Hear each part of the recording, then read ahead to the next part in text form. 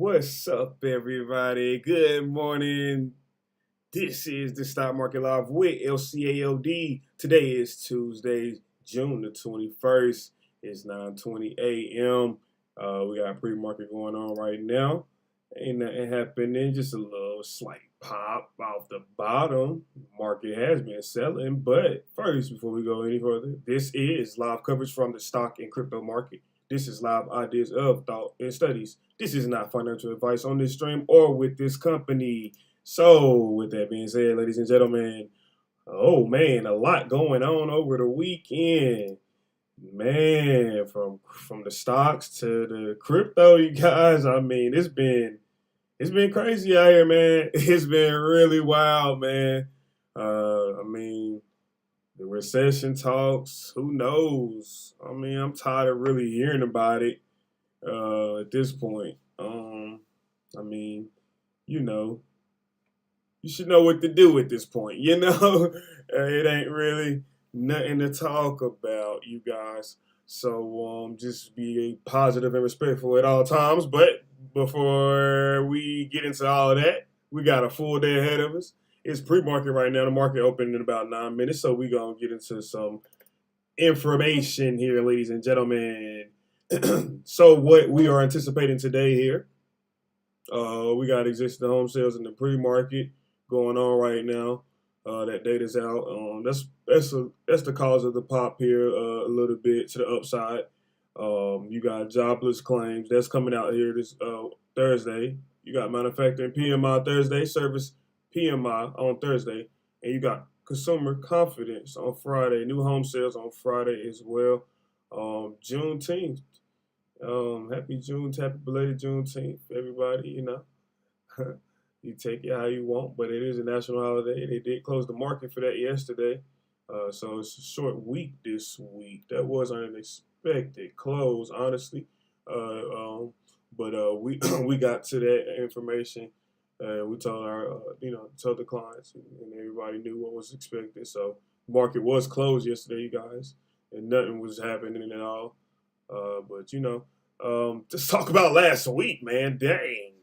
Last week economic data was pretty wild. You see what's going on this week. That's not all here, you guys. We got he's back. Your guy. We'll put him up on a big screen today. He's back. Fed speakers this week. You got to get those every week. Bullard did make some comments yesterday. I think that was it. That did strike something. A lot of articles started writing their stories about recessions and stuff. Because of the 75, he wants to go 70. Bullard, yeah, he or she wants to go 75. I have no idea what gender this Fed speaker is. Just going by, what they say.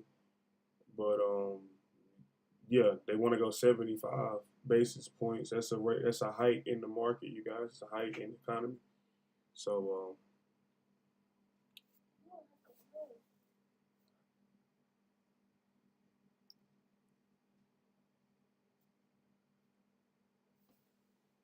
yeah, doesn't really matter that they wanted to break it that high, you guys. But yeah, man. So today, Mester, he's speaking at 12 p.m. So be on the lookout for that speaker.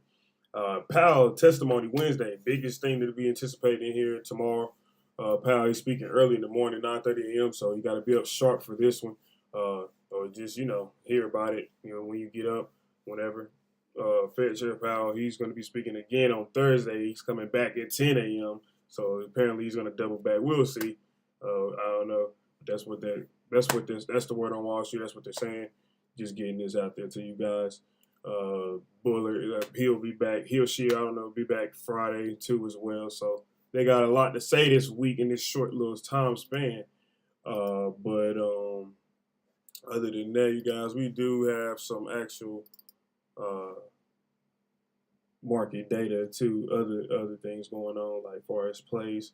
That nature. The market is about to open in 5 minutes. You guys, 3 things to watch in markets this week: Powell's testimony, stock market volatility, crypto winter. They've been talking about crypto a lot. It's been selling off, man, massively. It's back down to 2020 area, you guys. So it's be cautious, man. Be cautious. Be cautious. A lot going on with that. A lot going on with that, and it's not done. So that's why they're talking about crypto winter. They're looking at it that far. If it's going to be a change, and yeah. So just be on the lookout for that, you guys. Crypto stay open.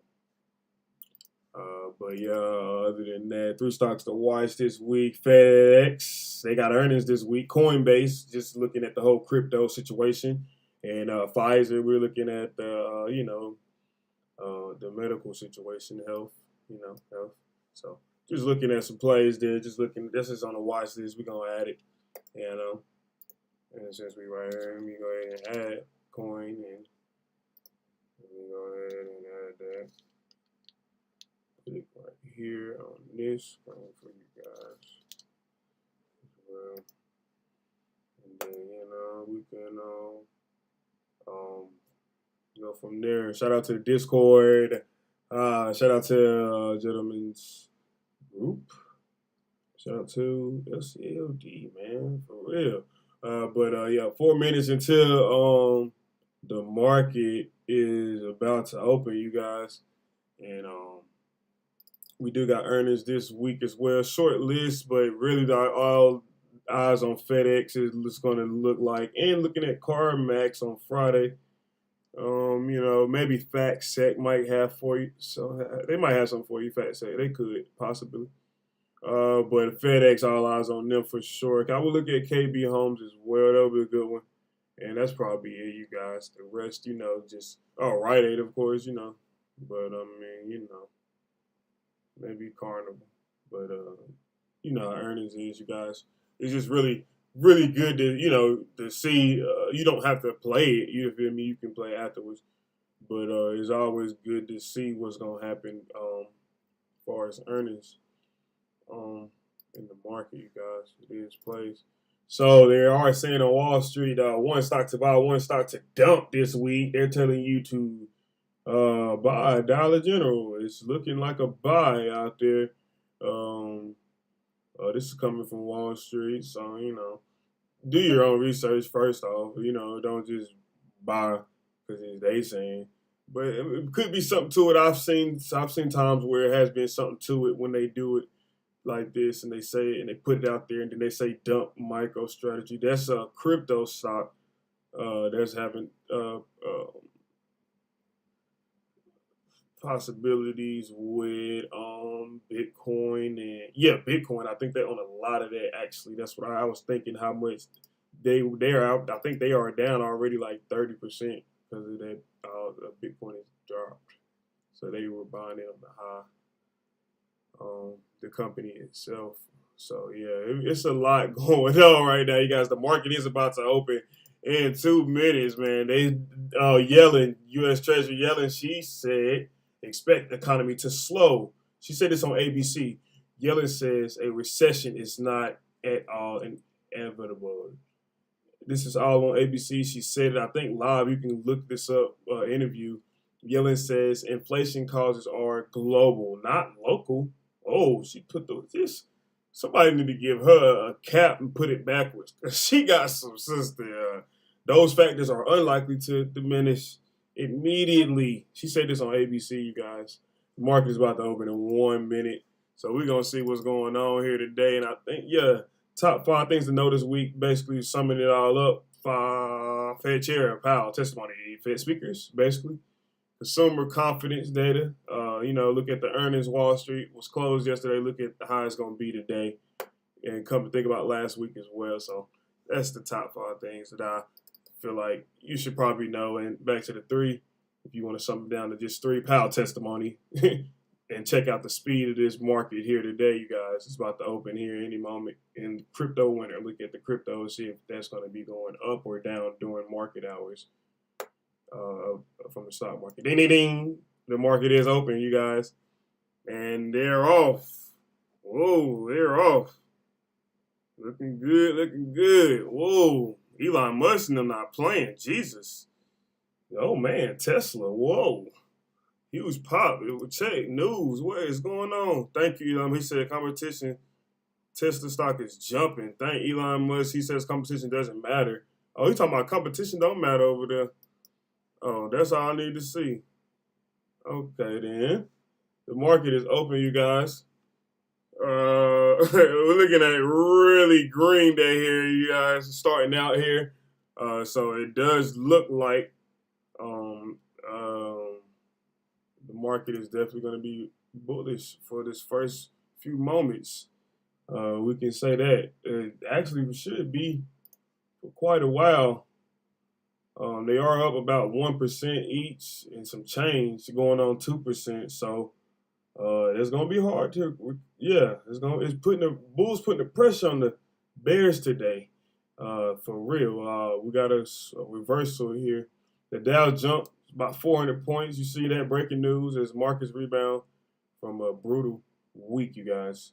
It's been a brutal week last week. So huge jump here though on the Tesla.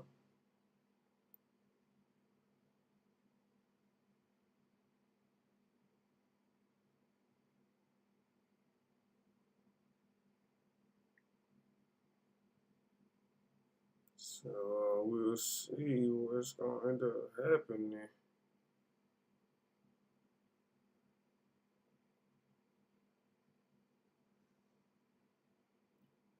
The RSI on Tesla is bullish, very bullish. It's way out of the charts over there. The SPY is going straight up as well. It's peaking out of the RSI, but it gets here and it can reverse because that's usually what it's been doing. So you want to be cautious right now before you just blindly jump into it anyway. It's been only 2 minutes. You take your time with it. It's coming off a long weekend, but the indices are picking up here, higher greens here. The Nasdaq's up about 1.85 now, leading the way up here today. The Dow Jones is they're leading the way up far as points. They're up about 417 points. So yeah, man, looking good today, man. Looking really, really good. Check with the Amazon TM where we at. Okay, looking good. It's holding up. Everything looking good right now. This does look bullish, you guys. I'm gonna be honest with you. The RSI is extremely up here, but it is to a topping point as well.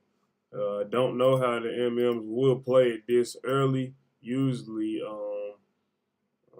they might bring it down, but this, you just never really know.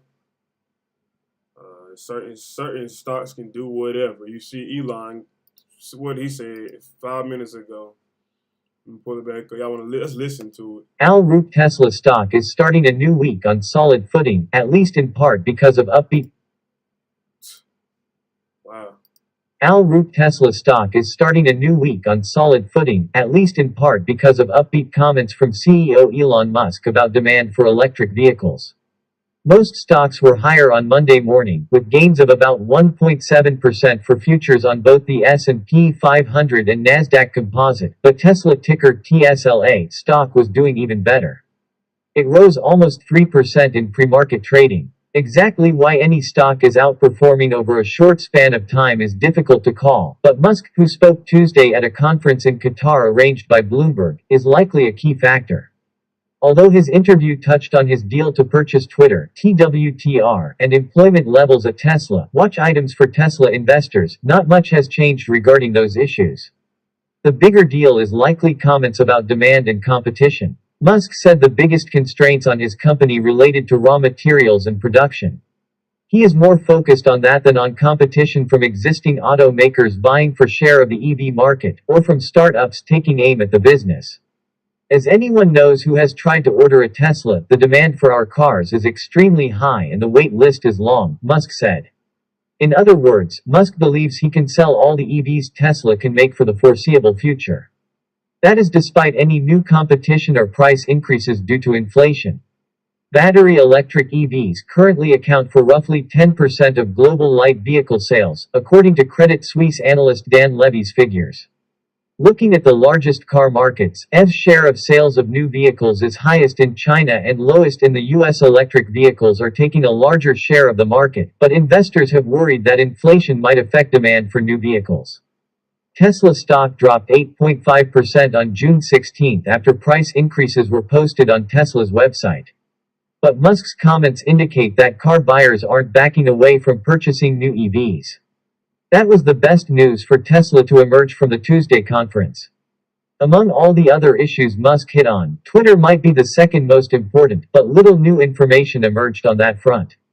Musk is still concerned about the share of daily usage on the social media platform that is generated by bots, an issue he has cited in saying his deal to buy the company is on hold.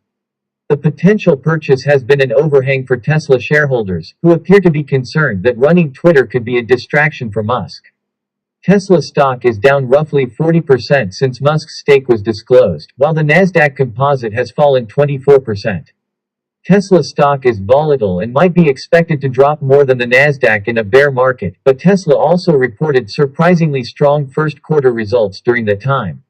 The company earned more than $3.20 a share during that time, while Wall Street was looking for closer to $2.20. Write to Al Root at alan.root@dowjones.com. End Dow Jones Newswire's June 21, 2022 9:07 Eastern Time, 13:07 Greenwich Mean Time. Copyright C. 2022 Dow Jones & Company. All right, there you have it, man. So, dang. Oh, man, you see the Tesla's picking up right now, basically. So, yeah, man, this guy Elon, man, he got something up his sleeve. He always does. Kathy Woods is a partner being buying there. Like, Amazon's starting to pick up here, too, 109 at Amazon. So, the market is picking up here overall, though. RSI is still going straight up here, you guys. So, I wouldn't be shorting here yet. If you are thinking it's going to come down, you need to see that, because right now it ain't. It's going straight up here. So just be a little cautious here. Trying to see where the VIX is at. Hold on, give me 1 second. VIX might be coming down. Let me see.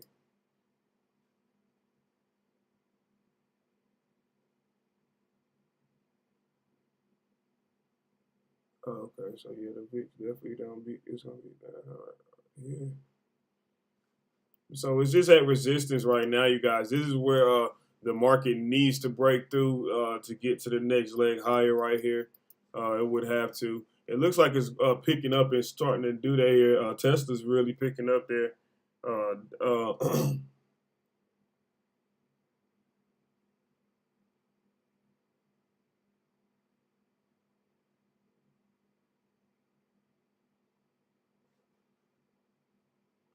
Yep. The SPY picking up with it. Triple Qs is going straight up as well. The VIX is down, you guys, down about 2-3% now. Ain't looking good for the VIX. I mean, the volatility is not there, and the bulls are running up, taking the elevator up. You know. But they say that bear when that VIX get green, that bear is volatile. It will run, it'll crash down and jump out the window. So just be cautious. Be very, very cautious, you guys. Right now it's still early. It's only been 9 minutes, and this is a lot of green action here, though. Really though, you want to wait for a dip if you can. But a dip, indeed, that's what it would have to be at this point. It's not seeing any type of reversal yet. It's just going straight up here, you guys. RSI is still way above where it shouldn't even be. But if that's the case, that's the yeah. If RSI is up, then it's real buying. It's real. They're really putting the pressure on the bears here. Because, like I said, some people are saying it's not even a recession, or it's not going to be one. It's not nothing happening. But some people are saying that it is so, and it will happen in next year early. So we'll see. right now, as I see it, it is down from all time highs. It is down from all time highs. Let's be real. We have created the topping point. Let's say that the top of the mountain that we done saw that we ain't there at all. So it could be panic. This could be the dip to get back to that top, but it's got a long way to go, you guys. But at this rate, at this speed, the Bulls are going. It could get there. If the spot keep pushing up like this, Tesla stock is really still going there. It's up $39 right now. So yeah, Amazon's really picking up too here. 110 on Amazon. So yeah, man, the market is that this rate right here, the stock's moving like that. This is a lot of green here today. Oh, let's check with some leaders here. I'm sure Google is probably one of them. Hold on.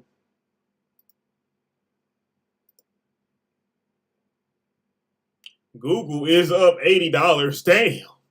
Google up 80, y'all. That's the leader. Boom. That's there you have it. Google up 80. It's a bullish day. Banks looking greens here today. FedEx is up $4. Crypto green with it today. Bullish day. They definitely bounced off the bottom. As of right now, this first 11 minutes, you can say it's a bullish day. Anything signaling a change, we got it live here. This is the Stock Market Live with LCALD. Yeah, ladies and gentlemen. So that's pretty much all the news I went over with you guys. The market is open, so you know what's up with that. Now let's check with some news outlets and see what they're talking about and see what could possibly be moving the market. It might be some testimonies or briefings going on. Let's check. We have to see. Check. That's the news. That's the politics with the market, you guys. It all works hand to hand. Trust and believe. Patience is a virtue. It gets you paid, ladies and gentlemen. So hold on one second. Don't see anything. No, I don't see nothing. Nothing live right now, so that's good. I mean, ain't nothing happening. But we'll just, stay tuned to headlines and see what could possibly be going on. They are talking about something right here. This looks like some politician stuff right here.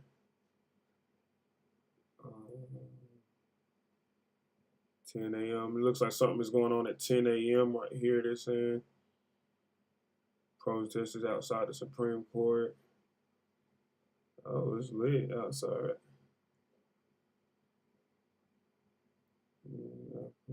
Case on abortion rights will be included.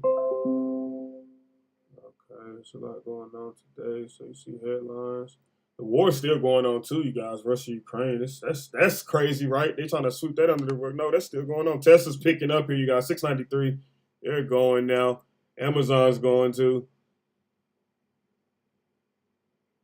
Yeah, Tesla's gone.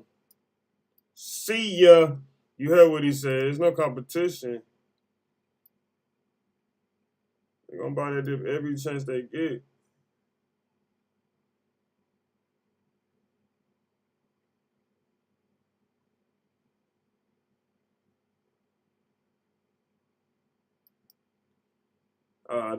Tesla will run into a resistance shortly.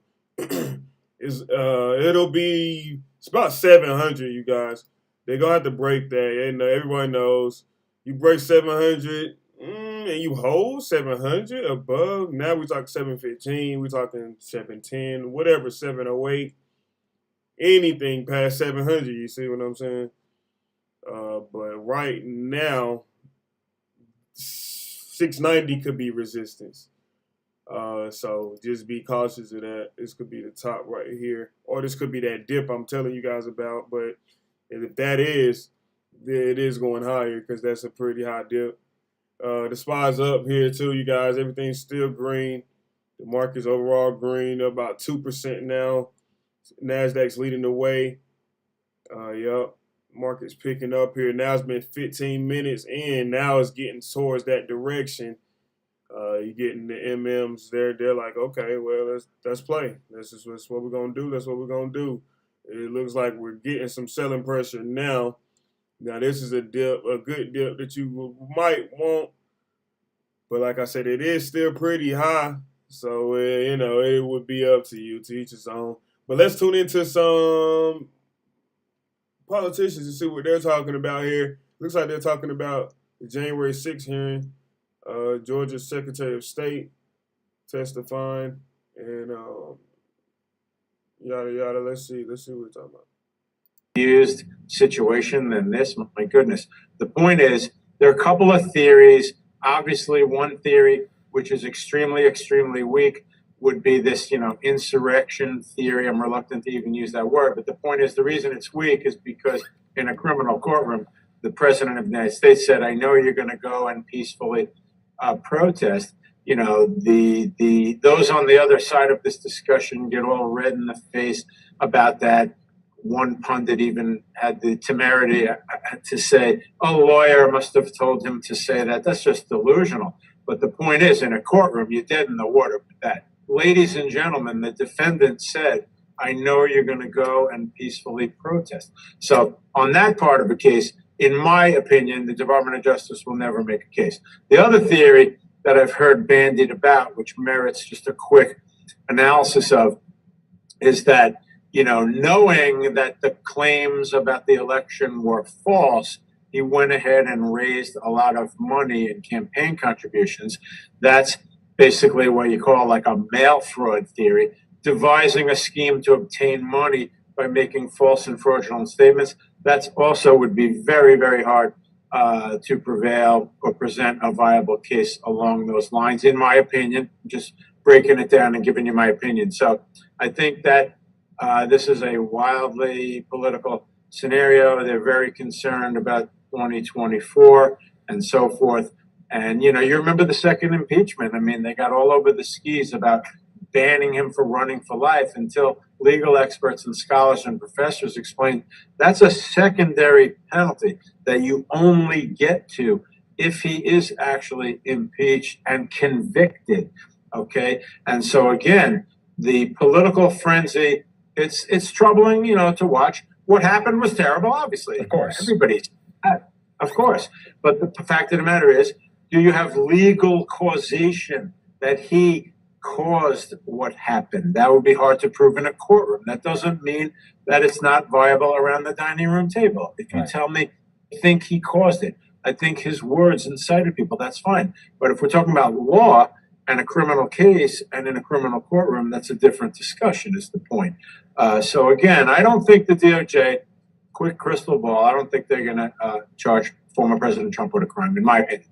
And of course, just to note the historical precedent that a former president, has never been indicted for something. So that would be quite historic. I want to go, though, to tomorrow's hearings. I just want to let the viewers know. So Rusty Bowers, he's the Arizona House Speaker. Brad Raffensperger, he's the Georgia Secretary of State. And Gabriel Sterling, he's the Georgia Secretary of State's Chief Operating Officer. They'll be testifying in addition to Miss Wandrea Shea Moss. She's a former Georgia election worker out of Fulton County, where Atlanta is.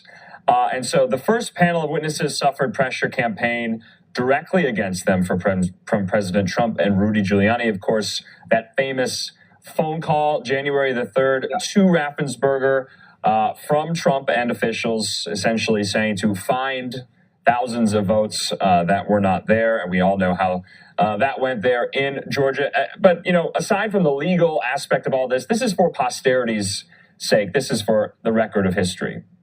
Well, no, I really like the way you just put that. That's so key, because the record of history is going to show, in my opinion. Now, you're kind of asking me to get away from the straight legal X's and O's, and I get exactly what you're asking me. The point is, the legal, the history books are going to show that you had a president of the United States. People had, wildly different opinions of him. Many felt he was doing a good job. The country was doing well, but his behavior was poor. And the history books are going to show that he definitely got way too aggressive, after the results of the presidential election came in, and he really lost his way a little bit. And, it was actually compelling when you saw many from his so-called inner circle. That to me was compelling. Everybody was complaining, including me, there's no cross-examination. Fine, but when Bill Barr is the witness and he was your attorney general, okay, that's very compelling testimony, and cross-examination would have been unlikely to put any dent in his testimony whatsoever. So the point is, when you have people close to the chief executive, close to the president, coming in and saying, we told them not to do that, we told them it wasn't a good idea, that is actually pretty compelling. And the history books are going to show that the behavior, particularly in Georgia, and there's a related footnote, not necessarily on his election result, but that he did things inimical to his own party in the 2 Georgia Senate races on many levels. Right. And that was proved to be devastating. Yeah. In the sense that a politician at the end of the day should be looking out for the overall health of the party and so on and so forth. So I think he made a lot of mistakes after the election. Last point I want to make, there are 2 individuals that the committee at least says they want to speak to, because we've been reminded again and again that just when the hearings are over doesn't mean the committee's work will end. 2 of those individuals are Ginny Thomas, the wife of Supreme Court Justice Clarence Thomas, and then, of course, former Vice President Mike Pence, to which the most previous hearing last week was about the role to get former Vice President Pence to go along with this, really nefarious legal theory to throw out some of the state's electors in addition and in relation to other slates. So do you think they will get those 2 individuals to testify separately, or do you think they'll have to be subpoenaed? Oh, I don't think they'll get them to come in voluntarily. And I'm not so sure they actually will subpoena. I mean, I'll address each one real quick. I mean, the wife of the Supreme Court Justice, once again highlighted just the deterioration to double standards all over the place. In other words, she's highly relevant, so on and so forth, but then very often in other directions in the political discussion, not even Democrat or Republican, just hear me out. It's like, what? Somebody's wife, that's their private business, that has nothing to do with anything. And you just see this wildly inconsistent rhetoric all over the place. So I'm not so sure that. Well, as you can see, ladies and gentlemen, the market is bullish here. Tesla breaking out here, about to hit that 700 level. Amazon picking up 110 again. It's really going up here, you guys. Market really picking up here. You see how they talking. It is something about to happen here live in about 7 minutes. And you see they pulled up the Dow Jones screen. The Dow's picking up. They are about 55 points since the market has been open. 59 now. Look at that jumping volatility. Check out the volatility to the upside now. I told you, watch the stock market volatility. Watch the speed now. You see how fast it's going up here. It's like just buy, because it's like it's going up so fast. It's not gonna, it's not gonna hurt you. You feel me? If its speed is that serious. But watch out for it as well, because, you could be buying at a high here. But look, another pickup higher there. 464, 465 on the down, 468. See what I'm saying? It's 472. There's auction in there here now. Oh, man, it's getting really bullish, you guys, for real. But yeah, man. You see Tesla's really picking up 699. There you go. But if you check out the speed today, go with the momentum. Go with the momentum, but at the same time, just do your research, be cautious, know what's going to happen because of that. You feel me? Know what's going to happen in the end result. You feel me? So then you'll be fine. But yeah, that's what it is. Georgia Secretary of State, other state officials testifying about that January 6th hearing. That's going live here in 5 minutes. That's going to move the market. That's what's moving the market now. Booking is up about $23. Google is still picking up here, you guys. They're probably up. Google's up. Google's still up here, you guys, 75. This is the Stock Market Live with LCAOD. Ladies and gentlemen, we're going to take a quick break right here before we wait and see that hearing. But as you guys can see here, man, first, 20 minutes has been bullish so far. So we'll be right back after the break, you guys. React to that with frustration. Democrat Pete Aguilar of Redlands led one of this week's January 6th committee hearings, which addressed then President Mike Pence. Congressman Aguilar joins us now from Washington via Zoom. Congressman Aguilar, welcome to The Issue Is for the first time. Thanks for having me, Alex. We appreciate you being here. For the people that may not have watched this in full, what's the big takeaway from the hearing that you led? Well, the big takeaway is that last week we learned that the president knew he lost the election and continued down a path that led to January 6th. And this week what we learned is that this debunked theory was swirling around and a contributing factor to what happened on January 6th. But more importantly, that the vice president's safety was in danger on January 6th, and that the president had a public and private campaign to pressure the vice president to alter the election and to keep the president in power. Let's dig into that a little bit. One of the most striking moments was when you played depositions of those who worked for President Trump, including a deputy press secretary named Sarah Matthews. In the middle of the riot, she was among those asking for the president to tweet a message telling rioters to go home. Instead, the president tweeted out a negative tweet about Mike Pence. Here's how she described that. It was clear that it was escalating and escalating quickly. So then when that tweet, the Mike Pence tweet, was sent out, I remember us saying that that was the last thing that needed to be tweeted at that moment. The situation was already bad. And so it felt like he was pouring gasoline on the fire by tweeting that. Did Mike Pence or did President Trump essentially want his vice president to die, or was he at least indifferent to that possibility? I think the testimony definitely shows that he was at least indifferent. And the clear testimony that we received there shows that that time period from 2:13 p.m. when the Capitol was breached, all the way through till about 2:38, 2:40 p.m., it was a dangerous time in the Capitol. As the vice president was being evacuated away, he ended up 40 feet from the mob. And all throughout, when it was all said and done, the vice president, was holding there for hours and hours on end in an undisclosed location on the Capitol complex, and he never heard from the president. So after that entire pressure campaign, he never checked up on him, never asked about his safety. 40 feet, which is pretty remarkable to think. Big picture, if Mike Pence had been somebody else, if he had been even more loyal to Donald Trump than he had been over those years, and he followed that plan, where would our country be today?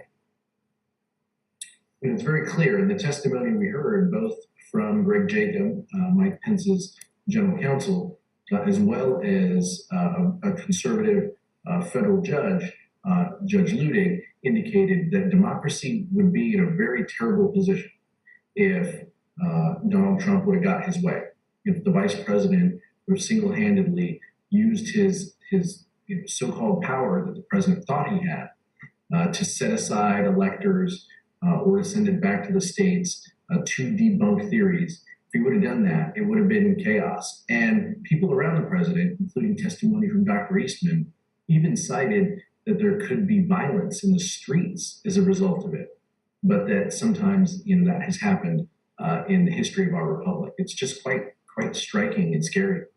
To think about the fact that one man could have changed history that much as well. Republicans have criticized the committee for several different things. They've criticized you for not including them more. They publicly said this is a distraction from issues like gas prices or inflation. But they haven't really criticized the actual substance of what you have said. They haven't picked out something and said that's factually inaccurate. What have they said to you privately? Have any of them been privately encouraging you to keep going? Well, we're pleased to have two Republicans who are committed to democracy with us in Adam Kinzinger and Liz Cheney. And I would count myself as someone who has friends on the other side of the aisle But it may not surprise you that the text threads have been a little quiet when it comes to my work here on the January 6th committee. But to your point, we're basing this on the facts, and so if they're looking for a way to chip away at what we're doing, they're not going to find anything related to the facts. We're just focused on telling the truth. But you haven't had, because like some of the writing has suggested that Mitch McConnell right after this was hoping that the Democrats would essentially be able to get rid of Donald Trump because of this. Have you had any of that privately? Well, it's very clear that some Republicans acted very differently in the weeks after the insurrection. But now they're all looking at the next election, and many of them don't want to upset their base voters. And many of those base voters are Trump supporters, and so I think it's a politically expedient thing for them to do to just ignore us or to make criticisms. This day is one of the most high-profile moments of your career. What did it mean to you personally to be the one, to be up there, to be leading this hearing in this moment? Alex, I'm just a kid from San Bernardino. I mean, I didn't think I'd be in this type of position, but if given the opportunity to try to help and be part of a team to tell the truth about what happened that day, I was affected. I was on the House floor, just like a lot of my colleagues. I just want to try to be part of a team to help get this right, to make sure that we protect democracy. But it's just a high honor to be part of this group and to be leading this specific hearing. In an ideal world, after the hearings wrap up, what happens next? Well, hopefully, we'll continue to work after these hearings are done. We'll continue our investigative work, and we're going to build a comprehensive report that is going to be, the full and complete version of what we are seeking to achieve here to protect democracy. But along the way, there should be recommendations and suggestions to protect the Capitol itself on a security side, to protecting our institutions, to the Electoral Count Act that we heard a lot about this week in the hearing. Those are the types of suggestions and recommendations that we think are going to be substantive and helpful. And there could, of course, be potential criminal charges coming from the Department of Justice, who is closely watching your work here. You've talked to a whole lot of people and spent a lot of time on this. What's the biggest surprise, something you've learned from this that maybe you didn't expect going into it?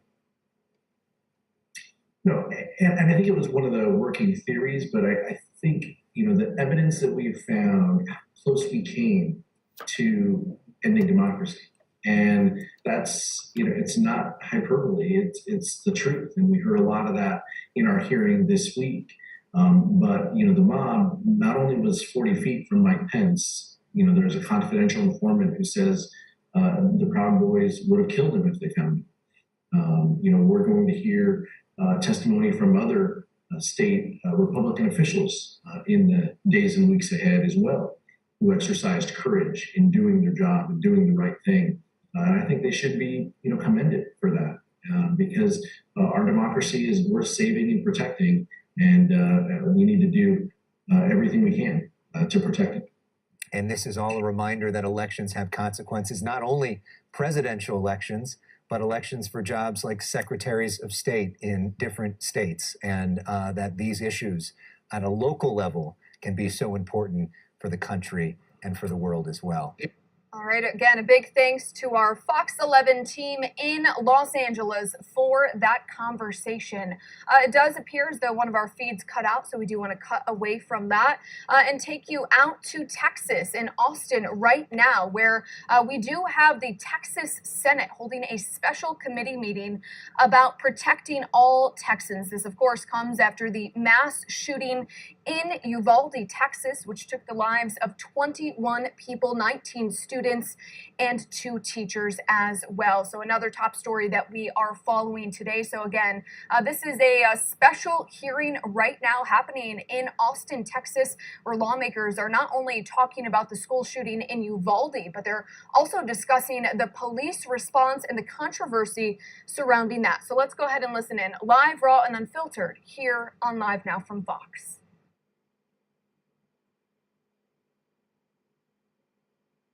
I'd like to start by thanking Governor Abbott and Lieutenant Governor Patrick for their leadership over the last several weeks, I'd like to specifically thank Lieutenant Governor Patrick for trusting me to lead this committee.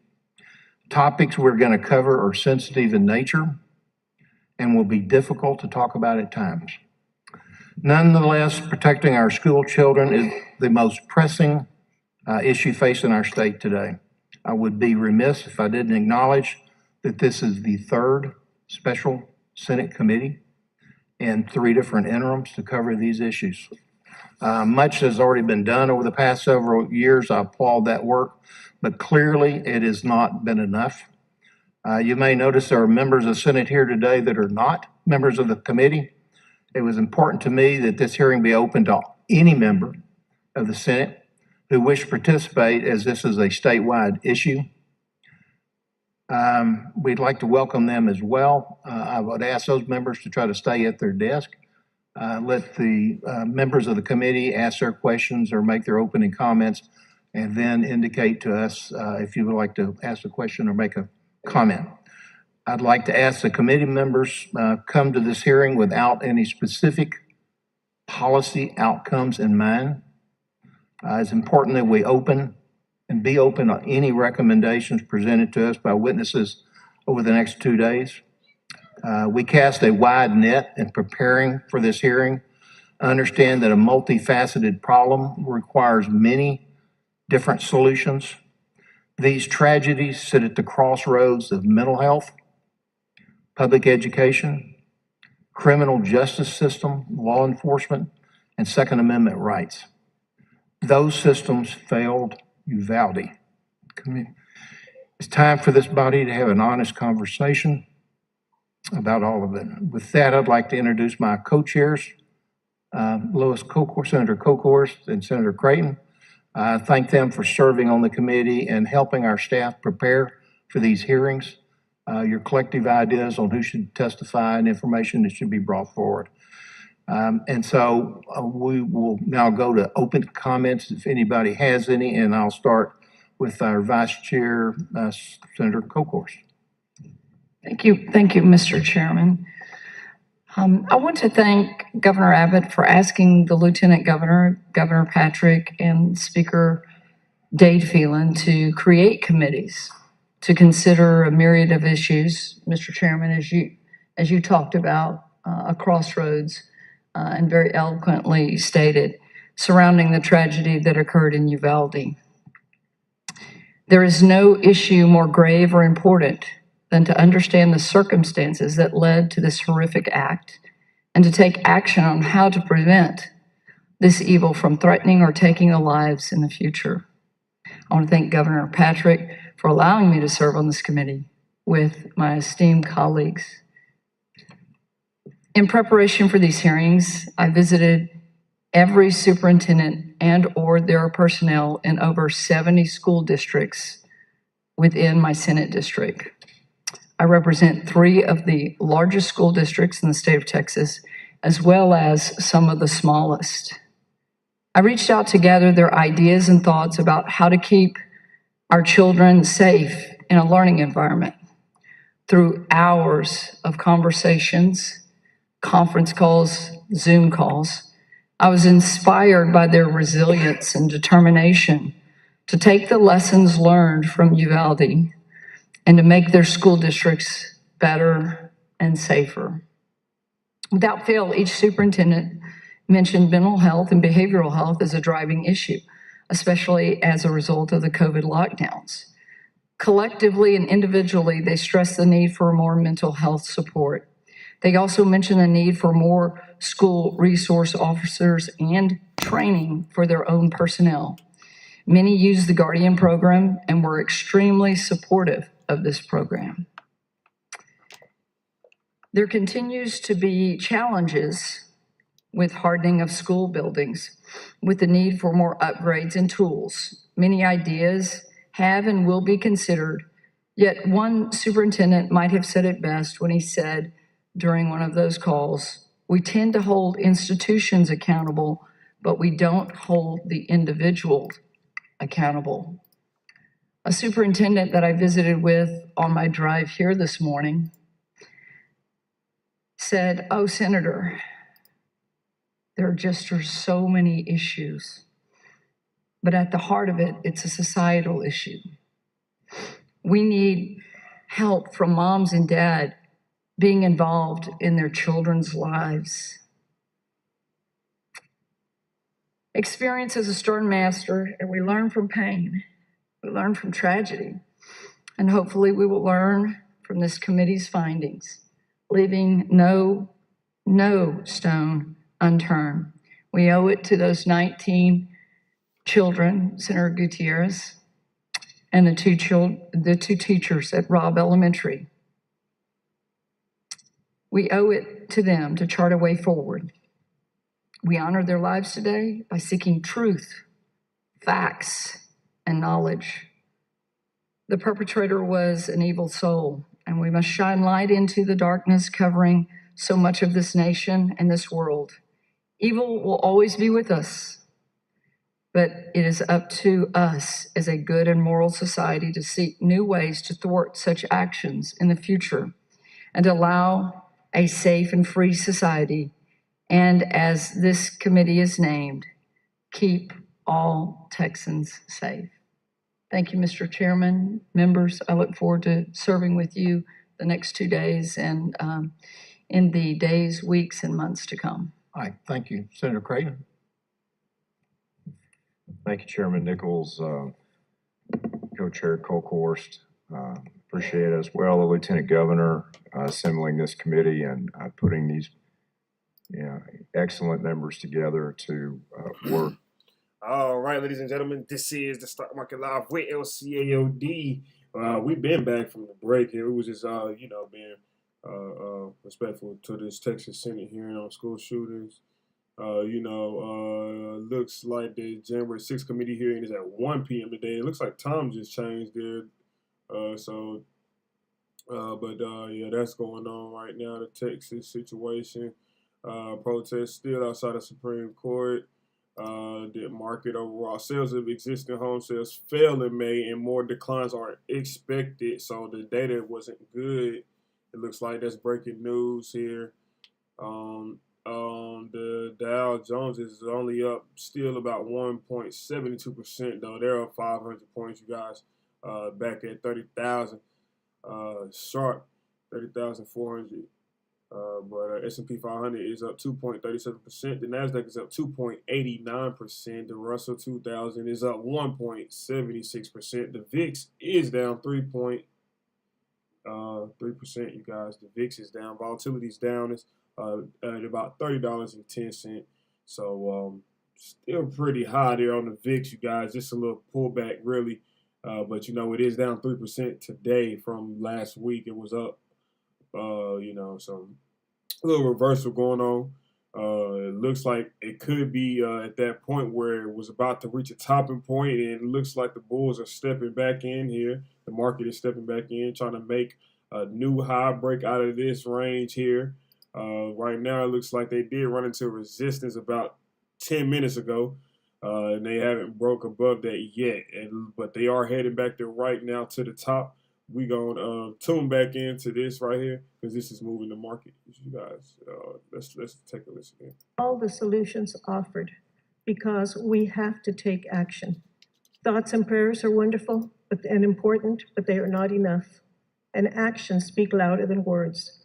We have an incredibly important responsibility that we face today as a group, and we must take action. We must make a difference. My perspective is based on not only having represented Uvalde before 2 redistrictings ago, and also representing Sutherland Springs, and in addition to that, being on campus during the Whitman shooting. I still have vivid memories of that. Having experienced something like that is something that stays with you. Thank you. I too want to thank the governor and the lieutenant governor for allowing me to serve on this committee. Many of you know that this has been an issue for this state for a long time. The fact is that our history in this state has been one of fearlessly supportive of Second Amendment rights. And I know most Texans are supportive of those rights. But without having a discussion about those rights and limits associated therewith, this will be an incomplete discussion.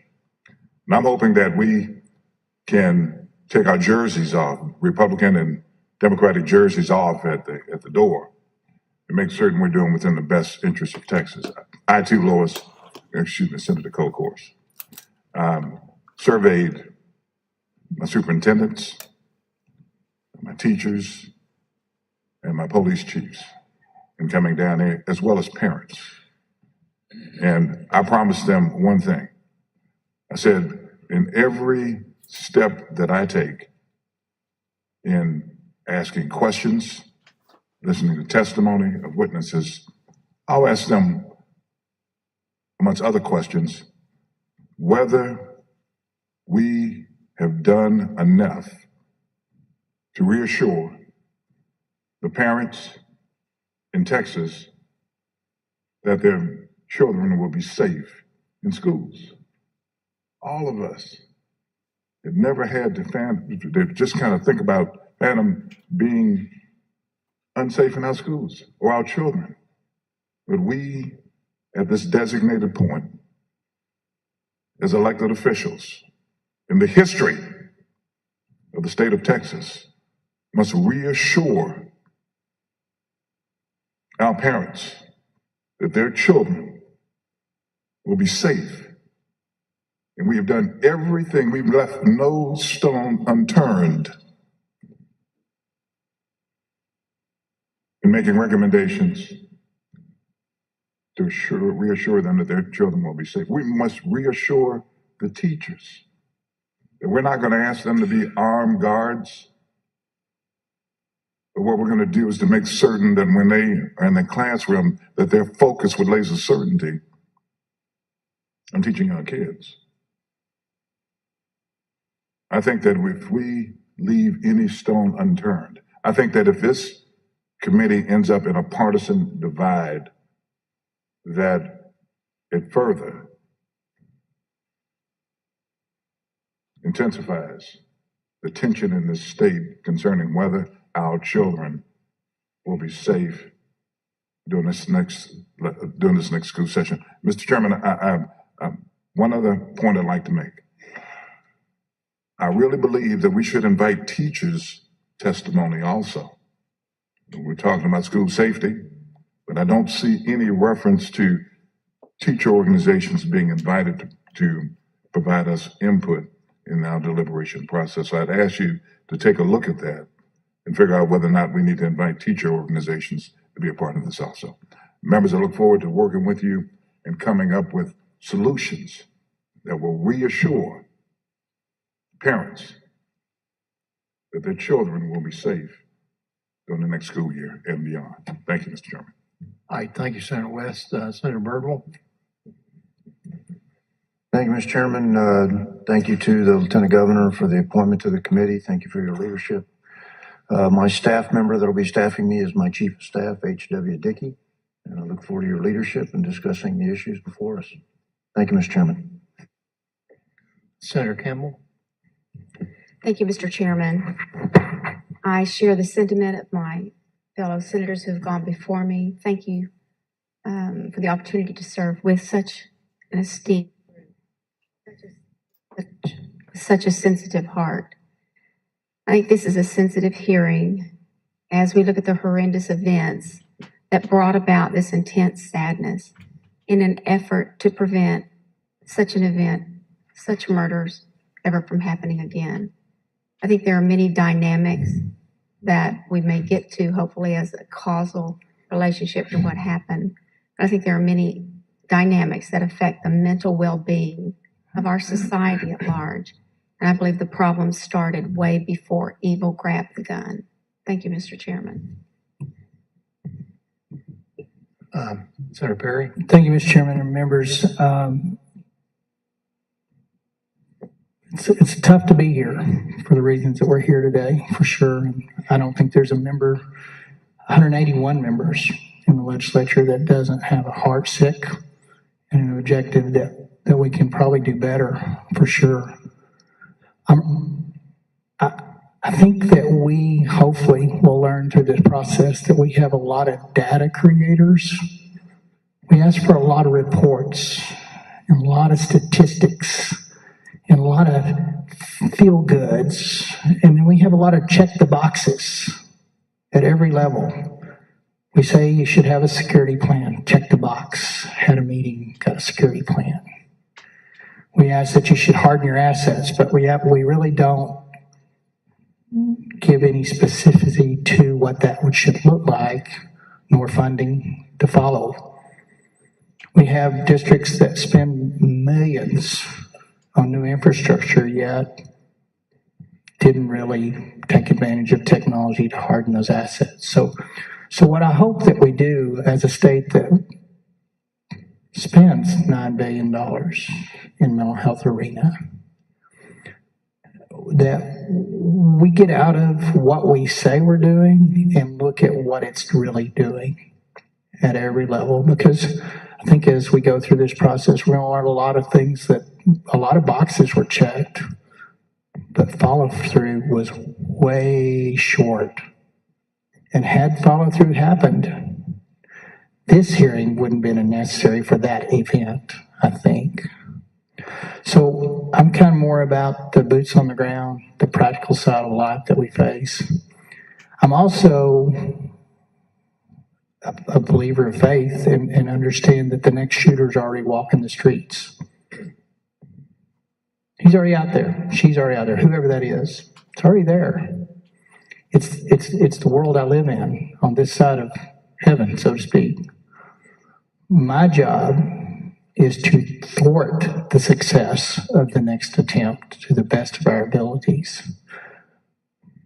But for anyone to believe that we're going to make a policy, a law, or a funding that's going to prevent the attempt is being naive and did not recognize the enemy we face.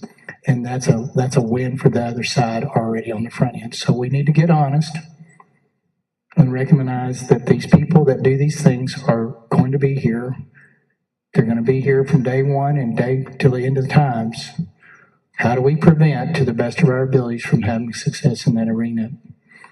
We spend a lot of money, and you'll hear testimony tomorrow on a lot of those initiatives.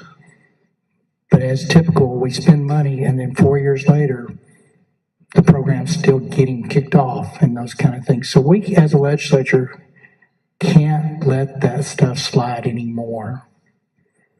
We have to hold people accountable at every level. Or we just check the box that the state met, threw out some policy, threw out a statute, funded it, and move on. We don't have the luxury in the world we live in of moving on anymore. We got to stay on top. Thank you. Thank you. Senator Bettencourt. Thank you, Mr. Chairman. It's, I think, obvious that Lieutenant Governor's appointment of this committee and you as chairman is designed to get to the facts of what happened. I have never seen in my entire public policy career facts that change 180 degrees from one week to the next. And the public and the citizens of Texas deserve the facts. We can't write good laws if we don't have good facts, because if we write bad laws based on bad facts, we'll have bad law. And I hope today, with the witnesses that we have, we can get near to the bottom of the facts, because they've been elusive. And it started with the initial reports of having literally a heroic standoff with a police resource officer against a shooter that had a bulletproof vest. And we still don't know the facts. I think today we'll get very close to the bottom of the facts. And when we do, I think we can move forward, because without Texans knowing what happened, we're all in the dark, because we still, to a greater part, don't really know what happened at Robb Elementary. We all know it's a horrific and horrible tragedy, but how could it have been prevented? What actually happened? What doors were open? What was the operational response? There's so many questions that we all have today. And I know with this august group of the senators and the senators that are also in the chamber, that there will be no stone unturned to get to the bottom of the facts, because Texans deserve the facts. Thank you, Mr. Chairman. Thank you. Senator Hughes. Thank you, Mr. Chairman. And Senator, glad to be on this committee with you. We all know how you operate, and we're all glad that you're leading us through this. We've seen your work. We've worked with you. We know you're thorough, you're detailed, and you want to get the job done right. And so it's all been said very well. As the least senior member of this committee, I'll try not to say too much. I suspect the ground will be covered before it gets to me. But like each of you, I want to ask hard questions. Senator Betancourt said it very well. When the facts keep changing, it's frustrating for us. And how frustrating must it be for folks back home who don't have access to the source and get to ask these questions? So yes, we have a serious responsibility, which I know we all take seriously. And as we take the information and move into policy, I know there'll be things that we'll all hash out, we'll all figure out. Certainly there are things that even right away we can agree on, we can all agree on, without, as Senator West says, no jerseys required to make a real difference. This work is so important, and so I'm honored to be appointed to this committee, and I'm here to work. Thank you, Mr. Chairman. All right, thank you. I've got several non-committee members that are Senate members here today who've asked to make some opening statements. Senator Gutierrez, I just try to keep it under 3 minutes. Thanks.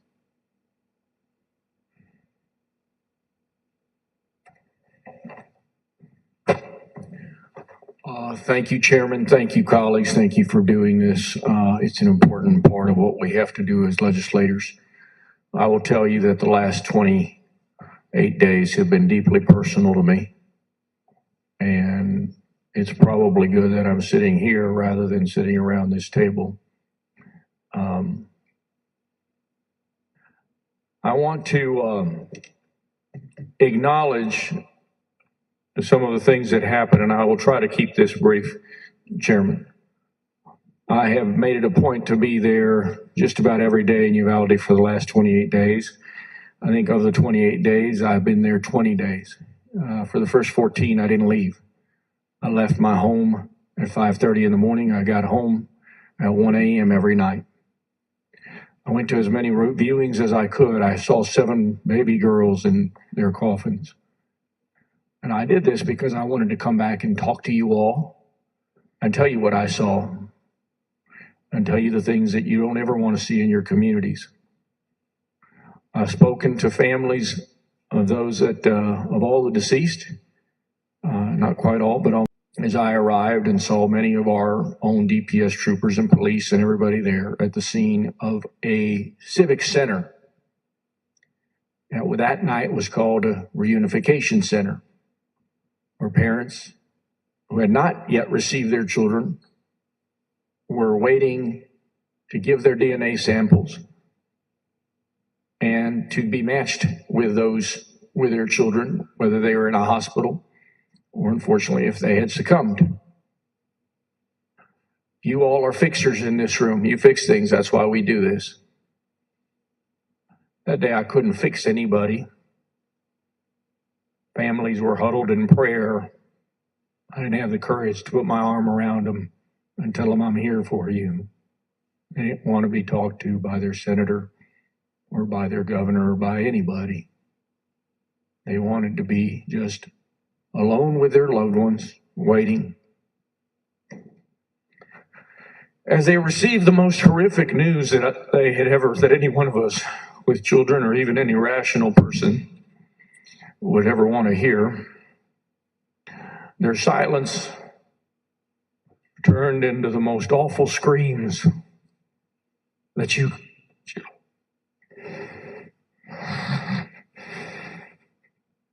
could imagine.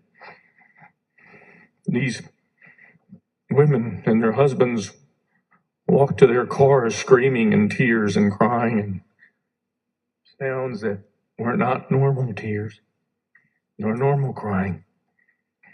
This is the reason I wanted to come to you today, Chairman, was not to rub anything in anybody's face or tell us to vote a certain way, but was to tell you that you don't want to live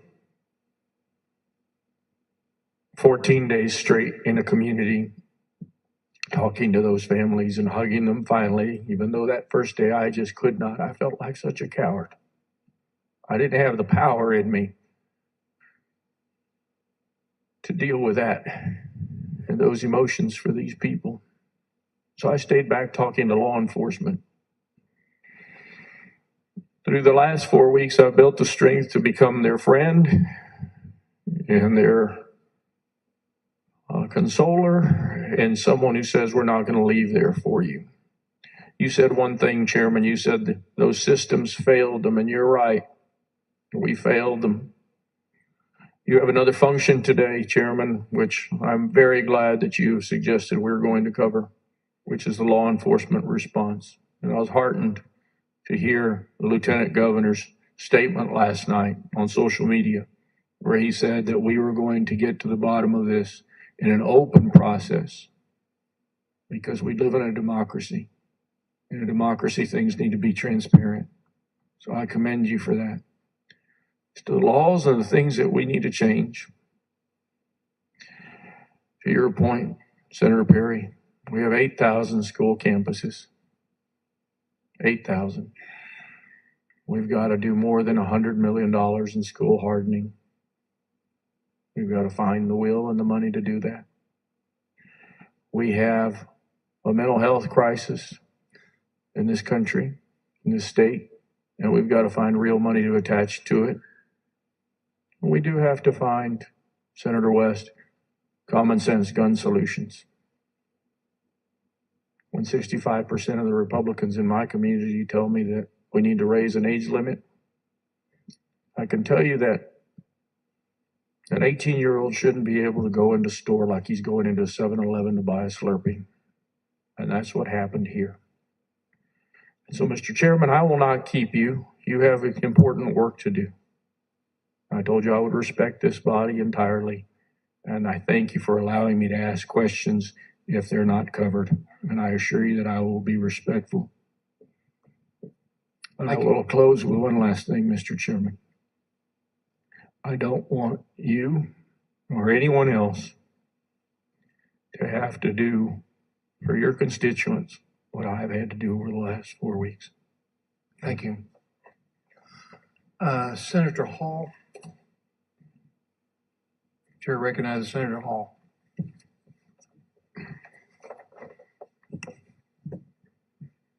Thank you, Mr. Chairman, for indulging me, and thank you, members.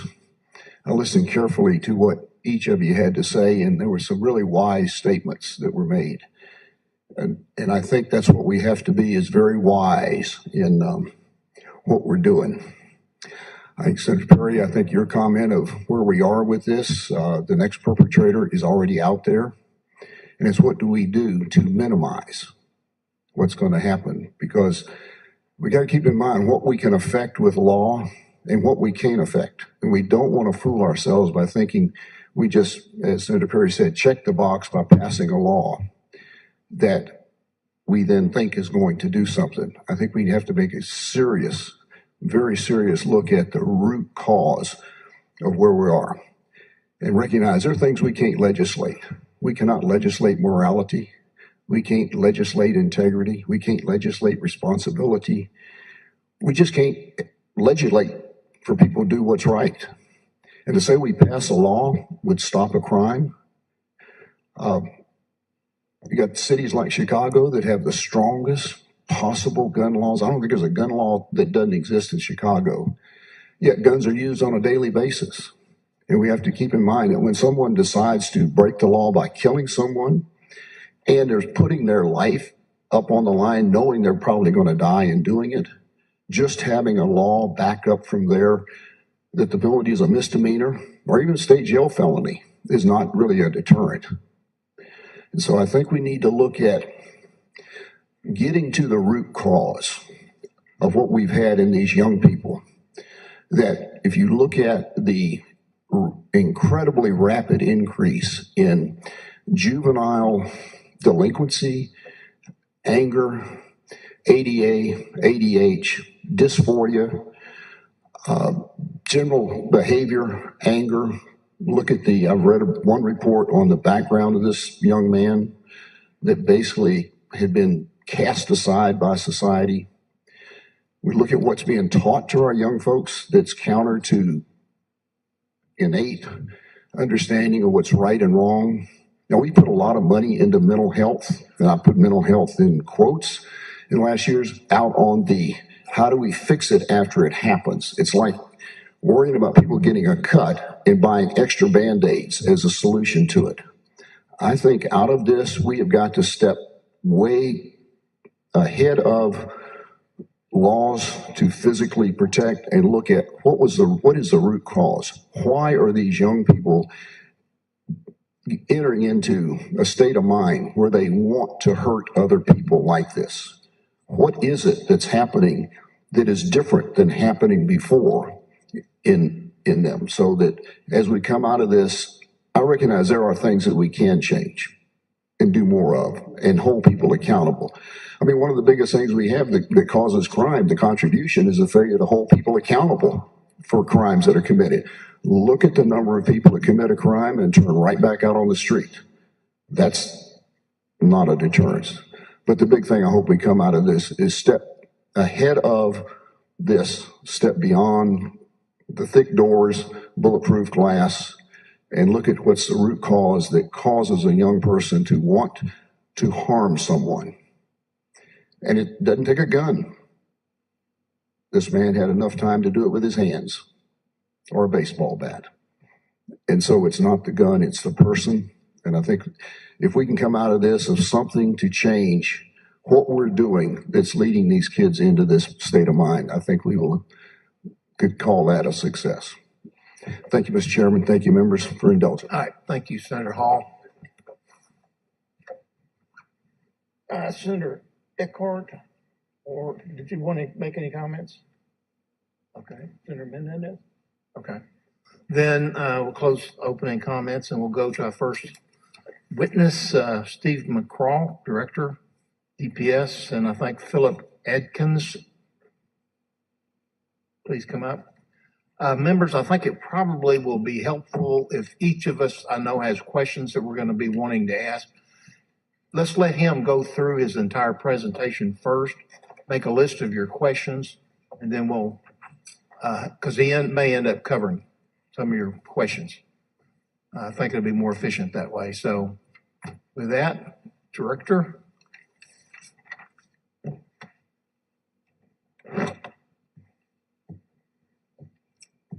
And while you're getting ready, after their presentation, the next up would be Cullen Grissom, Texas Commission on Law Enforcement, and John Kernett, Advanced Law Enforcement Rapid Response, and TEA Mike Morath. If y'all want to come down, I think we've got some chairs out here. So go ahead, Director. Mr. Chairman, Senators, Steve McCraw, Director of Texas Department of Public Safety.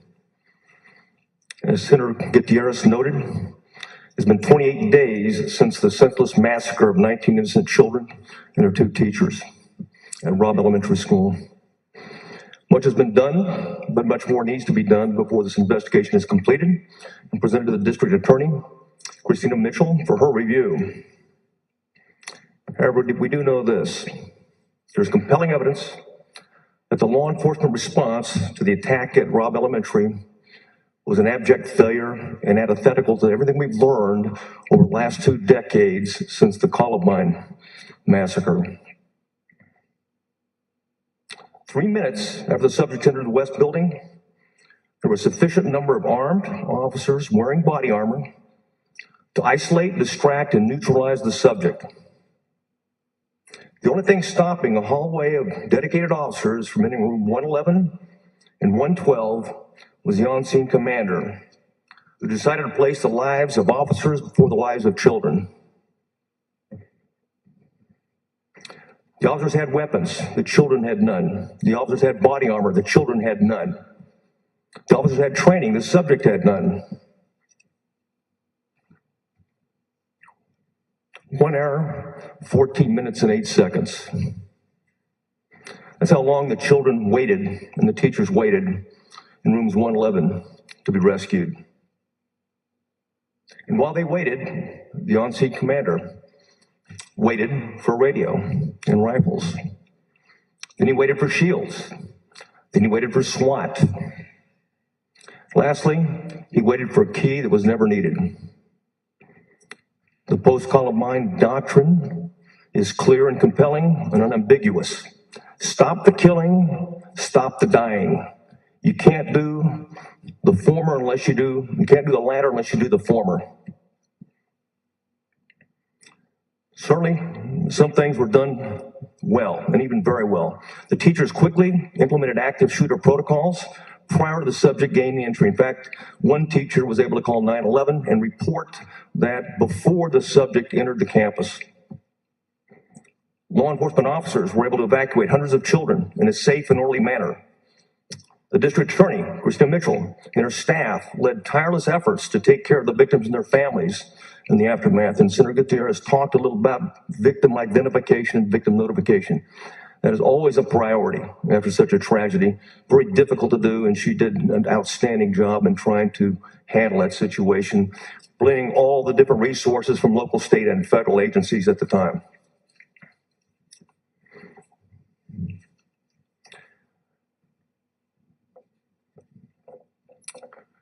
Importantly, what I'd like to know that at the time of this death,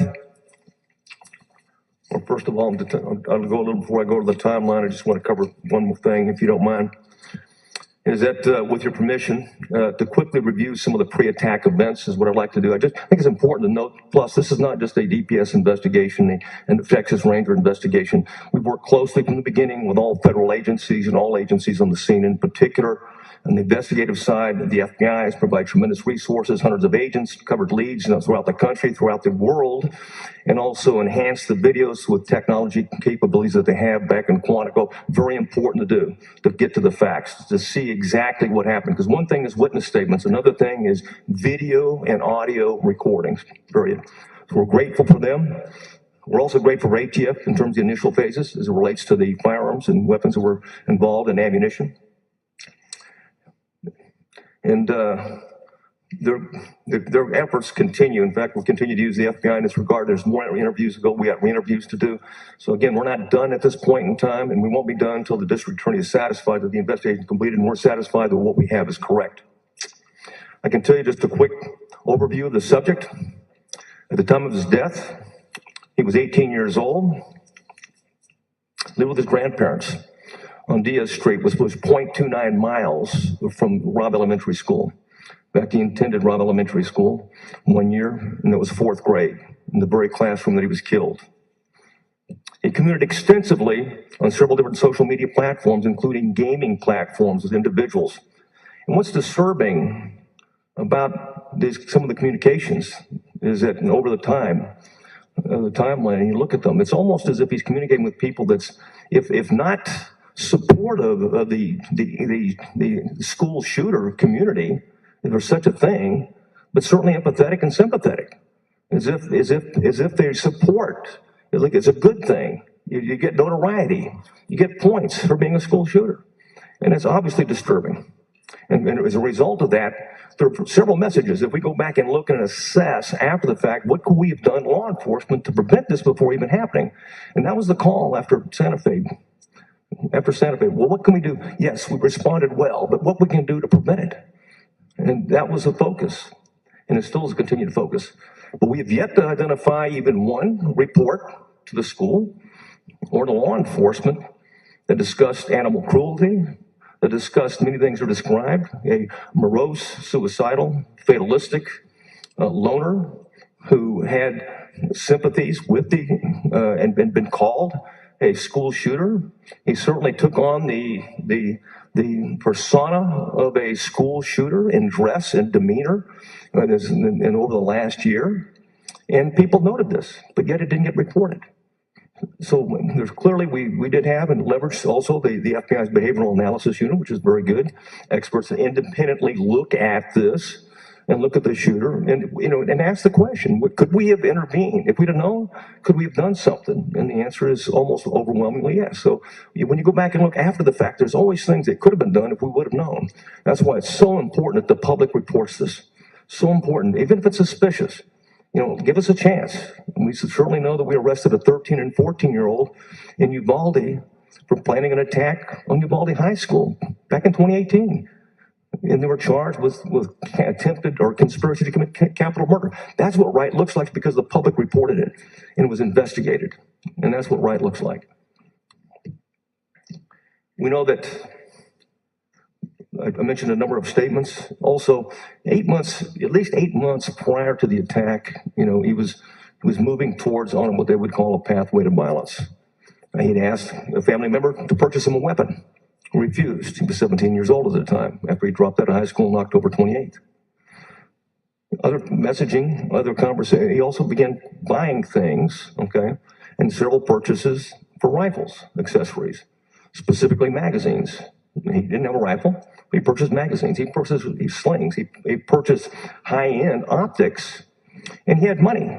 He had money in a joint bank account, and I can't discuss some of the specifics. It's issued through a grand jury subpoena, but he had money and a joint account with his grandmother, and used a debit card to make those online purchases. Several online purchases, at least 6, prior up until the day of the attack, or actually to the day of his birthday, May 16th. On May 16th, he was eligible to purchase a weapon. He purchased 2 5.56 millimeter rifles, one a higher end version of it.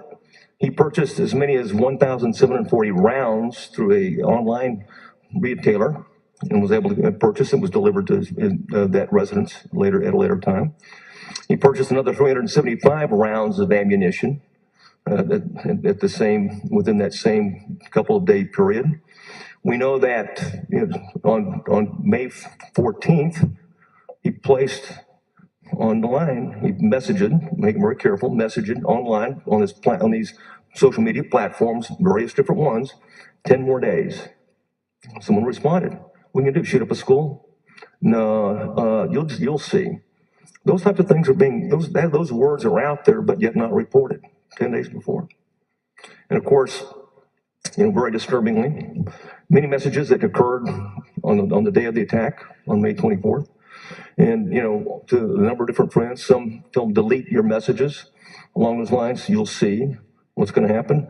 And he's in communication many times, in messaging and earlier FaceTime with a 15-year-old juvenile, and was in Germany at the time, and told her, and I quote, I'm going to shoot my grandma in the head. And he later, I just shot my grandma in the head, and I'm going to go shoot up an elementary school. That was at 11:21 when that happened, 11:21. And with your permission, Chairman, I'd like to go to the timeline. And these events are taken from audio, video, body camera, 911 tapes. And so it's not subject to interpretation. It's simply subject to transcription.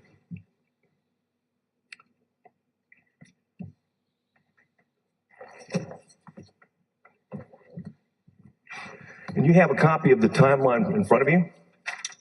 And I'll begin on page 1. And I'll try to quickly go through them. 11:28, and I'm going to round off the times. I'm not going to say the seconds, but I'll do it in order. The suspect crashes his vehicle into a ditch. This was at the intersection of Goss and Gerardine, in front of the school and in front of a funeral home. The subject didn't have a driver's license. The subject couldn't drive. And when he did drive, he was described as having problems with taking a turn. So people wonder, why, crashing like he did when he also attempted to turn, almost left, but then crashes into a ditch, a concrete ditch and right in front of the school. If he's really going to the school to do something, what's his destination? Well, his destination was Robb Elementary School. There's no question about it. He did crash. Once he crashed, 2 males from the funeral home went out to see how he was. And at that point, that was 11:29. We heard a teacher. This teacher was inside the school, by the way. The teacher, was observant enough inside the school. She calls 911 and reports a man with a gun. That was 11:29. 11:31, the suspect begins shooting between, the suspect had shot at, the individuals that came from the funeral home. Now he left 3 rounds. He shot 3 times at him. Missed him. One of the individuals got up and they continued on and of course reported that later. 11:31, the suspect begins shooting at the school. And there's classrooms on the West Building. If we have it, the diagram on my left here, you can see this right here. So you can see the Diaz Street location, and you can see the west entrance. And if your permission, if I can stand up, Chairman, to be able to point that out.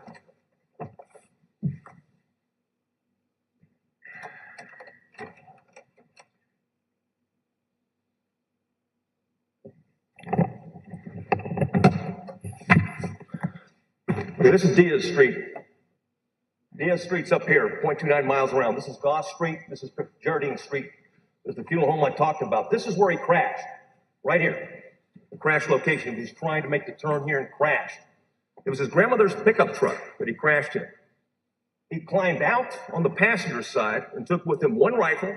He took with him his backpack at that point. That's when he shot at, when I described the time he shot at those 2 individuals, ran back to the funeral home. Then he situates himself, he moves to a fence. The fence is approximately 4 feet, throws the bag over, jumps over the fence, and proceeds in this direction. And the red on your chart is the direction that the subject is moving. As he moves into this area, as he moves along this area, he gets into this area right here, he begins shooting, okay? As he begins shooting into the classrooms is what he's doing. He's initially right here, and on the timeline, if I go back up to the timeline, note that we Uvalde PD officers, okay? Fire out here. He multiple shots. In fact, he shot 27 times as he proceeded, as he walked along here. He dropped the backpack here for no apparent reason. He was situated right here among cars. There was cars at the time. And as he walked, he shot into these classrooms. There's 2 classrooms. There's actually 4, but 2 he shot into. There's 4 windows, 2 windows on each. He was firing into those classrooms. He proceeded to the west building, or the west entrance of the building, what we're calling the west. We're calling this east, and this is the south entrance. He proceeded in there. He opened the door. It was open. It was unlocked. I know there were reports before about a teacher putting a rock in it. That's a practice around the school, practice in many schools.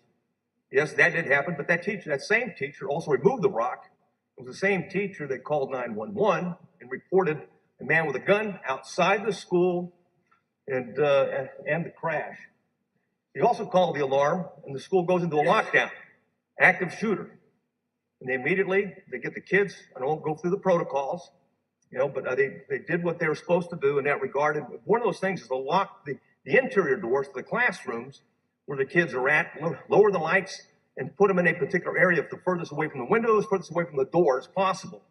As the teachers were trying to protect the kids throughout the entire campus, he entered the west building here. Now, I can tell you from the door aspect, we can discuss the door a little bit later. You may have questions on it, but it was open as he walked in.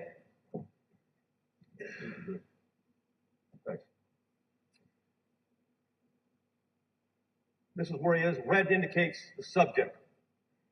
As he walks in, it's about 20 feet when you walk into this corridor, this east-west hallway. Then he's in the north-south hallway. He turns left, then he approaches, and you can't tell from the video.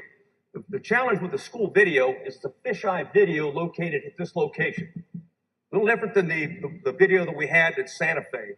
So the view is very distorted. You can't see all the way to here, and you certainly can't see very far over here in the first iteration. The second iteration, we got a little bit better. When it's sent back to Quantico to be enhanced or enhanced the second time, you can see much of what's going on. It provided a much clearer way for us to document exactly what happened in that hallway over that 1 hour, 14 minutes, and 8 seconds. The subject lines up here. What you can't see, it's inset in here. What you can't see is which classroom he's shooting into exactly. But he's shooting at either 111 or 112 initially. Overall, there was 24 rounds that were left recovered out here, 27 in the hallway.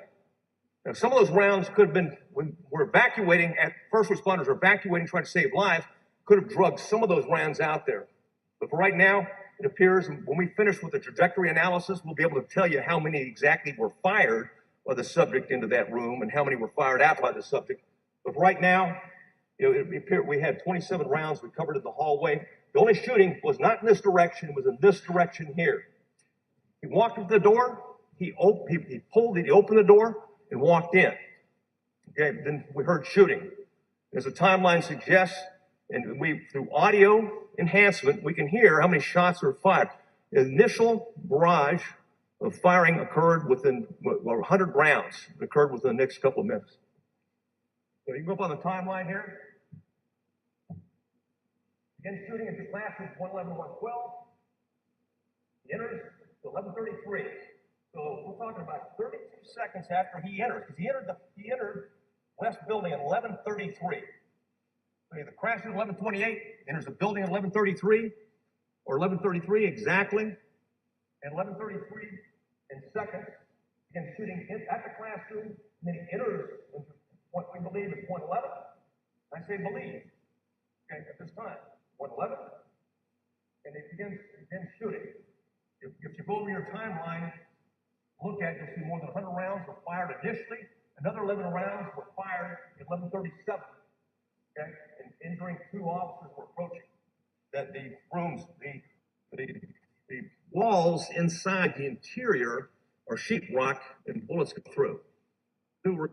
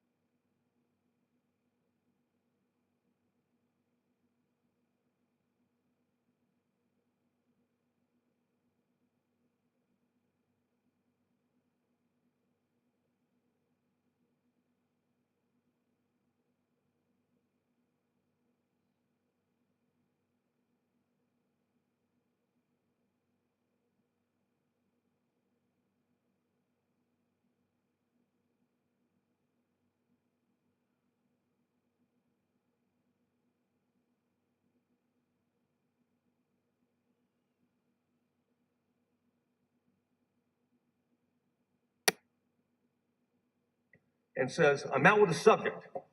So it had already been reported on the radio, man with a gun, okay, at the school, after a crash. He thinks he's got the subject. He drives quickly. He drove, over 50 miles an hour into it, going towards the subject. And unfortunately, that wasn't the subject. The subject was right here. He passed the subject as he went. That's why some of the confusion early on.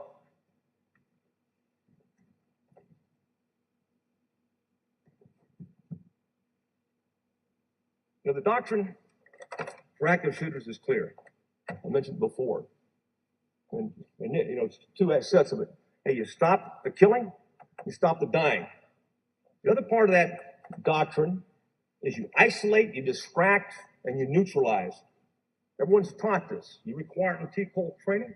We practice it, we preached it. This is the doctrine, and it recognizes that you run to the sound of gunfire. When you get to gunfire, you don't stop. Okay, when you get there, you run into gunfire, okay, and it's so important to do so. And I'll tell you what, I've said it before, and I hope I underscore this.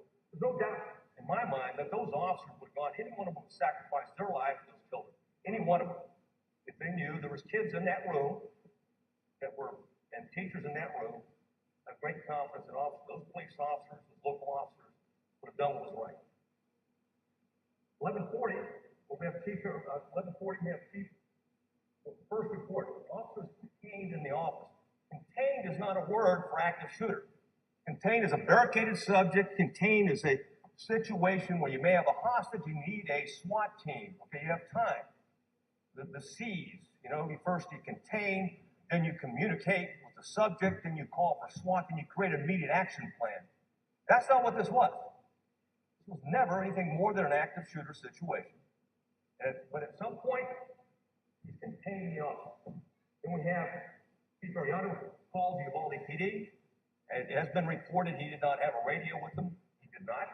That was actually true. That was correct report.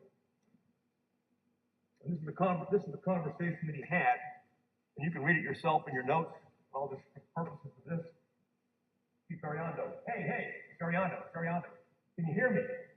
I have to tell you where we're at. It's an emergency right now. I'm inside the building. This man has an AR-15. He shot a whole bunch of times. We're inside the building. He's in one room. I need a lot of firepower. So I need this building surrounded with as many AR-15s as possible. Can you hear me? Dispatch responses can be heard talking in the background and asking what room number. Chief, is the teacher with him? Is she in the room as he said? Can you hear him? Ma'am? Dispatcher, I'm right here. Chief, ma'am, is the teacher with him in his classroom? Dispatcher, she's in another classroom. She's in room 102. Another person possible shot across from her. Within 102 is 112. Is the active number. Chief Ariano, okay, we have him in the room. He's got an AR-15. He's shot a lot. He's in the room. He hasn't come out yet. We're surrounded, but I don't have a radio with me. Please let all units know he's going to be in a room. He's in room 111 or 112, and we're in here. From the hallway, sergeant, another sergeant are here. We need this place surrounded, and if you have SWAT, I need them to set up south side of the building, which is the nearest location to the funeral home. Dispatcher confirms SWAT location. Chief Ariano, yes. They need to be outside the building and prepared because we don't have enough firepower. Right now it's all pistols and he has an AR-15. You can get the SWAT team set up by the funeral home, okay? And we need, yes, I need more firepower in here because we have pistols and this guy's got a rifle. So I don't have a radio. If somebody can come in, the dispatcher, Chief Ariano, but I am going to drop it when he comes out of the door, all right? So I need you to bring a radio for me and give me my radio. For me, I need to get one rifle. Hold on, I'm trying to set him up, or set him. I'm going to set him up right now, okay? Do me a favor, call me when SWAT is set up. I'm going to have you a vibrate, though. Call me twice if you have to. It's okay, all right, thank you.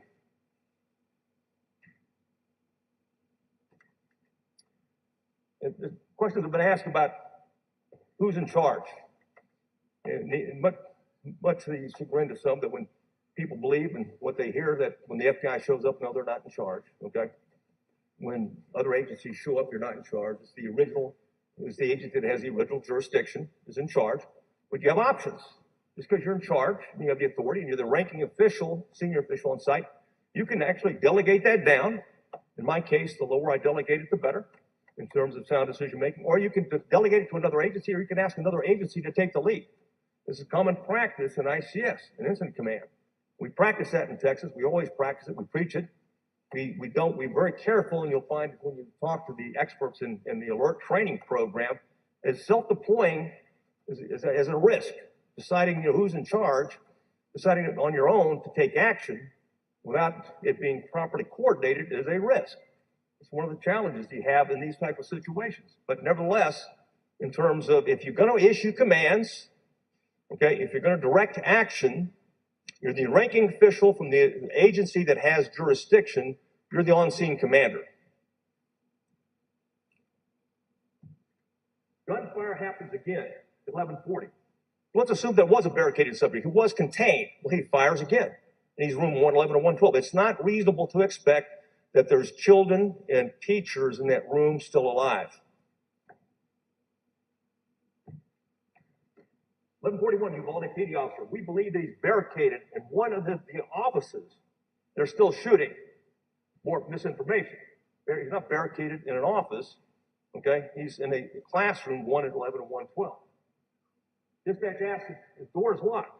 which a Uvalde PD officer replies, I'm not sure. We have a hooligan to break it. The hooligan tool, so you can just break the lock and move in at the door. At 11:41, 4 first responders in the room, the east hallway. You got 2 constables, a fire marshal, a UPD officer. So officers continue to flood into the particular area. So we had 11 to begin with. We've had another 4 officers to it. The DPS trooper is the first DPS officer to arrive. Director McCraw, we've got to ask you this. Yes. Best you can, speak into the mic. Oh, yes, sir. I apologize. So the system can pick it up. If you Yes, can sir. pick that mic up, that would be Yes, sir. great. All right. How about that, sir? Does that work? Thank you. Very good. Thank you, Chairman. At 11:42, we had a DPS trooper and 2 PD officers enter from the east hallway. She was there less than 2 minutes, looked around because at that point in time, there's multiple officers, and she left the building to find other duties as assigned.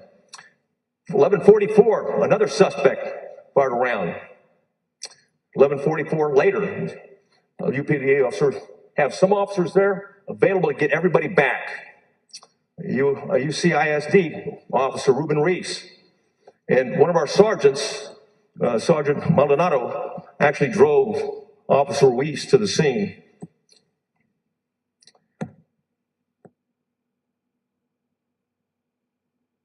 He enters at that point in time. An unknown officer says, they need to get out of the hallway. Well, before I need to talk about Officer Ruiz. He notes that she's been shot. He's talking about his wife. He got a call from his wife. His wife was in room 112 and later died. Unknown officer says, they need to get out of the hallway, to which an officer responds, Chief is in there. Chief is in charge right now. Hold on. 11:51, 7 Border Patrol agents enter the west door. There had been a call earlier for BORTAC, and BORTAC was en route. These aren't BORTAC agents that first responded. At 11:52, there's a first ballistic shield that enters the west door. At 11:52 later, UPD officers, units just showing up, can you help with crowd control? So officers after 11:52 are being diverted to crowd control activities. 11:53, unknown officer informs a DPS special agent that they need right now is a perimeter. Someone comments on whether there are still kids inside, to which the DPS special agent responds, if there is, then they just need to go in. Someone comments about whether there are still kids, in which he responds, if there is, then just need to go in. He enters the west building and is directed on where the suspect is focused on. This is from a body camera, and you'll note that any information that I'm using right now, it came from, it's color coded. So when it's blue, it's body camera. Obviously, from video surveillance, it's either, whether it's funeral home and indicated, and of course the Uvalde PD recordings as well. And you have that in your booklet. After some time, the DPS officer, said, "Are there kids in there? We need to go in right now." Then he said, "What's that?" Then whoever's in charge will determine that, because of what he recommended, if there's kids in there, we need to go get them. And then later on, the DPS, he left the scene to look for kids, found a young boy in the restroom in the west building that was hiding, and then went outside to look at, search other classrooms. There's a PD channel recording. Again, it's critical that let the PD take the point. 11:58, after an unknown officer is asked where the shooter is, another unknown officer advises the school chief of police is in there with him. There's a 911 call at 12:03, and that's the call from Chloe, the first time Chloe calls. And of course, it's heart-wrenching to listen to her. She's in room 112, okay? She was actually the only child in room 12 that was uninjured. Okay, there was 8 children killed, 2 teachers killed in that room. And of course, she was uninjured. 9 children were injured in room 112. 12:03, the second ballistic shield enters the west door. 12:04, the third ballistic shield enters the west door. And yet there's no action. 12:09, PD officer, go around and get the master keys to the room. Elements of the BORTAC arriving at the elementary school was at 12:09 or 12:10. And I think the first BORTAC members went into the building at 12:15. During that time, the Uvalde ISD Ariano requests a master key. Uvalde ISD Chief Ariano gives instructions to officers to have a sniper on the east roof. Master key, there's more than one master key for the west building. Anytime the locks were changed, there was another master key for that lock. So you may find a master key, but there's two master keys. You've got to get both master keys. So there was some frustration in the discussion about this master key doesn't work. Well, it doesn't work because that master key is not for that door.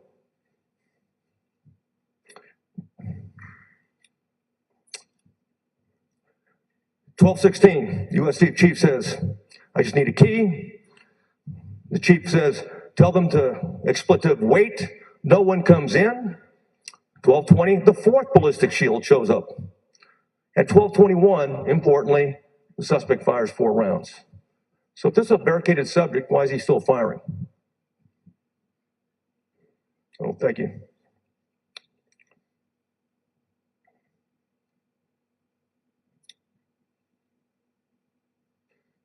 The chief says at 12:28,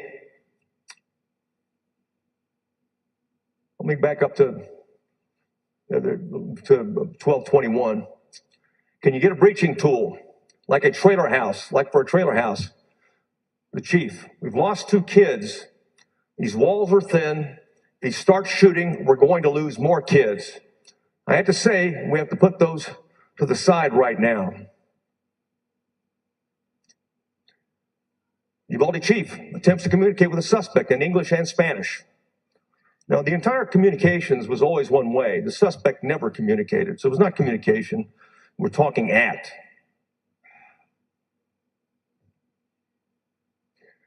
And an officer, there's a teacher shot in there, to which the Uvalde PD officer replies, I know. The chief, people are going to ask why we're taking so long. We're trying to preserve the rest of the life. The chief, we have a team ready to go? We have a team ready to go. Have at it. The 12:27. 12:28. The chief. There's a window over there. Obviously, the door is probably going to be locked. Probably going to be locked. That is the nature of this place. I'm going to get some more keys to test. 12:28. The chief. These master keys are working here, bro. Aren't working here, bro. We have master keys and they're not working. The chief at 12:30. Okay, we've cleared out everything except for that room. We still have people down. They're just past the flag to the right. But we're ready to breach, but that door is locked. 12:33. The chief. I say we breach through those windows and shoot his expletive head off through the windows. This is an hour and a half, an hour after he entered the building. An hour after he entered the building. 11:35, a hooligan tool arrives through the west door. At 12:38, the chief attempts to communicate with the suspect in English and Spanish. At 12:41, the chief says, just so you understand, we think there are some injuries in there. And so you know what we did, we cleared off the rest of the building so we wouldn't have any more besides what's already in there, obviously. 11:42, the chief says, we have an expletive problem getting into the room because it's locked. He's got an AR-15 and he's shooting everywhere like crazy, so he stopped. 12:43, Uvalde chief, they got to get that expletive door open, bro. They can't get that door open. We need more keys or something. 12:46, the chief says, if y'all ready to do it, you do it. But you should distract him out that window. 11:47, the sledgehammer enters from the east hallway. 11:50, the breach and termination gunfire. At the time, there was a stack of 7 officers that went in. Actually, only 4 went directly in because the door closed, as will happen in some of these operations, and left the 3 out. 3 entered thereafter, shortly thereafter. 5 officers fired rounds at the subject, killing the subject at that time.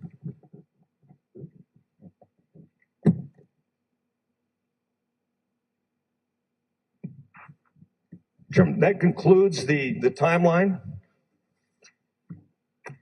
And of course, I know that you may have some questions on the door and other questions that I'm ready to discuss right now with some of the pictures that we have. Thank you for the opportunity to have gone through that. Okay, so you're ready to get some questions now? Yes, sir. I've got a couple and then we'll open it up. You said the outside door was unlocked. Yes, sir. Now, was that lock, as I understand it, there at one time was a rock, the teacher removed the rock, the teacher closed the door or heard slam the door. We don't know really what all to believe because we've heard so much stuff. But was the door closed and did the lock just not work? The only way you can lock these exterior doors in the west building, there's 4 doors. One is for the library and 3 other entrances, east, west, and south. The only way to do that is from the outside. You can't do it otherwise. So when she knocked the rock out, it closed securely, but there's no way for her to tell that the door was unlocked. The only way to know that the door was unlocked is go out, close the door, okay, then try it. And so that's the only way you can tell on this particular model. But he came straight through the door with no problem. It was unlocked. He walked straight through it. So did y'all check the lock later to see if the lock was malfunctioning or was it working? Well, yes, the locks were working fine. And that on the exterior doors, the locks were working fine. Now I can tell you, looking at the picture here, you don't need a key to get into this building. It could have been locked. This glass doesn't have mesh on it. All you have to do is shoot through this glass. Okay, reach in. There's a bar. Well, here's a bar. Pull that, and you're in. Now, the subject would have known that. He would have known it. And the same thing, these panes are also vulnerability. Yeah, anybody can look at that and tell it'd be easy to take a gun and shoot holes in it and reach it around. Yes, sir. But the first question was, the lock was functioning correctly? The lock was functioning correctly, and the door was unlocked. It was closed, but unlocked. I thought when it closed, it was supposed to automatically lock. Well, you can set it to two. You can set it to 2 sections, and it's similar to the actual door in the interior as well. You can turn it all the way one direction. It's unlocked. You can turn it another direction, and it's in the lock. Okay, so the latch was working functionally. Yes, sir. Well, it was just turned in a position. When you close it, it doesn't lock. Exactly. Someone did not lock that door. Okay. And similarly, the south door, which I described officers going in early on, that door was unlocked as well. Second thing, okay, you may have just said what I was fixing to ask, but the classroom door, was it locked or not locked? The classroom door, if we can get a picture of it, I think this one is probably the best example if you don't mind. This isn't the actual door. Well, this shouldn't really. This is the actual door, but we really don't want to use that. This is room 127 and 126. That's what 111, this 112 and 111 would look like in that regard. And here's the door. You cannot lock this door from the inside of the classroom. There's nothing the teacher could do to lock the door inside the classroom. The teacher can come outside the classroom as the requirement is to lock the door with a key, only with a key. And this right here by turning it, and the lock position. And I could actually have the door of another. This came from the west building, one of the doors right here, and I can demonstrate that if you'd like at this time, Mr. Chairman. So the teacher could not even lock the classroom door from the inside? That's correct. There's no way to lock the door from the inside, and there's no way for the subject to lock the door from the inside.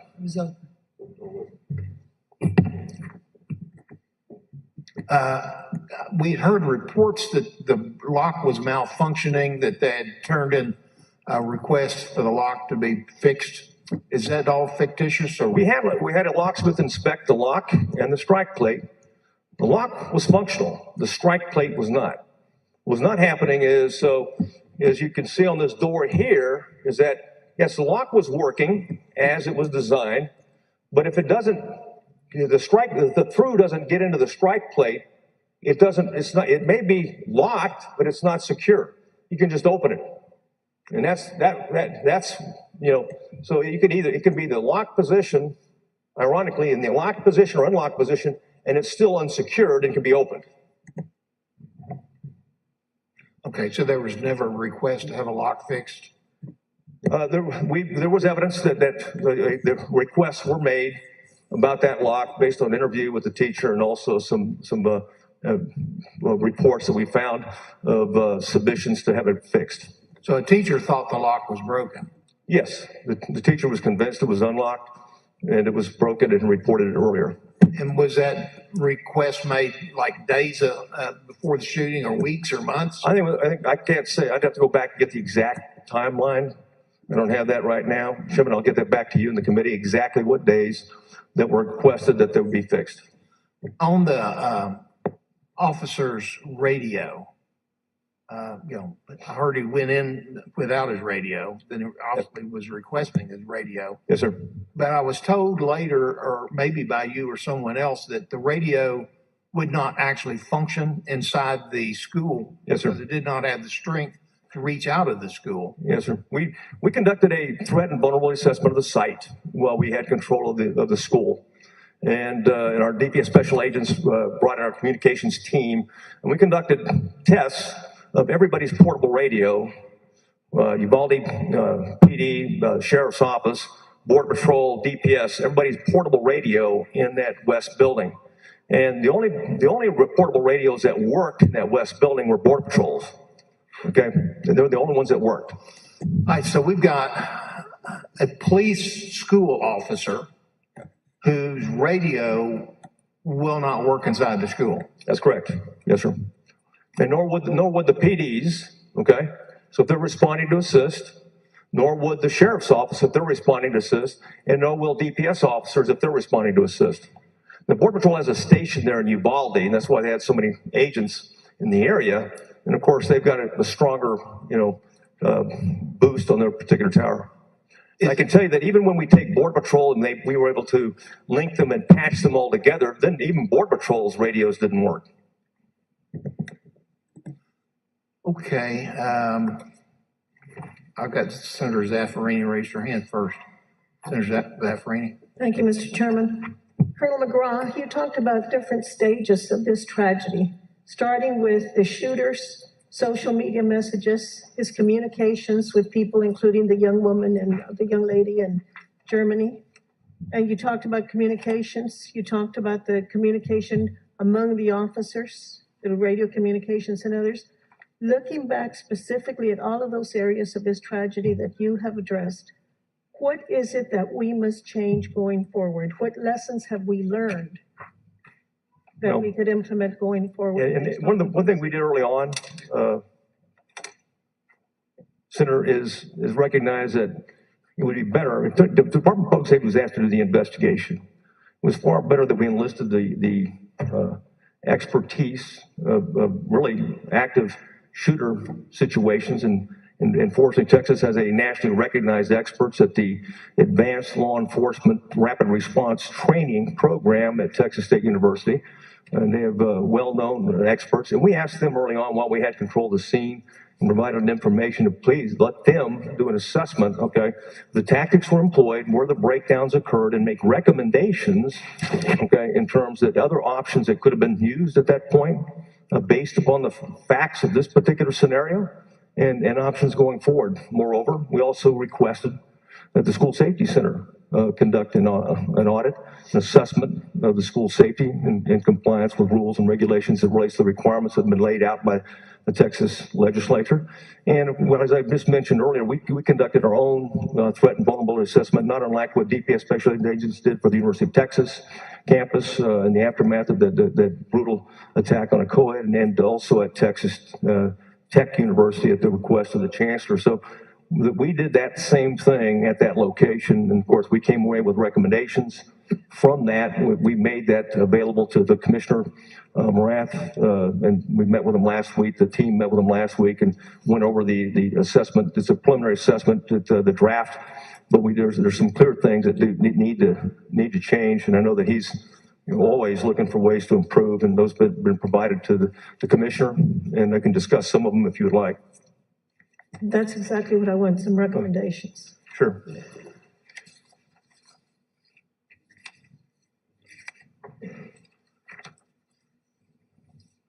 The perimeter, first, the campus perimeter fence is inadequate to prevent threats from accessing the campus, period.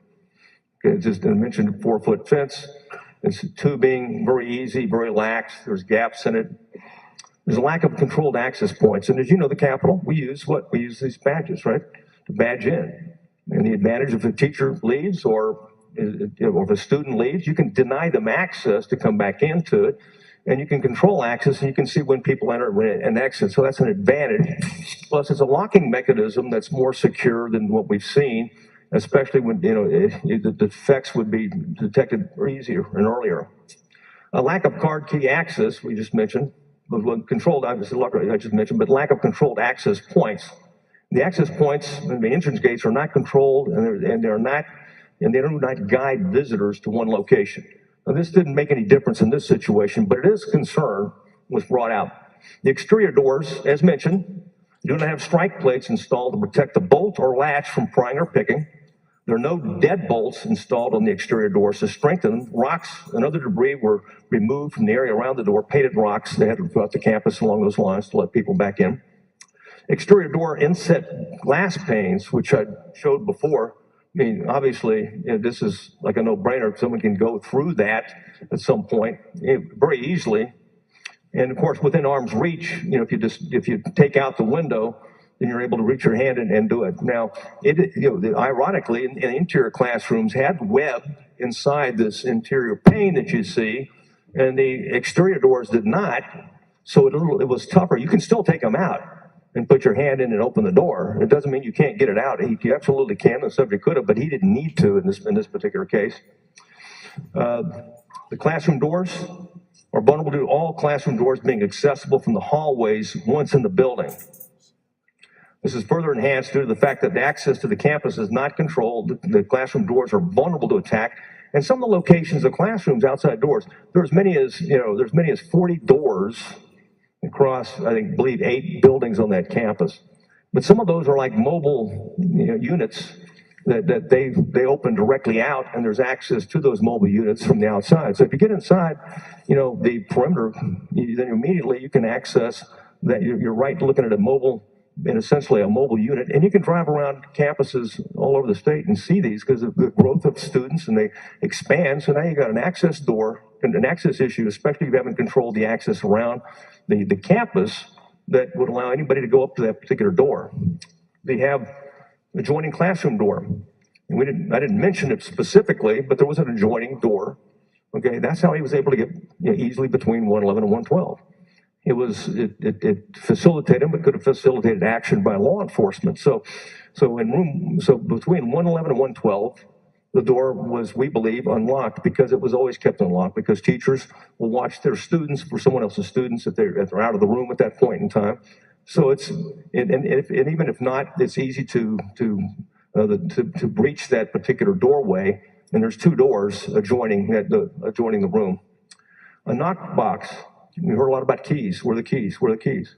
Well, a knock box, is a secure safe where campus or building master keys kept, for first responders. If we had it, you may have 3 master keys, but they're all in one place. A duress system. There was no duress system throughout the campus. And the lack of it, linked to a mass alert system with redundancy features, which is recommended. Mass alert system can immediately alert the entire campus via multiple notification platforms. So they have a Raptor system and they did, the principal, they sent messages out and hit teachers, it went to everyone along those lines, but it's not the same as a duress system. Emergency evacuation diagrams. We found red bags are left in rooms. And in that red bag, one of the things you'll have is a diagram of the campus. And the advantage of that is you can look at, so if you're a first responder, you have that immediately. Oh, this is what it looks like right here, right now. You don't need blueprints. You don't need to. The challenge was some of those diagrams are wrong. I mean, some were correct, but some are wrong. And one of the ones that was wrong was used to look at and say, hey, what about a sniper location? Well, if you look at it, it looks like the library covers the windows. In the back, it would eliminate a sniper position. So and that's an example that why it's important to have the diagrams correctly. Emergency response communication enhancement system. That goes back to the radio communications. There are systems, and we saw it after 9/11, when we had officers and firefighters that were killed in 9/11 because they couldn't get communications. They couldn't talk to them because of the concrete and walls, glass, and things like that prevented communications. And there is a way to expand or enhance communications by taking the signal okay, and increasing that signal through antennas on campus in that regard. That'd be just some of the things. And again, the experts are going to be school safety center, not the department as it relates to school. But that's our things that we saw immediately based upon this campus, and this particular event that we identified and had discussed it with the commissioner. We all know that there are areas where there is not adequate service. I'm sorry? We all know that there are areas where there is inadequate service for telephones, for radios, et cetera, specifically cell phones. Yes, sir. Yes, ma'am. What can we do to ensure that at all of our schools, we do have enough power to ensure that there is effective communications among people who have cell phones, among people who have radios? Well, cell phones did work, obviously, inside the school. So the cellular backbone was sufficient in Uvalde that day. That's how the chief communicated with the dispatcher. That's how Chloe called 911. That's why the teacher called. So cell phones work. It's just the portable radios that first responders had didn't. And the irony of ironies. But and of course, the only thing you can do, either a new radio system, because their system was really not designed or wasn't designed as needed for the requirements in terms of school safety or this situation and others. Either replace it or going back to what I talked about before, there's a way you can buy or a technological solution that you can expand the signal inside the school, and that can be done. But for example, that relates directly to Uvalde. And what I'm trying to do is see what we can learn from Uvalde.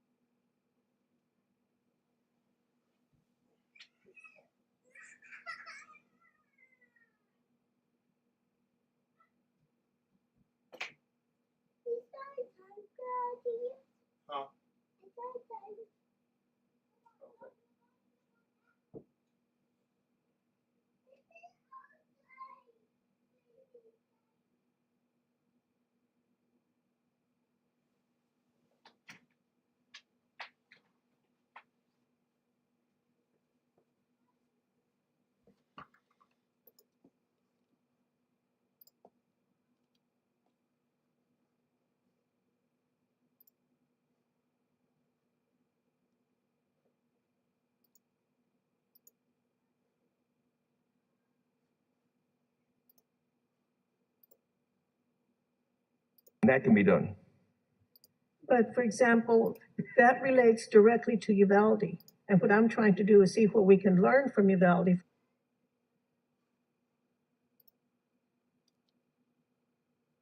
Cool. And that can be done.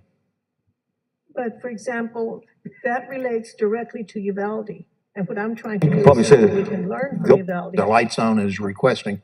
So I'm going to start with my vice chairs. So Senator Creighton's going to be next, and then we'll take it by seniority all the way down. Then I have some of the non-members who would like to ask some questions once we're all finished. All right, so Senator Creighton. Thank you, Mr. Chairman. Director, I think I can get through my questions fairly quickly. Within 3 minutes of the shooter entering the school, it says on the timeline here provided that 9 officers entered the school within the 5-minute mark. No, within 3 minutes of the shooter entering the school, 9 officers were in the school with rifles. Is that correct? Yes, sir. There's as many as 11, shortly thereafter, with 2 of them had rifles. And so Chief Arredondo, incident commander, as it's stated,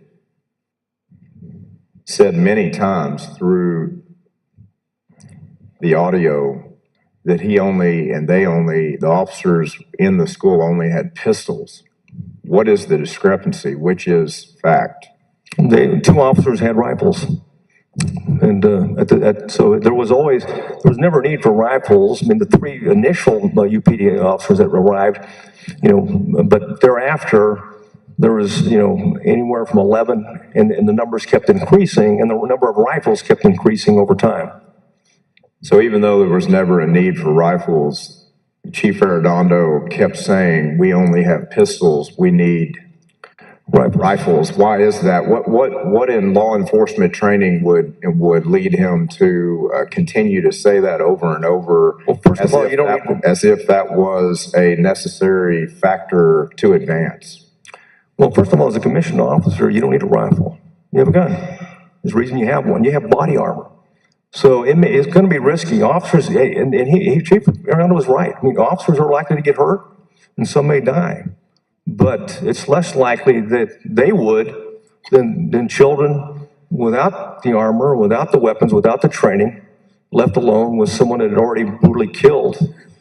At least at that time, we don't know the timing of it, but ultimately killed, 21 people.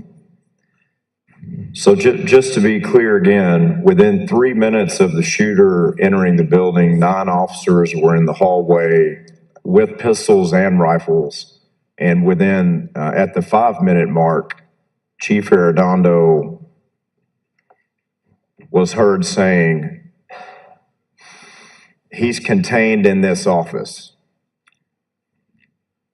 Is there an office on the floor plan that you provided as an exhibit? Not that I'm aware of. It's as referenced in the particular rooms. There's a janitor room, there's a restroom. But there's, I don't know. It's not an administrative building. These were classrooms. So in a school within days of a summer break, wouldn't it be reasonable to assume that kids were in the classroom when making decisions about determining whether or not it's an active shooter protocol or a barricaded intruder? It's more than reasonable to assume that there were children inside those classrooms, room 111 and 112. There's many references by Chief Arredondo about the door being locked and needing keys and more keys and a master key and just constant references to keys. But is there any evidence whatsoever that shows through the video as it was examined later that the door was that there was an attempt to open the door or test whether or not it was locked? We could never see anybody put their hand on the door, and of course, up until the breach. And then at the last at the breach. We've gone back and talked to the breachers, re-interviewed the breachers, and they said, no, they didn't try the door handle beforehand. And then there's a reference to a sledgehammer and a hooligan, and those are separate. Yes, sir. And then, so was there any reason within your experience with in law enforcement training overall why either the door wouldn't have been checked as to whether or not it was locked, understanding there's gunfire, but with a hooligan and with an available sledgehammer, what would be a reason why the door would not be checked? And why would Chief Arredondo keep referring to the fact that keys were needed through the minutes and what it ultimately ended up being 77 minutes of delay? Well, respectfully, Senator, one of the reasons we wanted to have an outside independent review by subject matter experts is so they can answer those types of questions. Because then it becomes my professional opinion as opposed to what's consistent with doctrine. But I would suggest that doctrine, I'll go back again, is very, very simple. Okay, you don't wait for a SWAT team, right? No time for a SWAT team. If you got one officer, that's enough, right? So you don't have to wait for 11 or 12 or 50 or 30. You got one's enough. If you got to, you're there on the scene, you got an obligation to go and immediately engage the shooter, okay, and stop the shooting. And really stop, which is really stop the killing, because there could be other ways to kill it, and then stop the dying. That's preached, practiced, and required in the state of Texas. It just wasn't implemented. And the assumption in a school where the shooter's determined to be in one of two classrooms, the assumption being that children would be in those classrooms, I find it hard to believe that. Why in any way would there be a reference to the shooter as a barricaded intruder in an office when it's not even on the floor plan? Well, I'm not sure, I don't know why.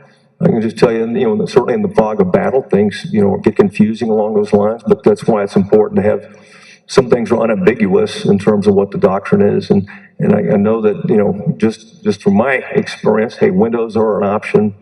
We saw in Santa Fe how effective, getting on the scene quickly was for an officer, even though he was seriously wounded, and the chief being right there, and of course, engaging the subject to these pains, because the pains work against you, but they work for you too. It provides you an opportunity, and the experts will be able to talk about how they can quarter a room, and you can look at it and wait for the suspect. So there's things you can do to protect the kids in the room, and that's why they say, in terms of, isolate is a word, and of course, distract. Things that can distract. I mean, obviously, if you're simultaneously hitting the windows, okay, in room 111 and 112, it's going to distract the subject when you go in. It's human nature. It's practice along those lines.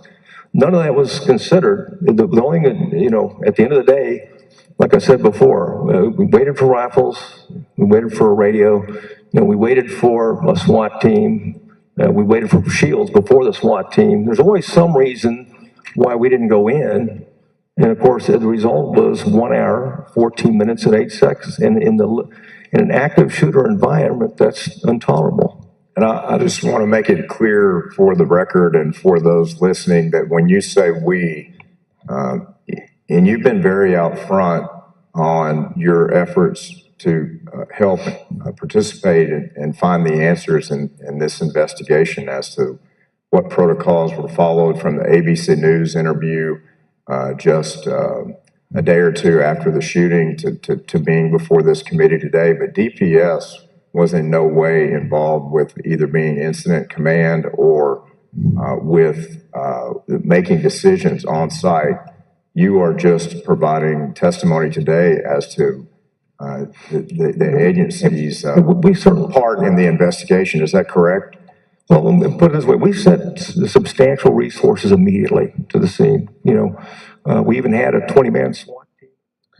You're watching live now from Fox as we continue to listen to the Texas Senate. It is a special hearing right now where we are getting a really up-to-the-date timeline of that horrible massacre that took place in Uvalde just last month here. Welcome everyone here to Live Now from Fox. We will continue, everyone, to bring you the latest coming out of that hearing. Right now, they are in a question and answer around there with the Texas lawmakers and the DPS director. Hi, everyone. Mike Pace here. Thanks so much for joining us here worldwide on Live Now from Fox as we continue to follow this big story. Obviously, coming up in an hour, we will have the January 6th committee hearing once again from that select committee, all about January 6th. So we'll be featuring that for you in less than an hour. But right now, I want to play out just some of the highlights that came when the Texas the DPS director came up and really started to talk about the timeline. This is when he talked about how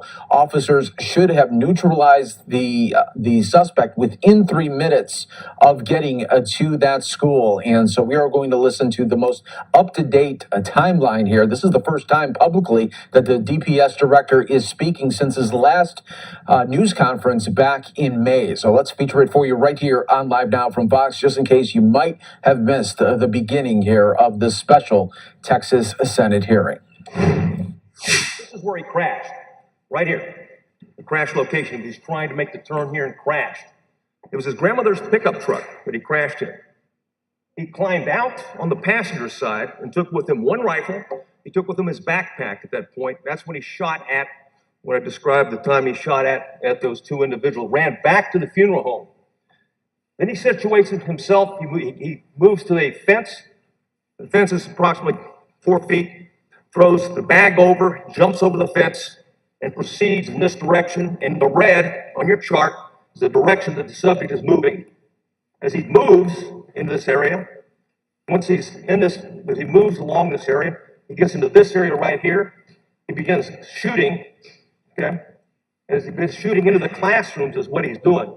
He's initially right here. And on the timeline, if I go back up to the timeline, note that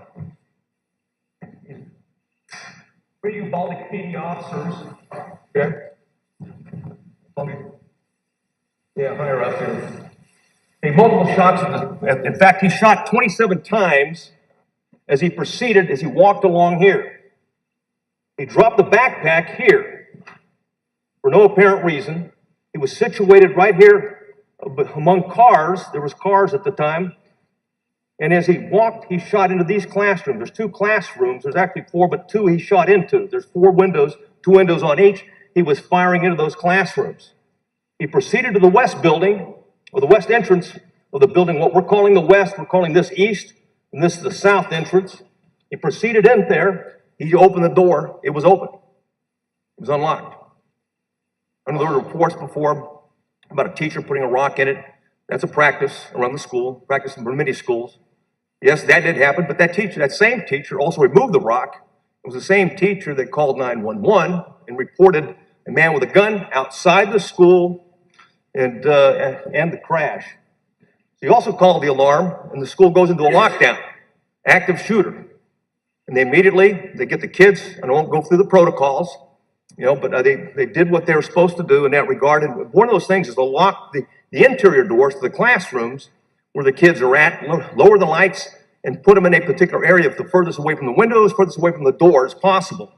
As the teachers were trying to protect the kids throughout the entire campus, he entered the west building here. Now, I can tell you from the door aspect, we can discuss the door a little bit later. You may have questions on it, but it was open as he walked in. Thanks. This is where he is. Red indicates the subject.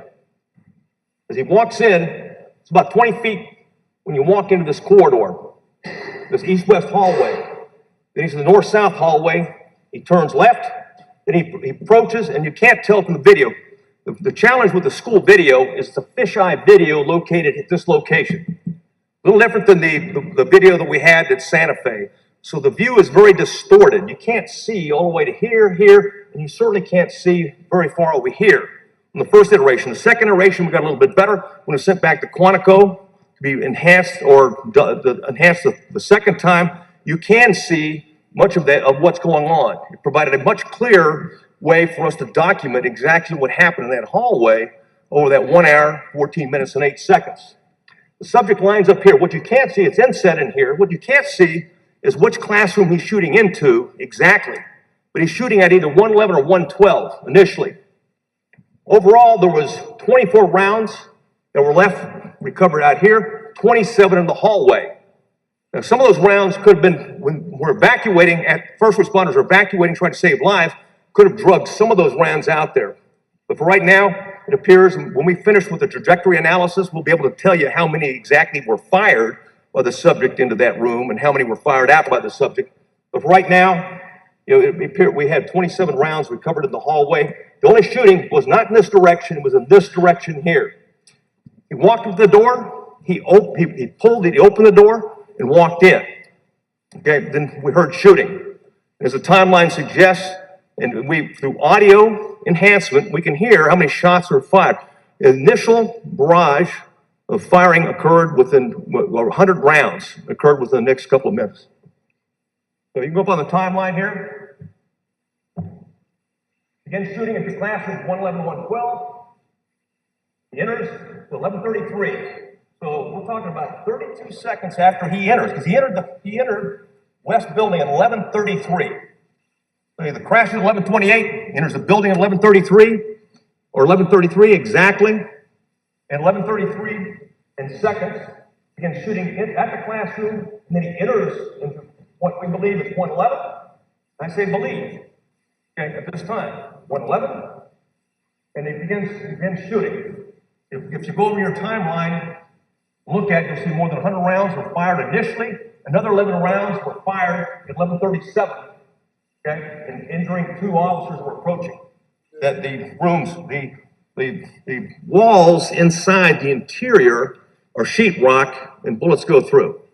The 2 were grazed at that point, retreated. I can tell you at 11:36, as we mentioned before, you had 3 Uvalde PD officers in the west door. 11:35, 11:36, 2, and 2 Uvalde PD officers. So we had 4 officers, 7 officers right now in the building at 11:36. That's pretty quick time for considering all the different factors in that regard. There was never a school resource officer on the scene. A school resource officer did respond, and we responded. He responded to the location.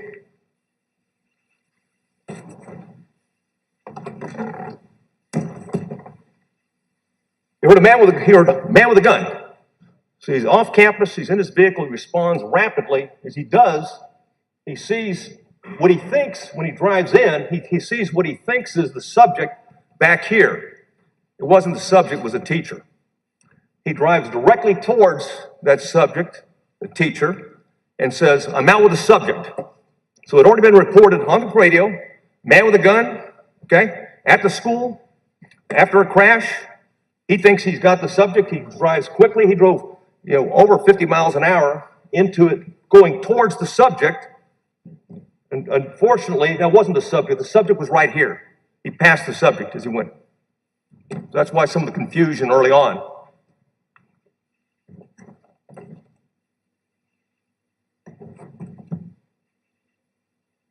Now, the doctrine for active shooters is clear. I mentioned before. And it's 2 sets of it. Hey, you stop the killing, you stop the dying. The other part of that doctrine is you isolate, you distract, and you neutralize.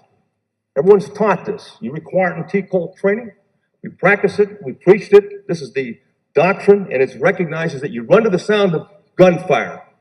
When you get to gunfire, you don't stop. Okay, when you get there, you run into gunfire, okay, and it's so important to do so. And I'll tell you what, and I've said it before, and I hope I underscore this. There's no doubt in my mind that those officers would have gone, any one of them would sacrifice their life for those children. Any one of them. If they knew there was kids in that room and teachers in that room, I have great confidence that those police officers, those local officers, would have done what was right. 11:40, we have Chief, 11:40, we have Chief, first report, officers contained in the office. Contained is not a word for active shooter. Contained is a barricaded subject. Contained is a situation where you may have a hostage, you need a SWAT team. Okay, you have time. The C's, you know, you contain, then you communicate with the subject, then you call for SWAT, then you create an immediate action plan. That's not what this was. This was never anything more than an active shooter situation. But at some point, he's contained the officer. Then we have Chief Ariano calls Uvalde PD. It has been reported he did not have a radio with him. He did not. But that was actually true. That was correct report. And this is the conversation that he had, and you can read it yourself in your notes. And all this purposes for this. Chief Ariano, hey, it's Ariano. Can you hear me? Well, I have to tell you where we're at. It's an emergency right now. I'm inside the building. I'm inside the building where this man has an AR-15. He shot a whole bunch of times. We're inside the building. He's in one room. I need a lot of firepower, so I need this building surrounded with as many AR-15s as possible. Can you hear me? Can you hear me? The dispatch responders can be heard talking in the background and asking what room number. The chief, is the teacher with him? Is the teacher with him? Is the teacher with him? Is she in the room as he said? Can you hear him? Ma'am? Dispatcher, I'm right here. Chief, ma'am, is the teacher with him in his classroom? Dispatcher, she's in another classroom. She's in room 102. Another person possible shot across from her. It wasn't 102, it was 112. Is the accurate number. Chief Ariano, okay, we have him in the room. He's got an AR-15. He's shot a lot. He's in the room. He hasn't come out yet. We're surrounded, but I don't have a radio with me. Please let all units know he's going to be in a room. He's in room 111 or 112, and we're in here. I'm in the hallway. Sergeant, another sergeant are here. We need this place surrounded, and if you have SWAT, I need them to set up south side of the building, which is the nearest to the location to the funeral home. Dispatcher confirms SWAT location. Chief Ariano, yes. They need to be outside the building and prepared because we don't have enough firepower. Right now it's all pistols and he has an AR-15. You can get the SWAT team set up by the funeral home, okay? And we need, yes, I need more firepower in here because we have pistols and this guy's got a rifle. So I don't have a radio. If somebody can come in, the dispatcher, Chief Ariano, but I am going to drop it when he comes out of the door, all right?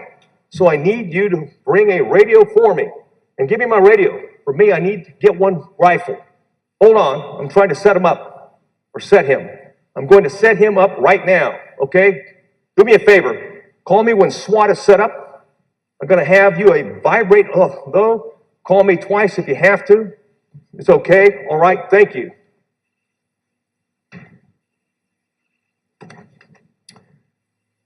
Questions have been asked about who's in charge. And much to the chagrin to some that when people believe and what they hear that when the FBI shows up, no, they're not in charge, okay? When other agencies show up, you're not in charge. It's the agency that has the original jurisdiction is in charge, but you have options. Just because you're in charge and you have the authority and you're the ranking official, senior official on site, you can actually delegate that down. In my case, the lower I delegate it, we're very careful, and you'll find when you talk to the experts in the alert training program, as self-deploying is a risk. Deciding who's in charge, deciding it on your own to take action without it being properly coordinated is a risk. It's one of the challenges you have in these type of situations. But nevertheless, in terms of if you're going to issue commands, okay, if you're going to direct action, you're the ranking official from the agency that has jurisdiction. You're the on-scene commander. Gunfire happens again at 11:40. Let's assume that was a barricaded subject. He was contained. Well, he fires again. And he's room 111 or 112. It's not reasonable to expect that there's children and teachers in that room still alive. 11:41, Uvalde PD officer. We believe that he's barricaded in one of the offices. They're still shooting. More misinformation. He's not barricaded in an office. Okay, he's in a classroom, 111 and 112. Dispatch asks if the door is locked, to which a Uvalde PD officer replies, I'm not sure. We have a hooligan to break it. The hooligan tool so you can just break the lock and move in at the door. At 11:41, 4 first responders in the room, the east hallway. We had 2 constables, a fire marshal, and UPD officer. So officers continue to flood into the particular area. So we had 11 to begin with. We've added another 4 officers to it. The DPS trooper was the first DPS officer to arrive. And at 11 Director McCraw, we've got to ask you this. Yes. Best you can, speak into the mic. Oh, yes, sir. I apologize. So the system can pick it up. If you Yes, can sir. pick that mic up, that would be Yes, sir. great. All right. How about that, sir? Does that work? Thank you. Very good. Thank you, Chairman. At 11:42, we had a DPS trooper and 2 PD officers enter from the east hallway.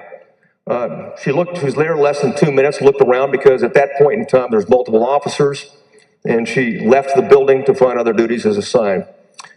11:44, another suspect fired around. 11:44 later, UPD officers have some officers there available to get everybody back. UCISD officer Ruben Reese and one of our sergeants, Sergeant Maldonado, actually drove Officer Reese to the scene. He enters at that point in time. An unknown officer says, they need to get out of the hallway.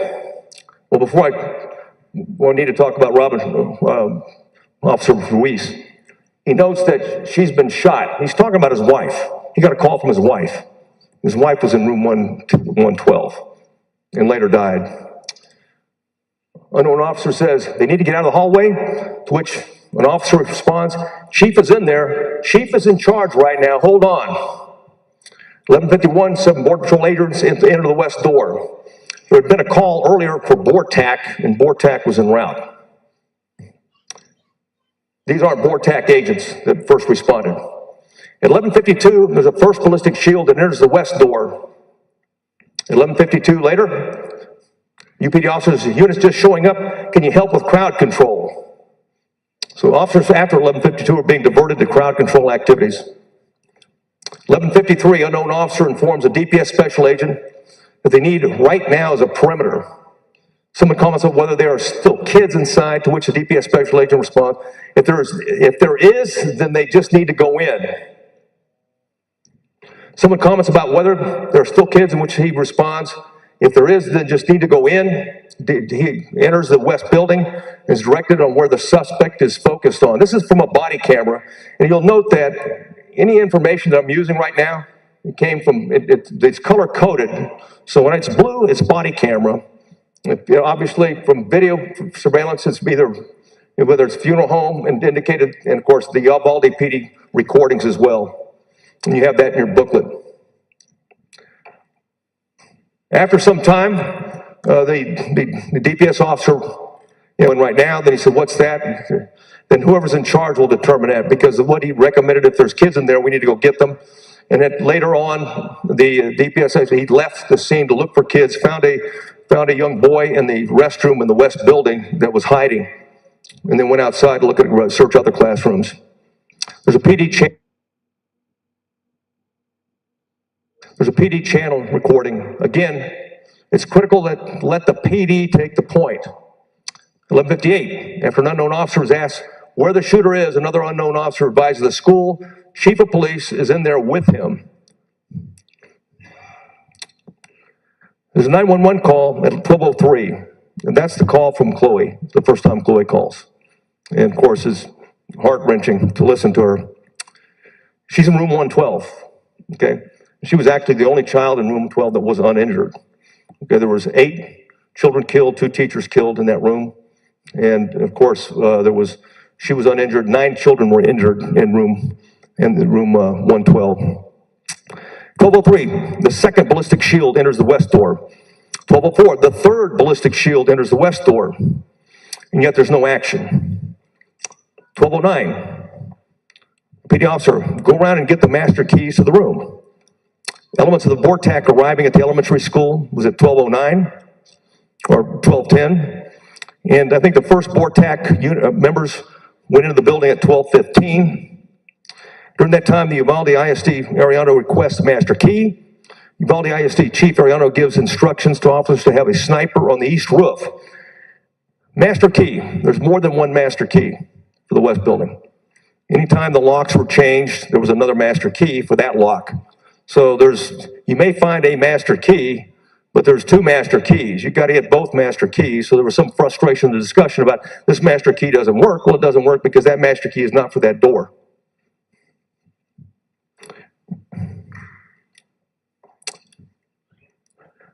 $12:16, U.S. Chief says, I just need a key. The chief says, tell them to expletive wait. No one comes in. 12:20, the fourth ballistic shield shows up. At 12:21, importantly, the suspect fires 4 rounds. So if this is a barricaded subject, why is he still firing? Oh, thank you.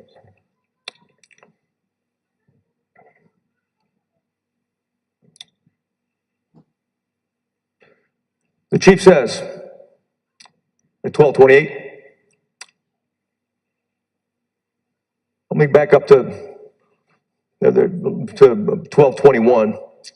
Can you get a breaching tool like a trailer house, like for a trailer house? The chief, we've lost 2 kids. These walls are thin. If he starts shooting, we're going to lose more kids. I have to say, we have to put those to the side right now. Uvalde Chief attempts to communicate with a suspect in English and Spanish. Now, the entire communications was always one way. The suspect never communicated, so it was not communication. We're talking at.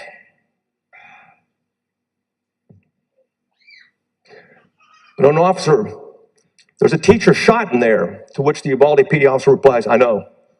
The chief, people are going to ask why we're taking so long. We're trying to preserve the rest of the life. The chief, do we have a team ready to go? Do we have a team ready to go? Have at it. At 12:27, 12:28, the chief.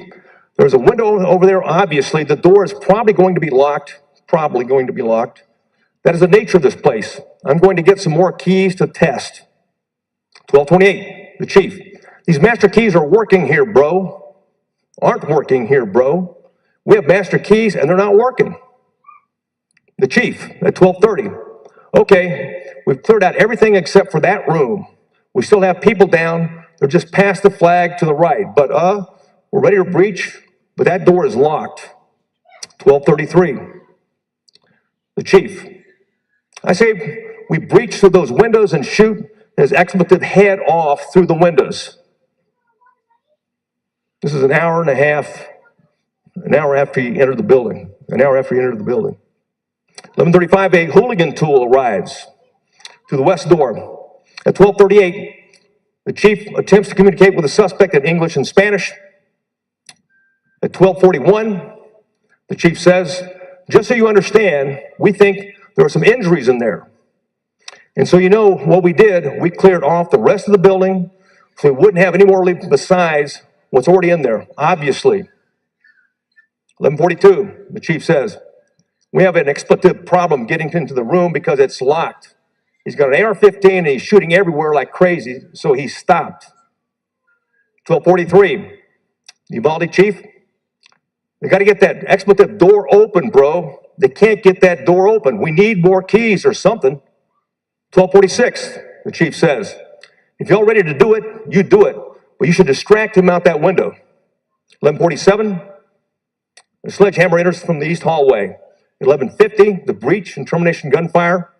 At the time, there was a stack of 7 officers that went in. Actually, only 4 went directly in because the door closed, as will happen in some of these operations, and left the 3 out. 3 entered thereafter, shortly thereafter. 5 officers fired rounds, fired rounds at the subject, killing the subject at that time.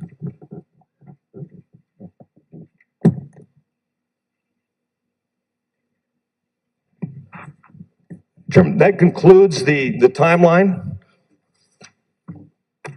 And of course, I know that you may have some questions on the door and other questions that I'm ready to discuss right now with some of the pictures that we have. Thank you for the opportunity to have gone through that. Okay, so you're ready to get some questions now? Yes, sir. I've got a couple and then we'll open it up. You said the outside door was unlocked. Yes, sir. Now, was that lock, as I understand it, there at one time was a rock, the teacher removed the rock, the teacher closed the door or heard slam the door. We don't know really what all to believe because we've heard so much stuff. But was the door closed and did the lock just not work? The only way you can lock these exterior doors in the west building, there's 4 doors. One is for the library and 3 other entrances, east, west, and south. The only way to do that is from the outside. You can't do it otherwise. So when she knocked the rock out, it closed securely, but there's no way for her to tell that the door was unlocked. The only way to know that the door was unlocked is go out, close the door, okay, then try it. And so that's the only way you can tell on this particular model. But he came straight through the door with no problem. It was unlocked. He walked straight through it. So did y'all check the lock later to see if the lock was malfunctioning or was it working?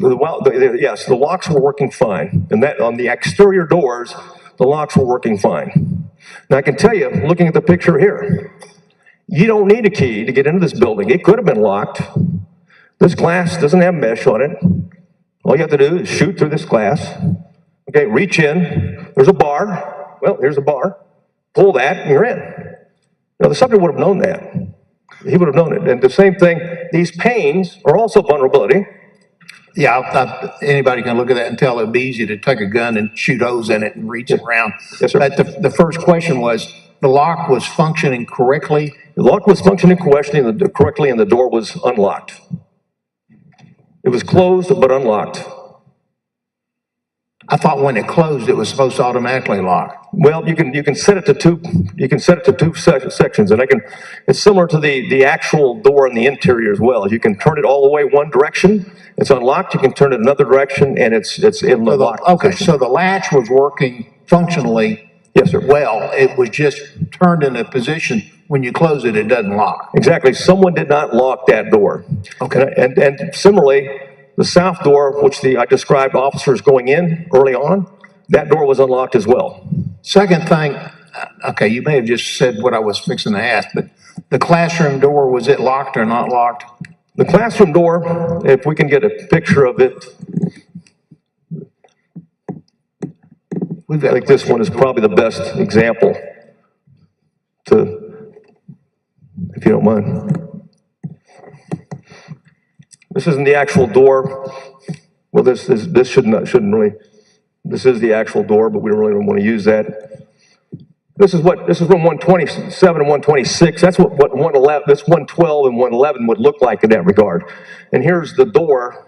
You cannot lock this door from the inside of the classroom. There's nothing the teacher could do to lock the door inside the classroom. The teacher can come outside the classroom as the requirement is to lock the door with a key, only with a key. And this right here, by turning it, and to the lock position. And I can actually have the door of another. This came from the west building, one of the doors right here, and I can demonstrate that if you'd like at this time, Mr. Chairman. So the teacher could not even lock the classroom door from the inside? That's correct. There's no way to lock the door from the inside, and there's no way for the subject to lock the door from the inside.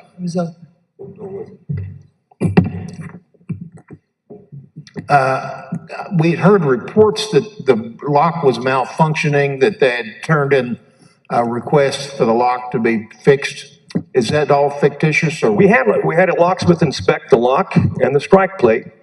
The lock was functional. The strike plate was not. What's not happening is, so as you can see on this door here, is that yes, the lock was working as it was designed, but if it doesn't, the through doesn't get into the strike plate, it may be locked, but it's not secure. You can just open it. And that's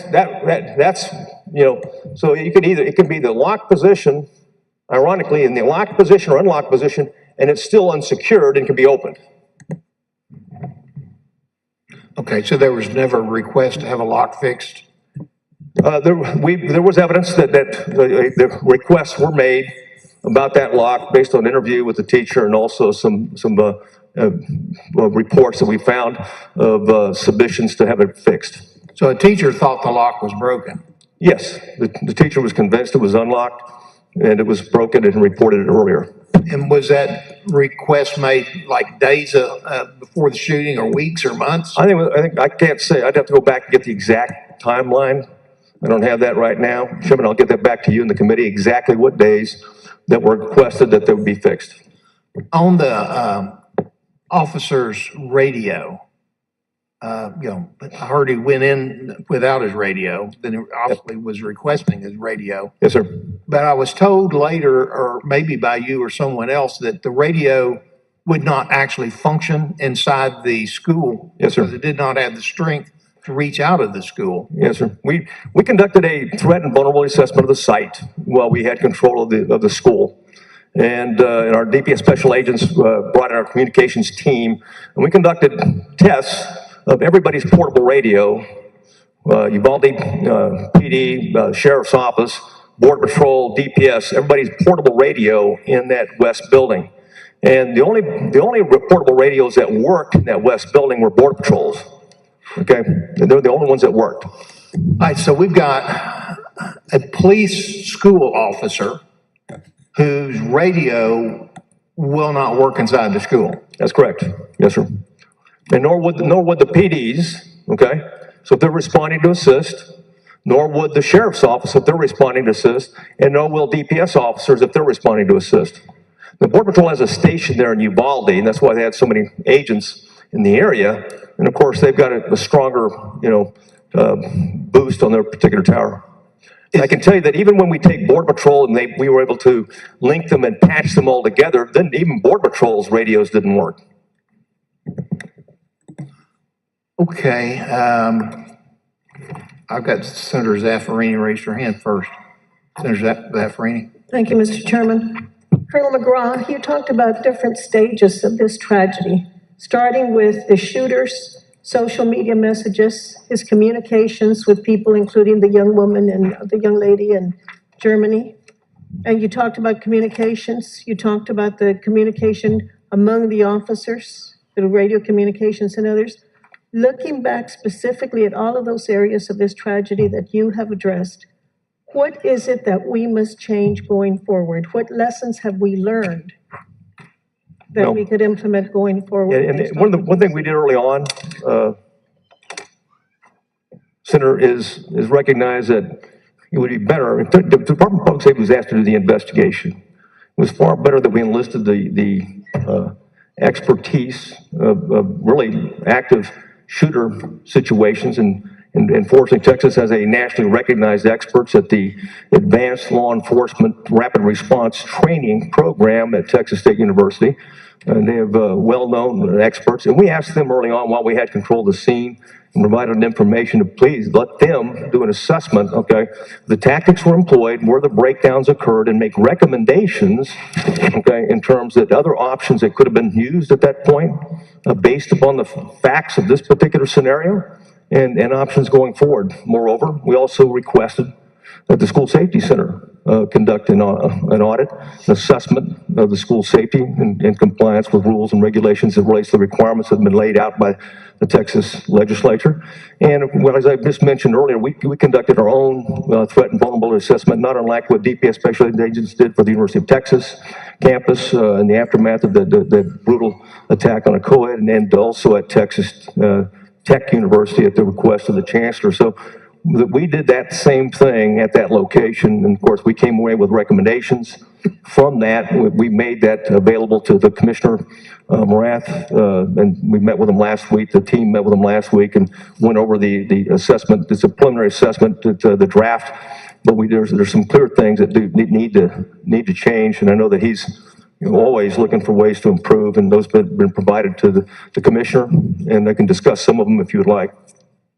That's exactly what I want, some recommendations. Sure.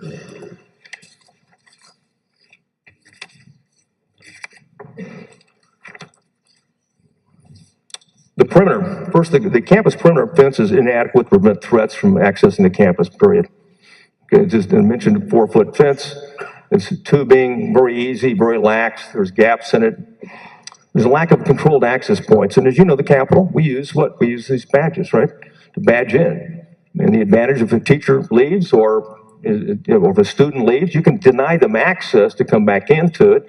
And you can control access and you can see when people enter and exit. So that's an advantage. Plus, it's a locking mechanism that's more secure than what we've seen, especially when, the defects would be detected easier and earlier. A lack of card key access, we just mentioned, but controlled, obviously, I just mentioned, but lack of controlled access points. The access points and the entrance gates are not controlled and they do not guide visitors to one location. Now, this didn't make any difference in this situation, but it is concern was brought out. The exterior doors, as mentioned, do not have strike plates installed to protect the bolt or latch from prying or picking. There are no deadbolts installed on the exterior doors to strengthen them. Rocks and other debris were removed from the area around the door, painted rocks they had throughout the campus along those lines to let people back in. Exterior door inset glass panes, which I showed before. I mean, obviously, this is like a no-brainer. Someone can go through that at some point very easily. And of course, within arm's reach, if you take out the window, then you're able to reach your hand and do it. Now, ironically, in the interior classrooms had web inside this interior pane that you see, and the exterior doors did not. So it was tougher. You can still take them out and put your hand in and open the door. It doesn't mean you can't get it out. You absolutely can. The subject could have, but he didn't need to in this particular case. The classroom doors are vulnerable to all classroom doors being accessible from the hallways once in the building. This is further enhanced due to the fact that the access to the campus is not controlled. The classroom doors are vulnerable to attack. And some of the locations of classrooms outside doors, there's many as 40 doors across, I believe 8 buildings on that campus. But some of those are like mobile units that they open directly out, and there's access to those mobile units from the outside. So if you get inside, the perimeter, then immediately you can access that. You're right looking at a mobile, and essentially a mobile unit, and you can drive around campuses all over the state and see these because of the growth of students, and they expand. So now you got an access door and an access issue, especially if you haven't controlled the access around the campus that would allow anybody to go up to that particular door. They have adjoining classroom door. And I didn't mention it specifically, but there was an adjoining door. Okay, that's how he was able to get easily between 111 and 112.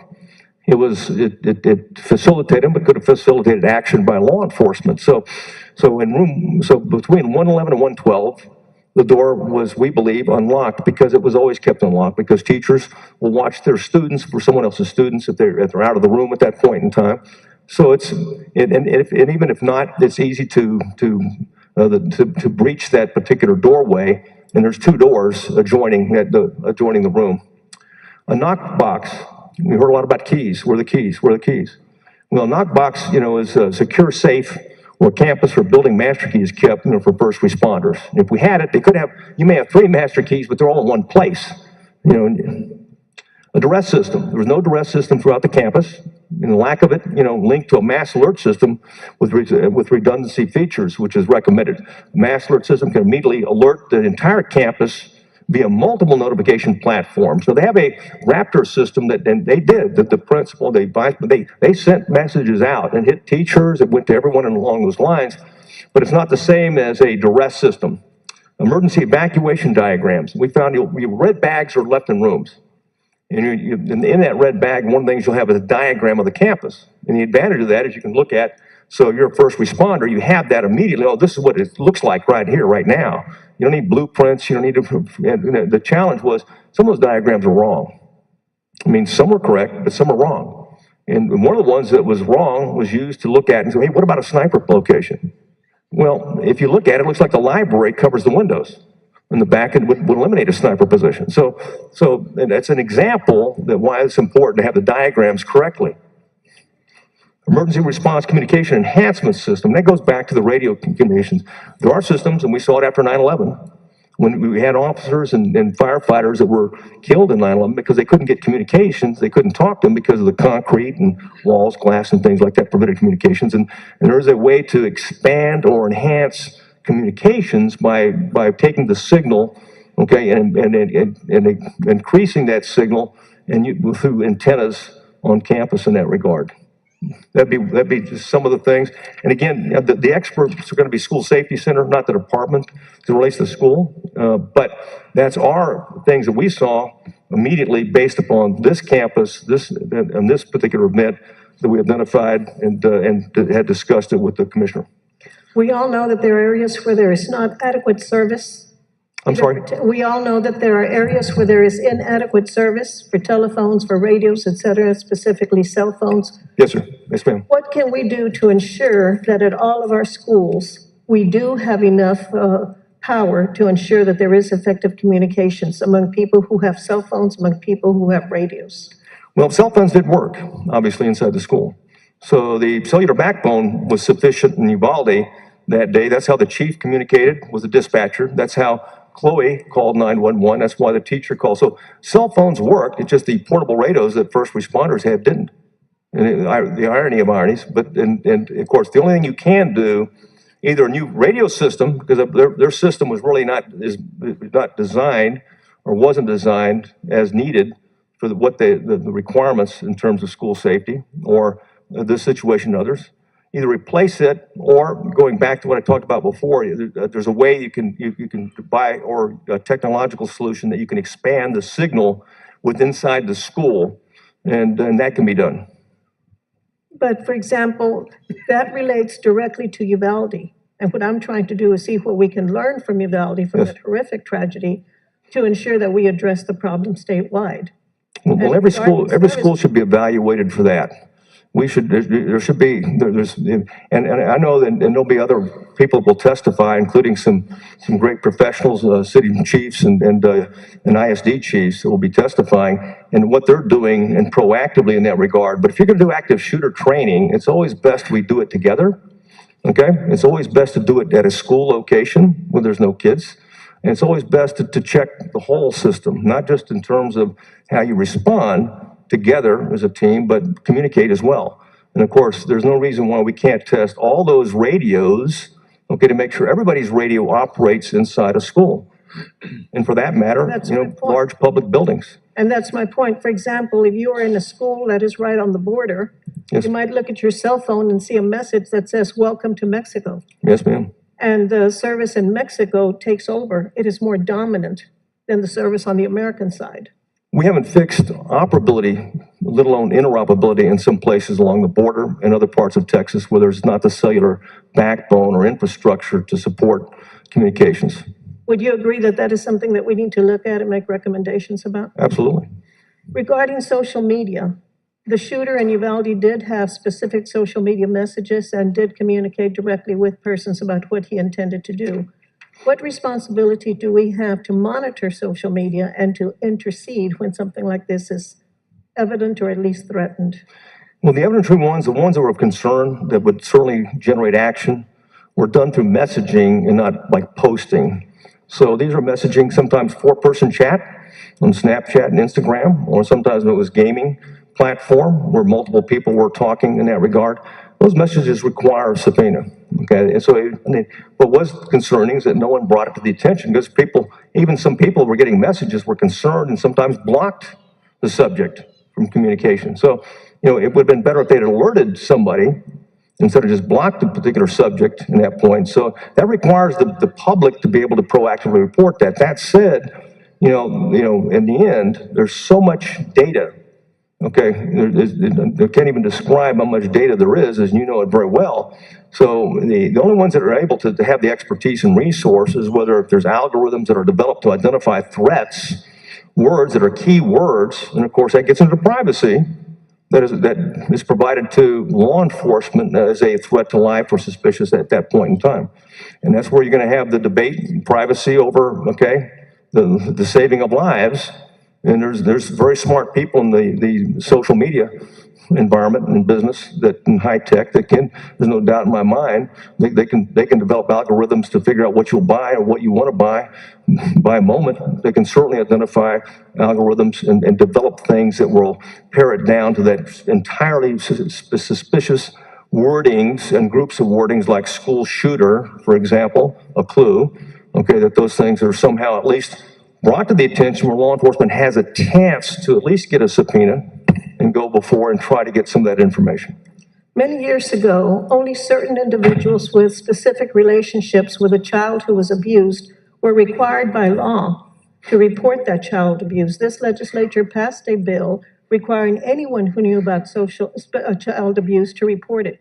Do you believe that we should consider a law like that, requiring anyone who knows about threats like this to report it? Well, so, obviously policy is well above my pay grade and something for you and the governor, but I can say that certainly would help. Because, people, if we can't do it and require it, at least to the extent we can educate people that, and what's concerning is that some of these things are group things. It's almost like they're talking to each other, that they support each other. This is cool and neat, a part of it, this deviant subculture, whatever you want to call it in that regard. But it always gets somebody's attention and they stop or they block or they get out of that messaging.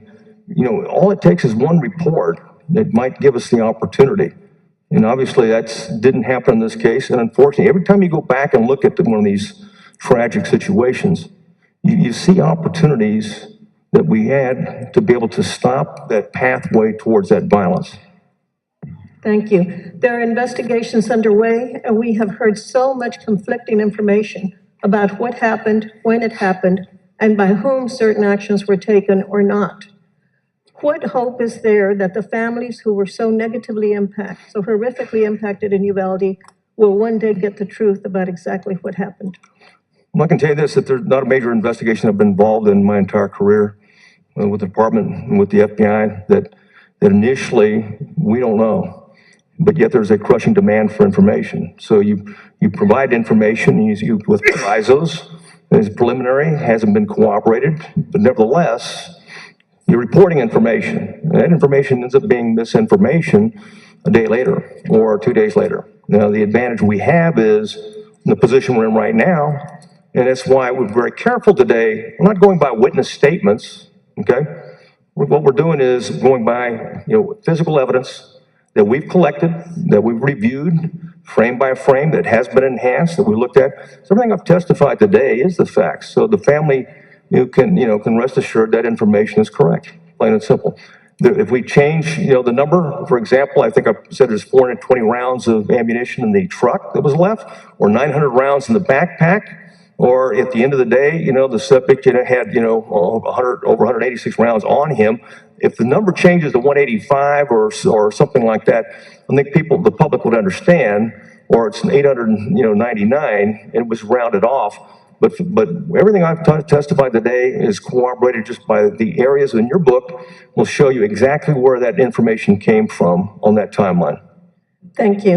In 2019, this legislature passed a bill requiring public school districts to include an active shooter emergency response plan in its multi-hazard operations plan and active shooter trainings for school district peace officers. In 2021, we passed another bill requiring school board members to take a course about school safety. So both of these bills were passed and should be in effect. I'm sure you are familiar with those two laws and more. Are the laws that we have passed working, or which do we have to go specifically look at again and improve them? For example, those regarding active shooter training. Well, I'll say this, that, obviously not enough training was done in this situation. Plain and simple, because of bad decisions and terrible decisions. Terrible decisions were made by the on-scene commander and should have never happened, plain and simple. Now, I can say the state of Texas has already, been leaders in the forefront, its legislature and its leadership.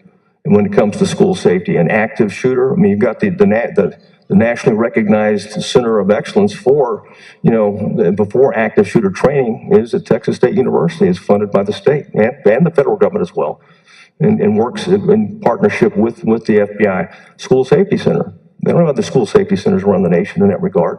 When you implement it, was the idea that we can look at all the things, so they have plans in place, look at vulnerabilities and those things, and a checklist of things to do at schools in that regard.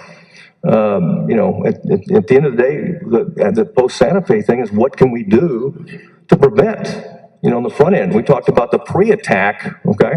The only thing, if you make it, that's where your success looks like, when you can stop it before it happens. And you address that in the post Santa Fe and provided it.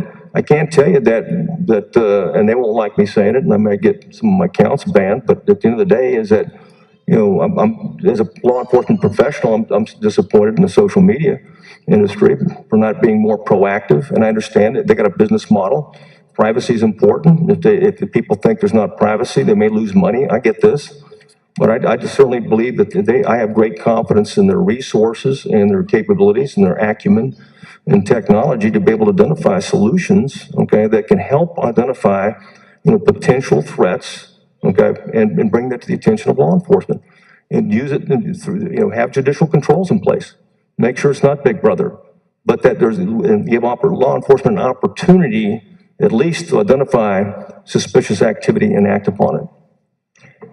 What recommendation would you make to this committee to include in our report from the perspective of the head of the Department of Public Safety? If we were to ask you to name one recommendation that we would adopt, what would that recommendation be? Well, we need to train more. And I'll say this from a DPS standpoint, just from the director standpoint. One thing I want to make sure that we're never in a position we show up, because more often than not, we show up as a supporting role. I mean, most of our resources were, you know, in Eagle Pass, in Val Verde, in Del Rio, Webb County, for example, in your area. So we got, as quick as we could get there, we got there, okay? But we want to make sure that when we show up, it doesn't matter where. In Santa Fe, we had 2 troopers right in there with the chief, you know, one taking a shot at the shooter. Okay, we want to make sure they have the equipment that they need. And one thing that's recurring thing that's just disappointing over and over, that we have to have shields. No, you don't, but you know what? Why not have one? So we want to put a go bag in every patrol car in the state.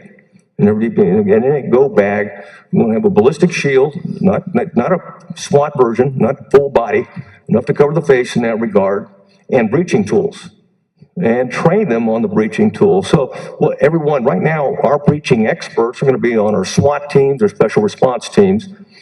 That's where our breaching expert is, because it's usually used for search warrants and stuff. I want every trooper to know how to breach and have the tool to do it when they show up. So we're not just supporting in terms of having an officer on the scene, we're also bringing equipment that may or may not be needed, but at least we have it. Thank you, sir. Thank you, Mr. Chairman. Thank you, Senator Kokhorst. Thank you, Mr. Chairman. Director McCraw, at the beginning of your remarks, you were very defined in the characteristics of the shooter. You went through his age and different things. I have a couple of questions on that. You mentioned animal cruelty. That's been talked about a lot. Did he commit animal cruelty, and was anyone aware of that? First of all, this is where I get to digress and say, based on interviews and not on physical evidence, the reports that he was involved in cruelty, animal cruelty, particularly cats, walked around with a plastic bag of dead cats. And there was other information, okay, the reports. None of that was brought to the law enforcement attention. It's a crime in itself, but it's another key. You know, I didn't include it on the timeline, didn't include it in terms of the suspicious, because it's not, we're depending on witnesses telling us this after the fact, but clearly it was, we believe, I'll say this, I believe as of right now that he did engage in, okay, animal cruelty. And of course, that's a part of the pathway, okay, to become individuals involved in, you know, suicidal, fatalistic, and certainly animal cruelty is something to look for. You did not mention a toxicology report. Do we have a toxicology report? No, autopsies have not been, we don't have the report, the final report yet. Medical examiner is doing will do the final report. And do you believe on all the individuals involved? And the district attorney is also recognized that it's appropriate to have additional expertise. I think she's enlisted the support of well-regarded medical professional. At this point, no toxicology report on the That's shooter. correct. Yes. And then of his characteristics, was he a gamer? Did he? Yes, he played Fortnite with friends at school and friends, other locations that he found online. first-quarter shooting games? I can't tell you exactly what games he played. And then truancy. I've seen different reports on how long he had been truant. Are you aware of how long he had been truant? I know that he hadn't completed a lot of the curriculum, and he was well behind. It's been reported as far back as a sophomore when he left his what would be normally a junior year. But I believe that TA can do a better job in terms of answering that question in terms of truancy. I can tell you that we've yet to find anything in his files, disciplinary files, anything that you would expect to find with somebody with this type of background. We just haven't found it. And then to your timeline, you talked about the door. Mr. Chairman, you asked some questions. I want to clarify and make sure that I heard this correctly. The classroom door that he entered, did I hear you correctly say that the lock was broken, that it did not? The lock was not broken. Okay, the strike plate was dysfunctional, and the only way you can get it to lock is from the outside is lock in the lock position, and it's nuanced, and that's why we brought one of the doors in the lock position, and then pull on it and get it to seat, the throw to seat in the lock plate. Well, if you can do that, then it would be locked, okay, or I'll call it secured. It would be secured at that time. So while there was a lot of time lapse in your timeline, waiting on a key, and there's a lot of the communication that you have transcribed. The fact could we ascertain here or conclude that there was never a need for a key because the lock was not working? The swipe plate was not working properly. I don't believe, and I don't believe, based on the information that we have right now, that door was ever secured. In fact, I have great reason to believe it wasn't secured. The subject doesn't just walk in, as I've testified before, then shoot the classroom, walk back out of the hallway, then walk back in again seamlessly, okay? And he didn't have a key, and he couldn't lock it from the inside. So the door was unsecured, and we've gone back and checked in our interviews, and did anybody touch the door and try it? How about, do you need a key? Well, one of the things they teach you in active training, I'm sure that one of the experts can talk about it. How about trying the door and see if it's unlocked? Okay, that's what we used to call a clue at that point. Why not? And of course, no one had. And so even if you're part of the breaching team, we come back and talk to them, and they've been led to believe that it's locked. Even they, when you go back and talk to them, they didn't try the door. They took the key. As you can do the key, it'll open it. Okay, whether it's locked or unlocked, it will take the throw and put it back into the door, and you move it, and you can walk and you go right in. So So out of lessons learned, what we would conclude from your testimony today would be that no one tried the door. There was a lot of time waiting for a key, of which a dysfunctional door was never locked because the shooter was able to walk in and, as you say, go back and forth. But finally, but moreover, though, you didn't need a key.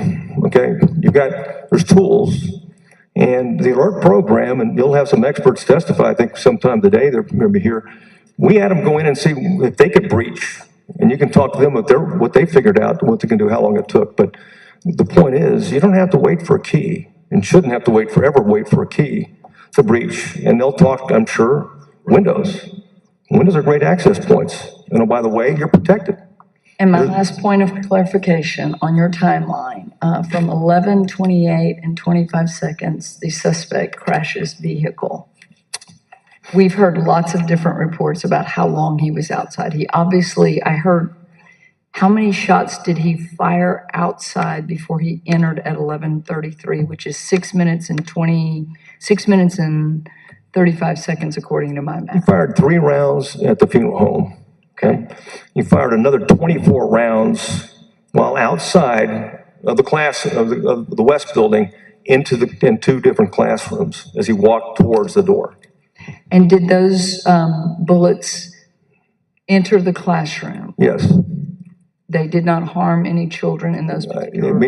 There was 2 other victims that were injured. It was a teacher who was shot in the stomach, and it was a teacher, and it was a student They're in classroom 109, but the rounds came, okay, rounds came from room 111 into the wall, okay, through a classroom and into the classroom that they were in, which is 109. None of the bullets from the outside.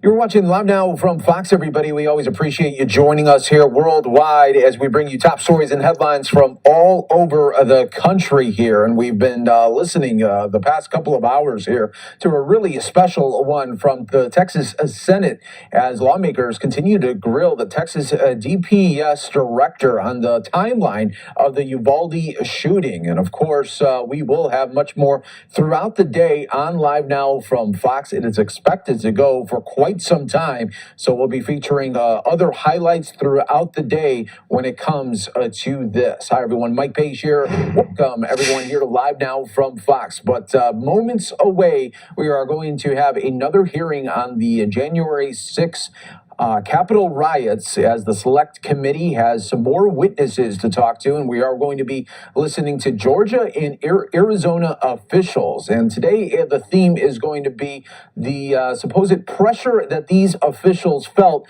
from President Trump as the vote counting continued after the election here. So let's take a live look right now at the hearing as you have the witnesses there, and it looks like the Select Committee is now going to be coming in.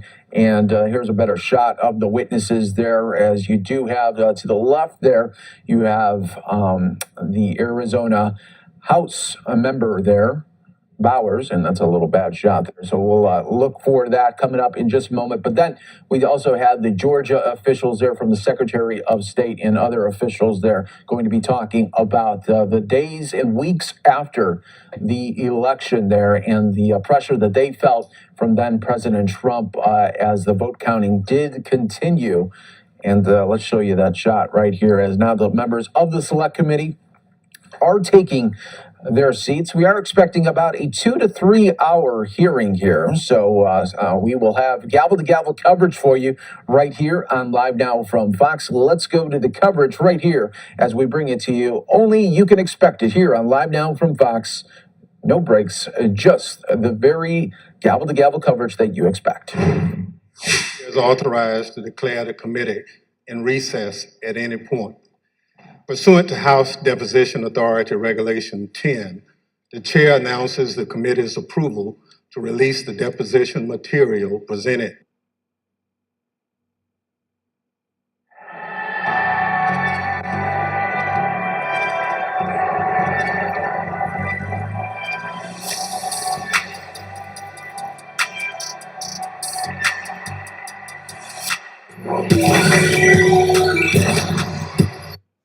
To pressure former Vice President Mike Pence to illegally overturn the election results.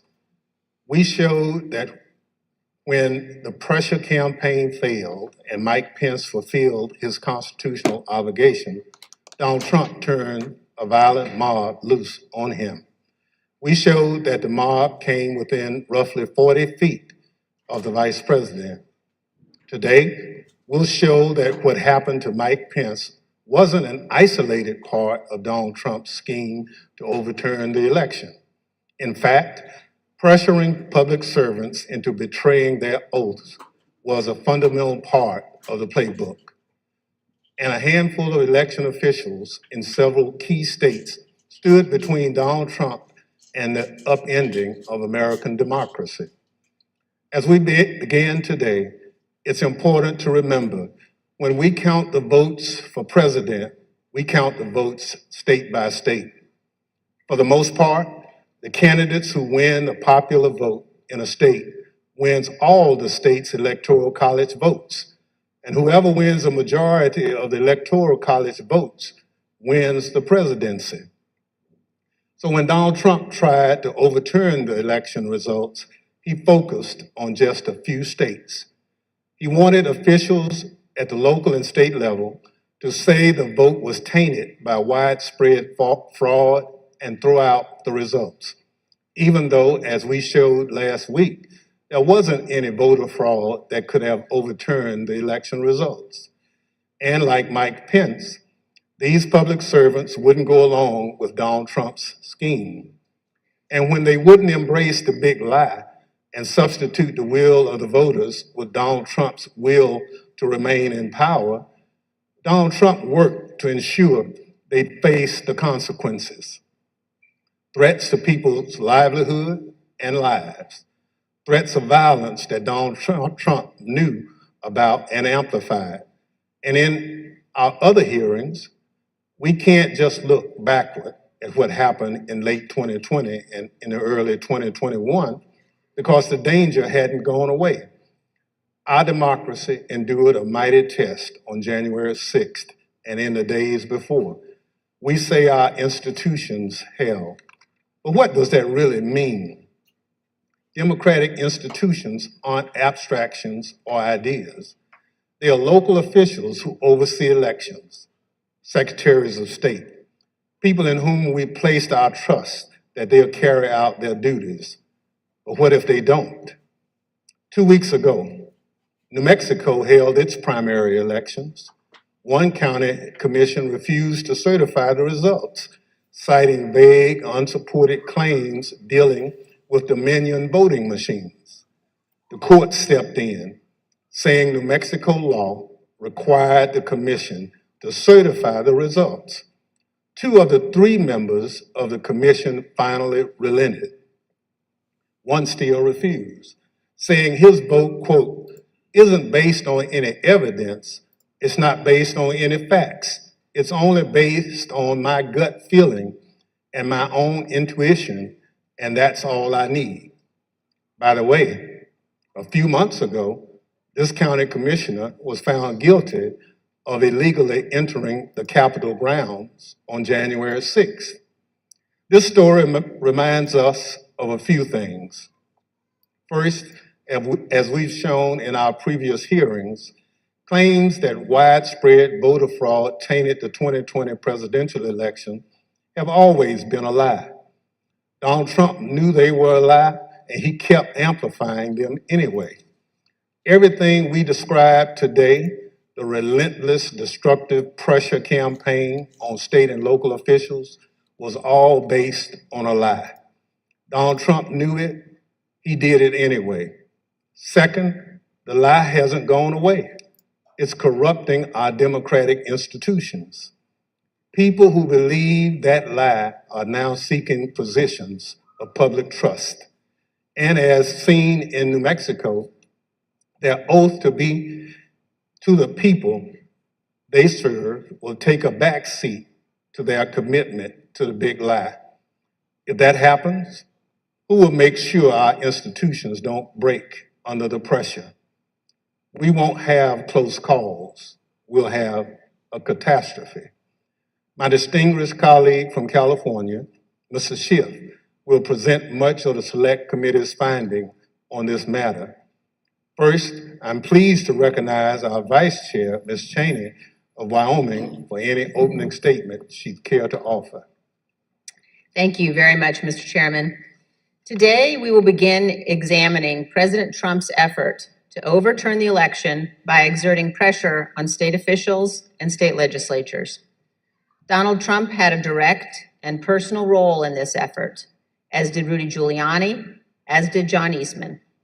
In other words, the same people who were attempting to pressure Vice President Mike Pence to reject electoral votes illegally were also simultaneously working to reverse the outcome of the 2020 election at the state level.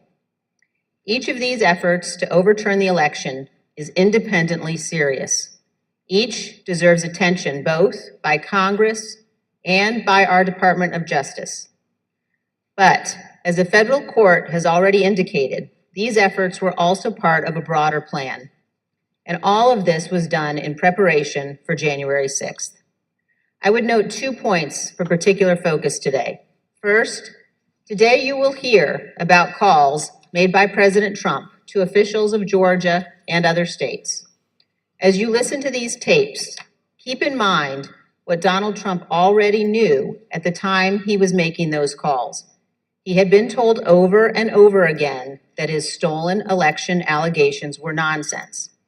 For example, this is what former Attorney General Bill Barr said to President Trump about allegations in Georgia. We took a hard look at this ourselves, and based on our review of it, including the interviews of the key witnesses, the Fulton County allegations had no merit. The ballots under the table were legitimate ballots. They weren't in a suitcase. They had been pre-opened for eventually feeding into the machine. All the stuff about the water leak and that there was some subterfuge involved. We felt there was some confusion, but there was no evidence of a subterfuge to create an opportunity to feed things into the count.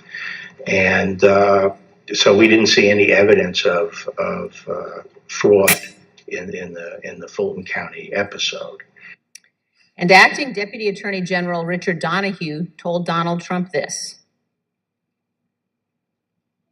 And I said something to the effect of, sir, we've done dozens of investigations, hundreds of interviews. The major allegations are not supported by the evidence developed. Mr. Trump was told by his own advisors that he had no basis for his stolen election claims. Yet he continued to pressure state officials to change the election results. Second, you will hear about a number of threats and efforts to pressure state officials to reverse the election outcome. One of our witnesses today, Gabriel Sterling, explicitly warned President Trump about potential violence on December 1st, 2020, more than a month before January 6th. You will see excerpts from that video repeatedly today. It has all gone too far. All of it. Joe DeGenova today asked for Chris Krebs, a patriot who ran CISA, to be shot. A 20-something tech in Gwinnett County today has death threats and a noose put out saying he should be hung for treason because he was transferring a report on batches from an EMS to a county computer so he could read it. It has to stop. Mr. President, you have not condemned these actions or this language. Senators, you have not condemned this language or these actions. This has to stop. We need you to step up, and if you're going to take a position of leadership, show some.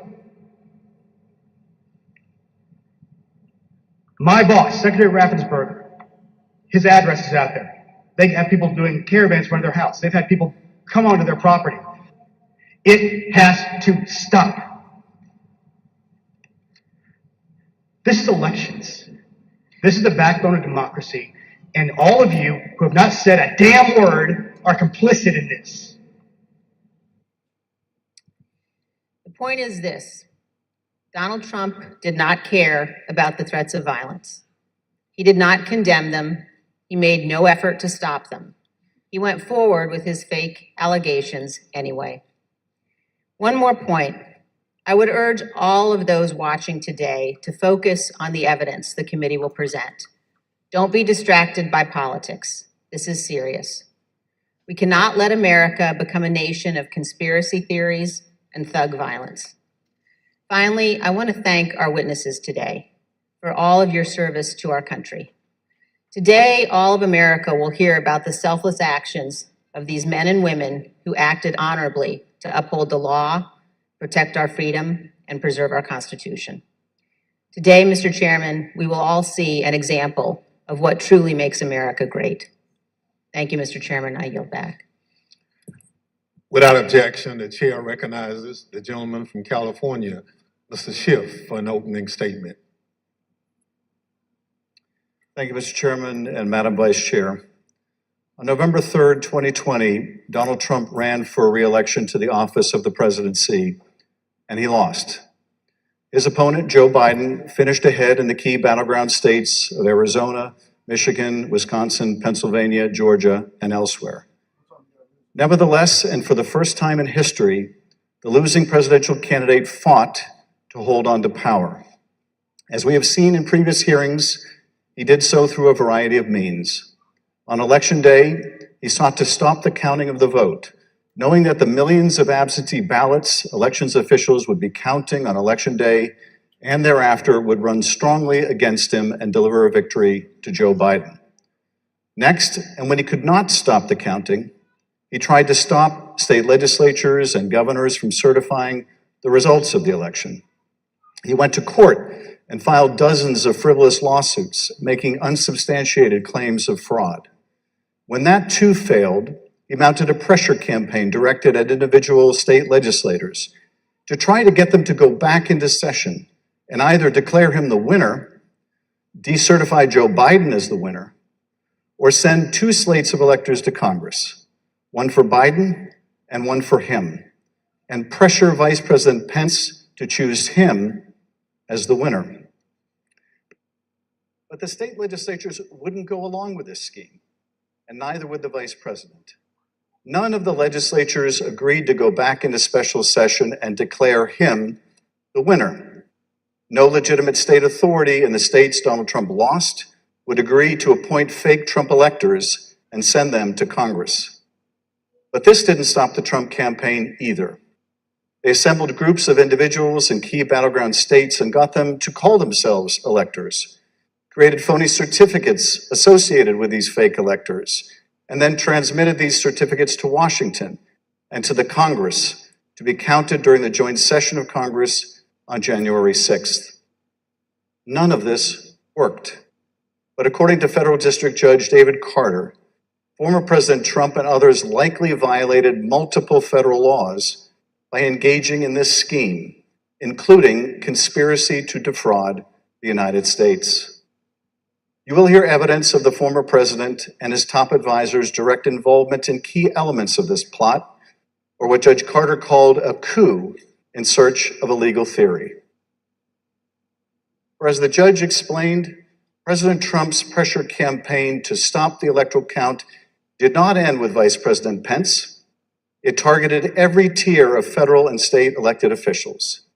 Convincing state legislatures, he said, to certify competing electors was essential to stop the count and ensure President Trump's reelection. As we have seen in our prior hearings, running through this scheme was a big lie that the election was plagued with massive fraud and somehow stolen. You'll remember what the president's own attorney general, Bill Barr, said he told the president about these claims of massive fraud affecting the outcome of the election. And I told him that the stuff that his people were shoveling.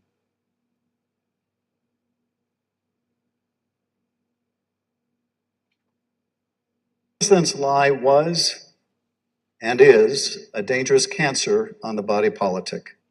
If you can convince Americans that they cannot trust their own elections, that any time they lose it is somehow illegitimate, then what is left but violence to determine who should govern? This brings us to the focus of today's hearing. When state elections officials refused to stop the count, Donald Trump and his campaign tried to put pressure on them. When state executive officials refused to certify him the winner of states he lost, he applied more pressure. When state legislators refused to go back into session and appoint Trump electors, he amped up the pressure yet again. Anyone who got in the way of Donald Trump's continued hold on power after he lost the election was the subject of a dangerous and escalating campaign of pressure. This pressure campaign brought angry phone calls and texts, armed protests, intimidation, and all too often threats of violence and death. State legislators were singled out. So too were statewide elections officials. Even local elections workers, diligently doing their jobs, were accused of being criminals and had their lives turned upside down.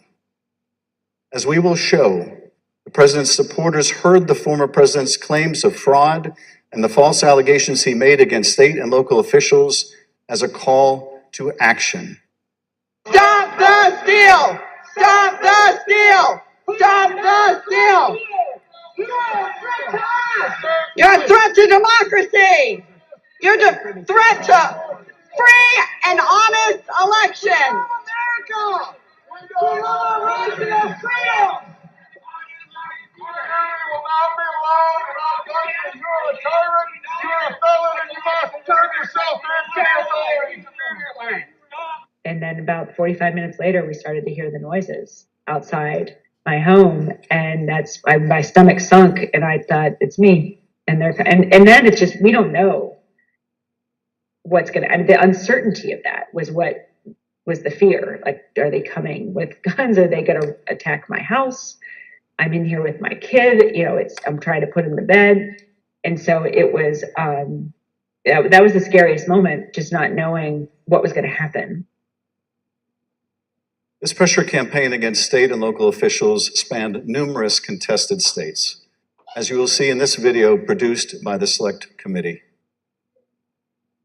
My name is Josh Roselman. I'm an investigative counsel for the House Select Committee to investigate the January 6th attack on the United States Capitol. Beginning in late November 2020, the president and his lawyers started appearing before state legislators, urging them to give their electoral votes to Trump, even though he lost the popular vote.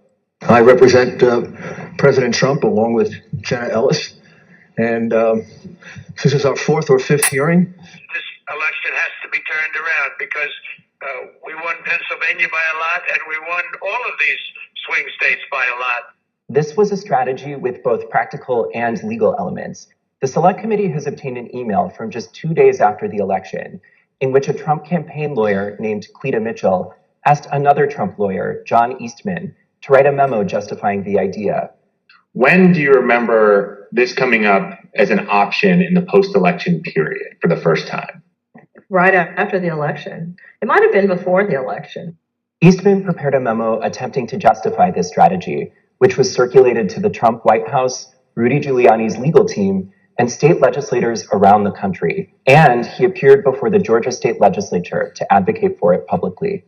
You could also do what the Florida legislature was prepared to do, which is to adopt a slate of electors yourselves.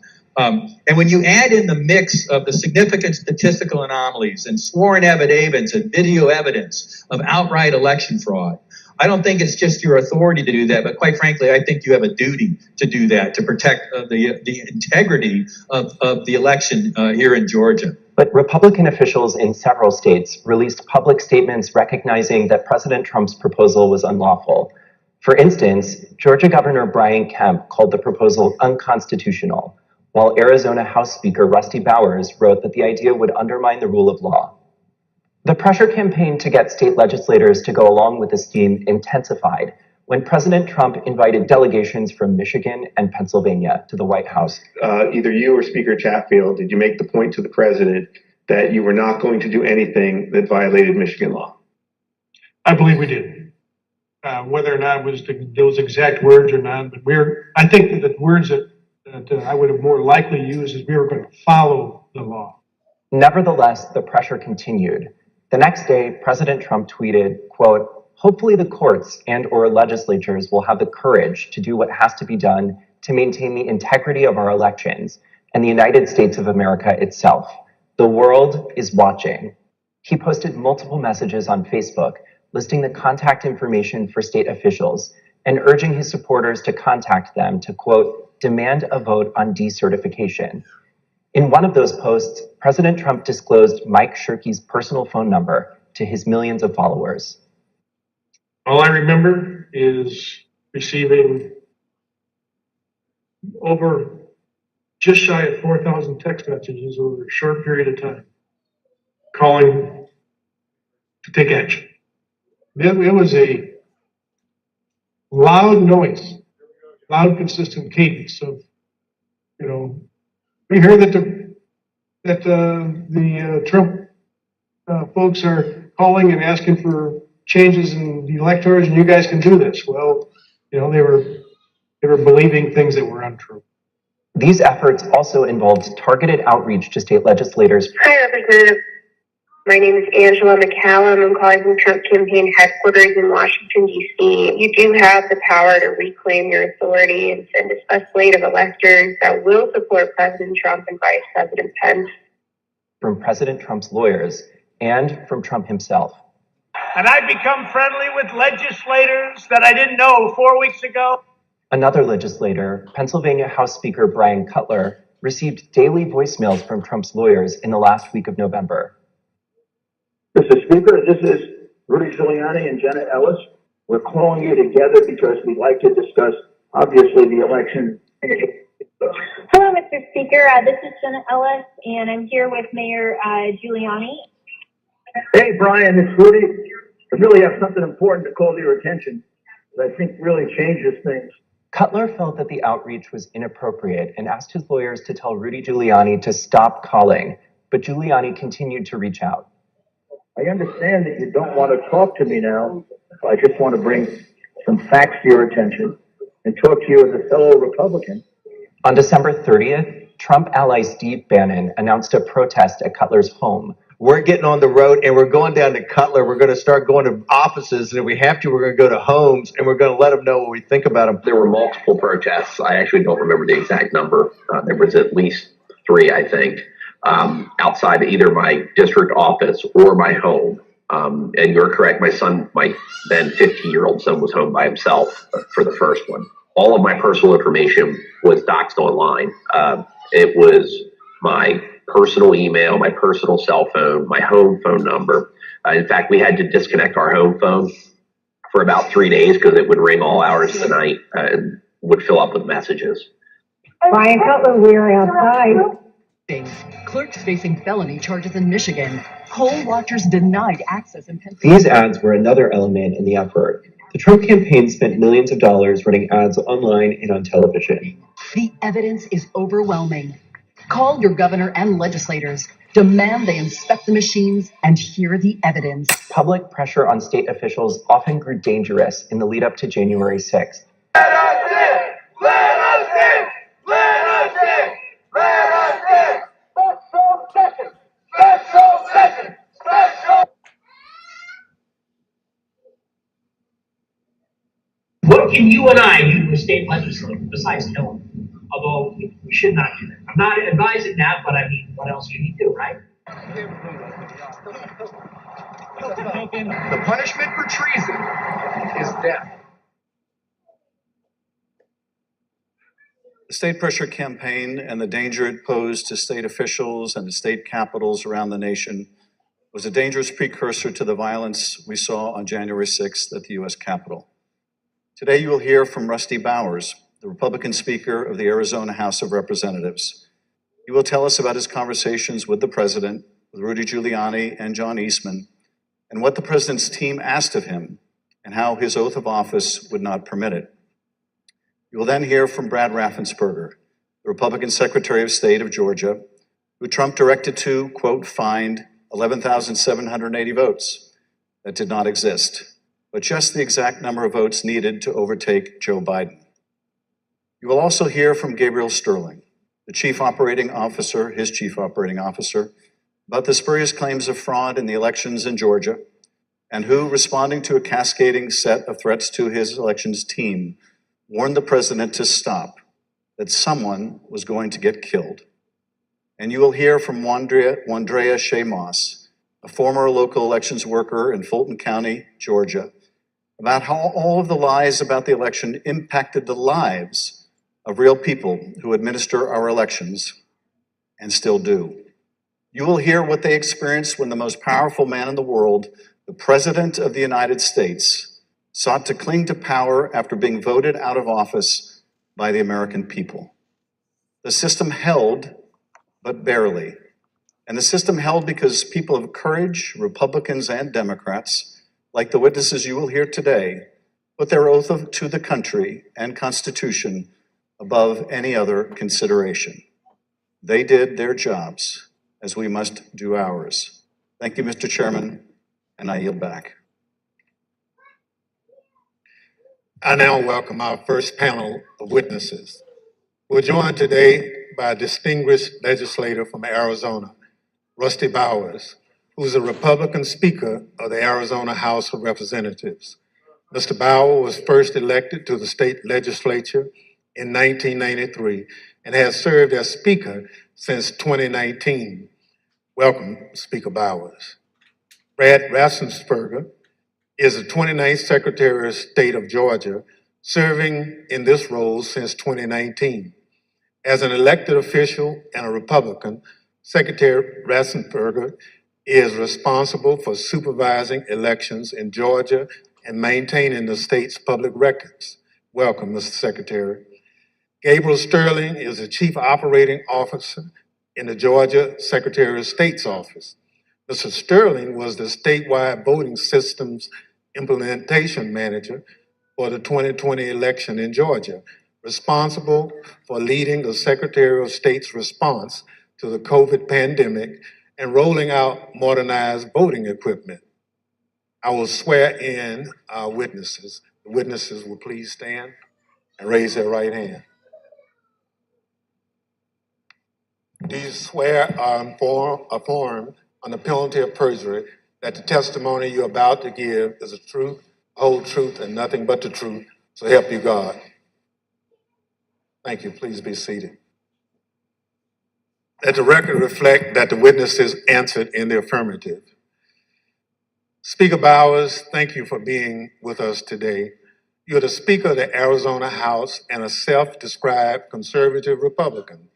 You campaigned for President Trump and with him during the 2020 election. Is it fair to say that you wanted Donald Trump to win a second term in office? Please.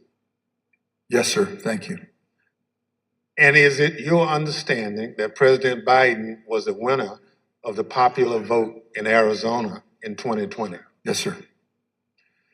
Thank you. Pursuant to Section 5C8 of House Resolution 503, the chair recognizes the gentleman from California, Mr. Schiff, for questions. Speaker Bowers, thank you for being with us today.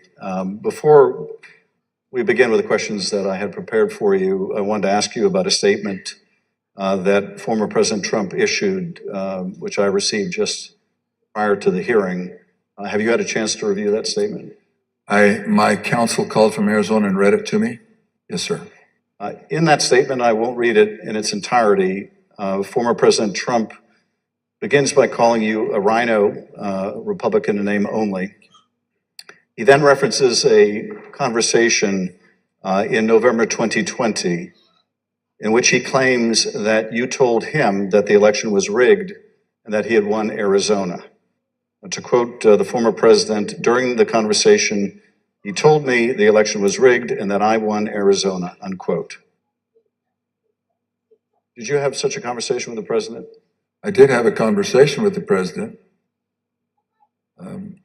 That certainly isn't it. But there were parts of it that are true, but there are parts that are not, sir. And the part that I read you, is that false? Anywhere, anyone, anytime has said that I said the election was rigged, that would not be true. And when the former president in his statement today claimed that you told him that he won Arizona, is that also false? That is also false. Mr. Bowers, I understand that after the election, and I don't know whether this is the conversation the former president is referring to, but after the election, you received a phone call from President Trump and Rudy Giuliani in which they discussed the result of the presidential election in Arizona. If you would, tell us about that call and whether the former president or Mr. Giuliani raised allegations of election fraud. Thank you. My wife and I had returned from attending our church meetings. It was on a Sunday. And we were still in the driveway, and I had received a call from a colleague telling me that the White House was trying to get in touch with her and I, and that she said, please, if you get a call, let's try to take this together. Immediately, I saw that the White House on my Bluetooth was calling, and I took the call and was asked by I would presume the operator at the White House if I would hold for the president, which I did, and Mr. Giuliani came on first, and niceties. Then Mr. Trump, President Trump, then President Trump came on, and we initiated a conversation. During that conversation, did you ask Mr. Giuliani for proof of these allegations of fraud that he was making? On multiple occasions, yes. And when you asked him for evidence of this fraud, what did he say? He said that they did have proof, and I asked him, do you have names? For example, we have 200,000 illegal immigrants, some large number. 5 or 6,000 dead people, etc. And I said, do you have their names? Yes. Will you give them to me? Yes. The president interrupted and said, give the man what he needs, Rudy. He said, I will. And that happened on at least 2 occasions, that interchange in the conversation. So Mr. Giuliani was claiming in the call that there were hundreds of thousands of undocumented people and thousands of dead people who had purportedly voted in the election? Yes. And you asked him for evidence of that? I did. And did you ever receive from him that evidence either during the call, after the call, or to this day? Never. What was the ask during this call? He was making these allegations of fraud, but he had something or a couple things that they wanted you to do. What were those? The ones I remember were first that we would hold, that I would allow an official committee at the Capitol so that they could hear this evidence and that we could take action thereafter. And I refused. I said, up to that time, the circus, I called it a circus, had been brewing with lots of demonstrations, both at the counting center, at the Capitol, and other places. And I didn't want to have that in the House. I did not feel that the evidence, granted in its absence, merited a hearing, and I didn't want to be used as a pawn. If there was some other need that the committee hearing would fulfill. So that was the first ask, that we hold an official committee hearing. And what was his second ask? I said, to what end? To what end the hearing? He said, well, we have heard by an official high up in the Republican legislature that there is a legal theory or a legal ability in Arizona that you can remove the electors of President Biden and replace them. And we would like to have the legitimate opportunity through the committee to come to that end and remove that. And I said, that's something that's totally new to me. I've never heard of any such thing. And he pressed that point. And I said, look, you are asking me to do something that is counter to my oath when I swore to the Constitution to uphold it.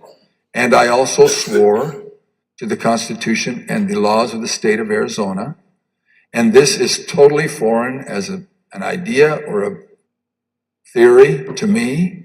And I would never do anything of such magnitude without deep consultation with qualified attorneys. And I said, I've got some good attorneys and I'm going to give you their names.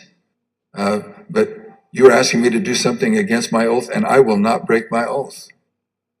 And I think that was up to that point. During the conversation, and you heard, I think, when we played a snippet of Mr. Giuliani calling other state legislators and saying that he was calling us essentially a fellow Republican, did he make a similar appeal to you or bring up the fact that you shared a similar party? Whether it was in that call or in a later meeting, he did bring that up more than once. And how would he bring that up? He would say, aren't we all Republicans here? I would think we would get a better reception. I mean, I would think you would listen a little more open to my suggestions that we're all Republicans. And this evidence that you asked him for that would justify this extraordinary step, I think you said they never produced. Why did you feel, either in the absence of that evidence or with it, what they were asking you to do would violate your oath to the Constitution? First of all, when the... All right, ladies and gentlemen, this is the Stock Market Live with LCAOD. Yes, we are still live here. This is a very important briefing here. Hearing, as you see, the last one had really put the markets up here, but this one looks like it's starting to make the market top out here, and it's finding resistance. We're way past lunch. Wall Street is back from lunch here, you guys. I am going to take LCAOD. We're going to take a quick lunch break. We'll be back definitely before the closing bell. But we're going to have this pulled up the entire time. This is very important here. We're seeing the first sell signal kick in here today, so the market looks like it might be topping out here, or this could just be a dip buying opportunity, you guys, and it's going to continue tomorrow at this point. But let's tune back into this. I'll be back around maybe definitely before close. I'll try to get back before close, but if not, you guys, this is the most important thing going on today anyway. So just keep your eyes on the charts and numbers as you're listening to this, you guys, and hope you're learning something. Hope you're earning something here. If you didn't be able to catch the live stream today at all, at least you're gonna be able to catch the recap. So you get to see what happened this morning, what took place from the jump. But Tesla is killing it, man. They're up over 10%, up $75, man. That's the leader for today, you guys. But let's tune back into this hearing because it's very important, and we'll be back before the closing bell to end out the day, you guys. I will not do it. During that conversation, Speaker Bowers, did you ask him if what he was proposing had ever been done before? I did. And what did he say? He said, well, I'm not familiar with Arizona law or any other laws, but I don't think so. And that also was brought up in other conversations, both with him and with John Eastman and others.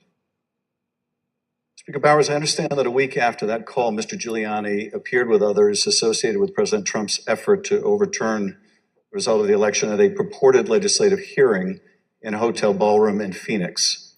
Was this an official hearing of the state legislature? It was not. And why was it not a real or official hearing of the legislature? A legislator can hold a group meeting.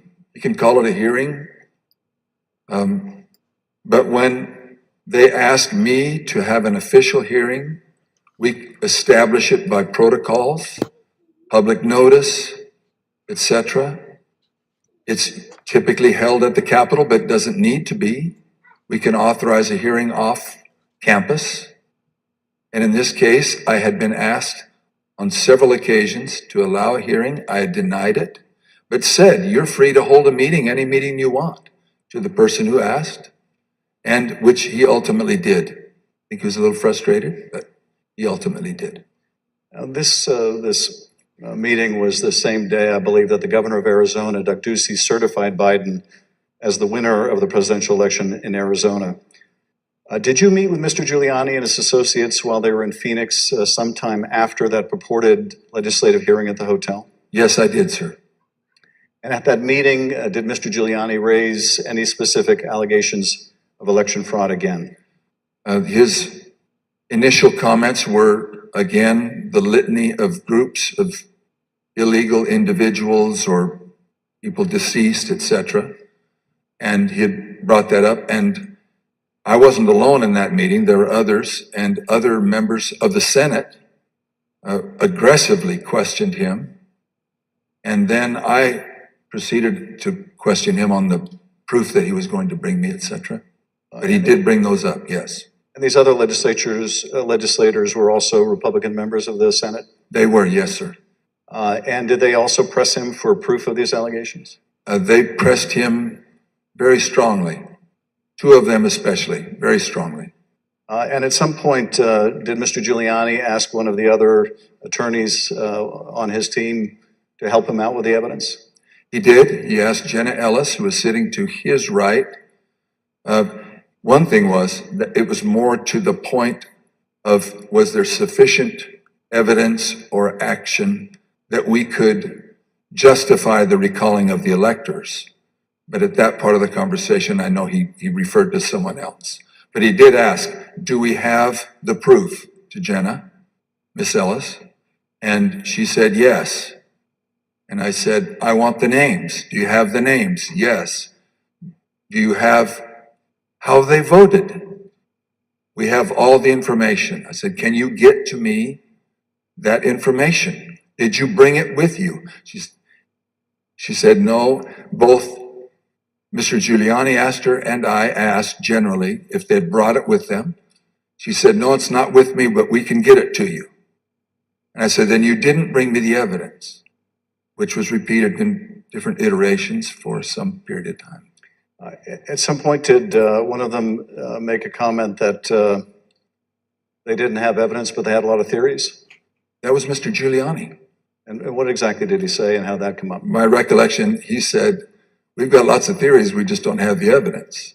And I don't know if that was a gaffe or maybe he didn't think through what he said, but both myself and others in my group, the three in my group and my council, both remembered that specifically, and afterwards we kind of laughed about it. And you know, getting back to the ask in that phone call that preceded this meeting, he wanted you to have the legislature dismiss the Biden electors and replace them with Trump electors on the basis of these theories of fraud? He did not say it in those exact words, but he did say that Arizona law, according to what he understood, that would be allowed and that we needed to come into session to take care of that, which initiated a discussion about, again, what I can legally and not legally do. And I can't go into session in Arizona unilaterally or on my sole prerogative. In this meeting or at any other later time, did anyone provide you with evidence of election fraud sufficient to affect the outcome of the presidential election in Arizona? No one provided me ever such evidence. The Select Committee has uncovered evidence in the course of our investigation that had stopped the steal protests at state capitals across the country. There were individuals with ties to the groups or parties involved in the January 6th attack on the U.S. Capitol. One of those incursions took place in the Arizona House of Representatives building, as you can see in this footage.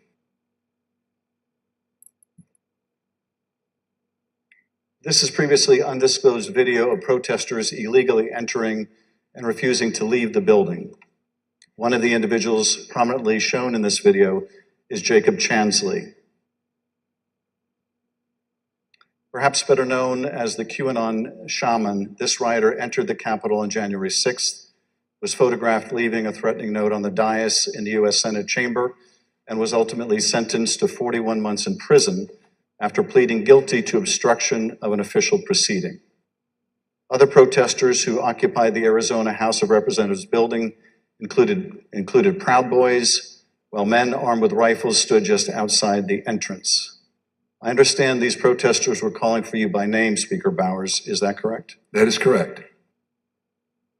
Speaker Bowers, did the president call you again in later in December? He did, sir. Did you tell the president in that second call that you supported him, that you voted for him, but that you were not going to do anything illegal for him? I did, sir. Nevertheless, his lawyer, John Eastman, called you some days later on June 4th, 2021. And he did have a very specific ask that would have required you to do just what you had already told the president you wouldn't do, something that would violate your oath. Is that correct? That's correct. It wasn't just me. I had my counsel and others on the call. And what did Dr. Eastman want you to do?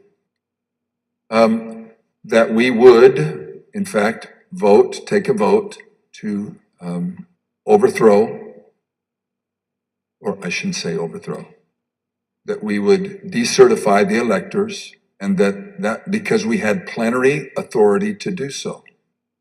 And he cited Article 2, Section 1, I think it's Clause 2, and said that in his opinion that gave us the authority if there was, I don't recall him saying sufficient evidence, but there was some call or some strong reason to do so or justification to do so that we could do that. And that he was asking that his suggestion was that we would do it. And I said, again, I took an oath. For me to take that, to do what you do would be counter to my oath. I don't recall if it was in that conversation clearly that we talked more about the oath, but I said, what would you have me do? And he said, just do it and let the court sort it out.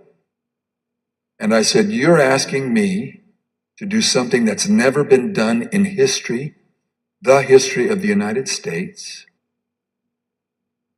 and I'm going to put my state through that without sufficient proof And that's going to be good enough with me?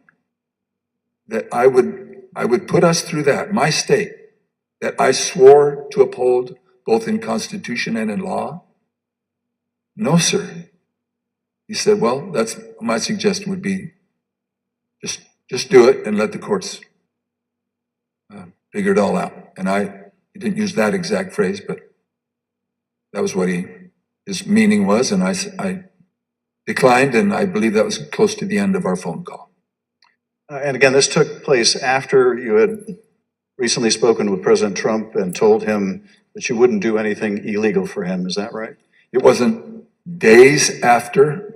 Obviously, it was days after, but a few days had gone by. But you had told President Trump you would not do anything illegal for him. I did, both times.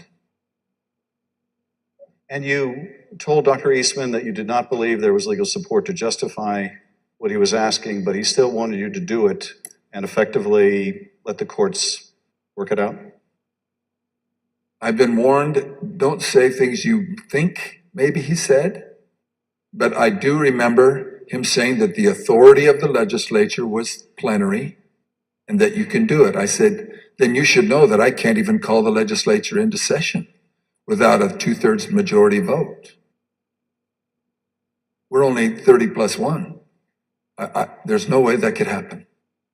But in your view, what he was asking you to do would have violated your oath to the Constitution, both the United States Constitution and the Constitution of the state of Arizona. Yes, sir. Did you also receive a call from U.S. Representative Andy Biggs of Arizona on the morning of January 6th? I did. And what did Mr. Biggs ask you to do? I believe that was the day that the vote was occurring to each state to have certification or to declare the certification of the electors. And he asked if I would sign on both to a letter that had been sent from my state and or that I would support the decertification of the electors. And I said I would not. Mr. Speaker, on December 4th, 2020, shortly after your meeting with Rudy Giuliani and other allies of President Trump, you released a statement publicly addressing, quote, calls for the legislature to overturn the 2020 certified election results. The statement is very straightforward in explaining the, quote, breathtaking request, unquote, made by representatives of President Trump. Quote, that the Arizona legislature overturn the certified results of last month's election and deliver the state's electoral college votes to President Trump, unquote. Why did you believe, as you wrote in this statement, that the rule of law forbid you from doing what President Trump and his allies wanted you to do? Representative, I'm sorry, I should be saying, Mr. Chairman, Representative Schiff, there's two sides to the answer. One is, what am I allowed to do? And what am I forbidden to do? We have no legal pathway, both in state law nor to my knowledge in federal law, for us to execute such a request. And I am not allowed to walk or act beyond my authority. If I'm not specifically authorized as a legislator, as a legislature, then I cannot act to the point of calling us into session. Some say that just a few legislators have plenary authority, and that has come as part of all of this discussion, I'll call it. But so to not have authority and be forbidden to act beyond my authority on both counts, I am not authorized to take such action, and that would deny my oath. In your statement, you included excerpts from President Ronald Reagan's inaugural address in 1981. The newly inaugurated president told the country, quote, the orderly transfer of authority as called for in the Constitution routinely takes place as it has for almost 2 centuries, and few of us stop to think how unique we really are. In the eyes of many in the world, this every 4-year ceremony we accept as normal is nothing less than a miracle. Tell us, if you would, Mr. Speaker, why did you include President Reagan's words in your public statement? Mr. Chairman, Representative Schiff, because I have a lot of admiration for Ronald Reagan. I've had the opportunity of going through his home with one other person and walking through, and I have a lot of admiration for him. When he pointed out, which is, I have lived in other country for a period of time and have visited a few countries, and during election times, the fact that we allow an election, support an election, and stand behind the election, even in the past when there have been serious questions about the election, and then move on without disturbance and with acceptance that we choose to follow the outcome of the will of the people. That will means a lot to me, and I know it meant a lot to him. And so we included that.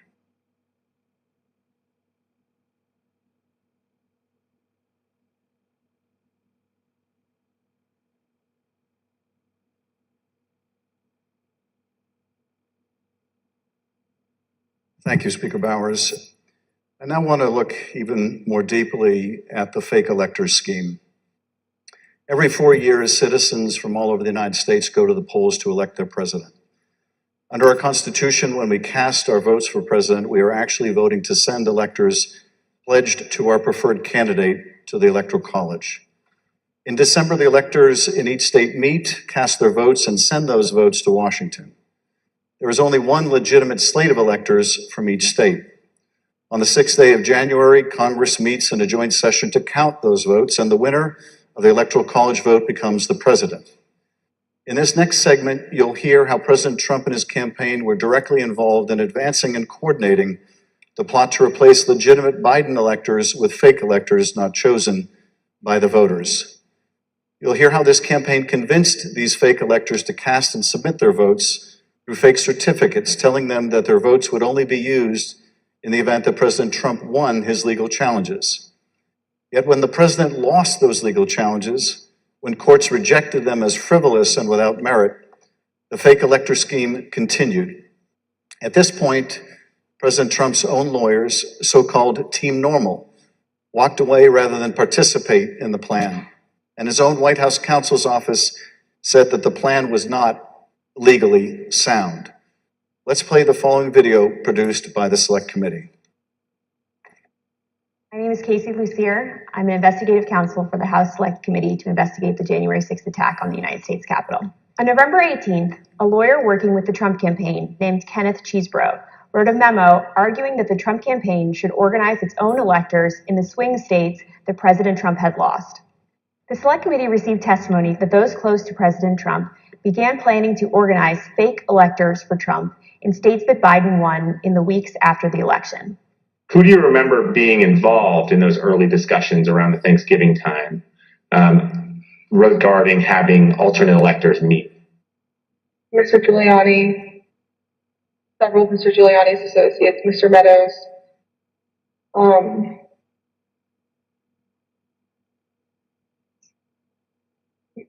members of Congress, although it's difficult to distinguish if the members that I'm thinking of were involved during Thanksgiving or if they were involved as we progressed through December.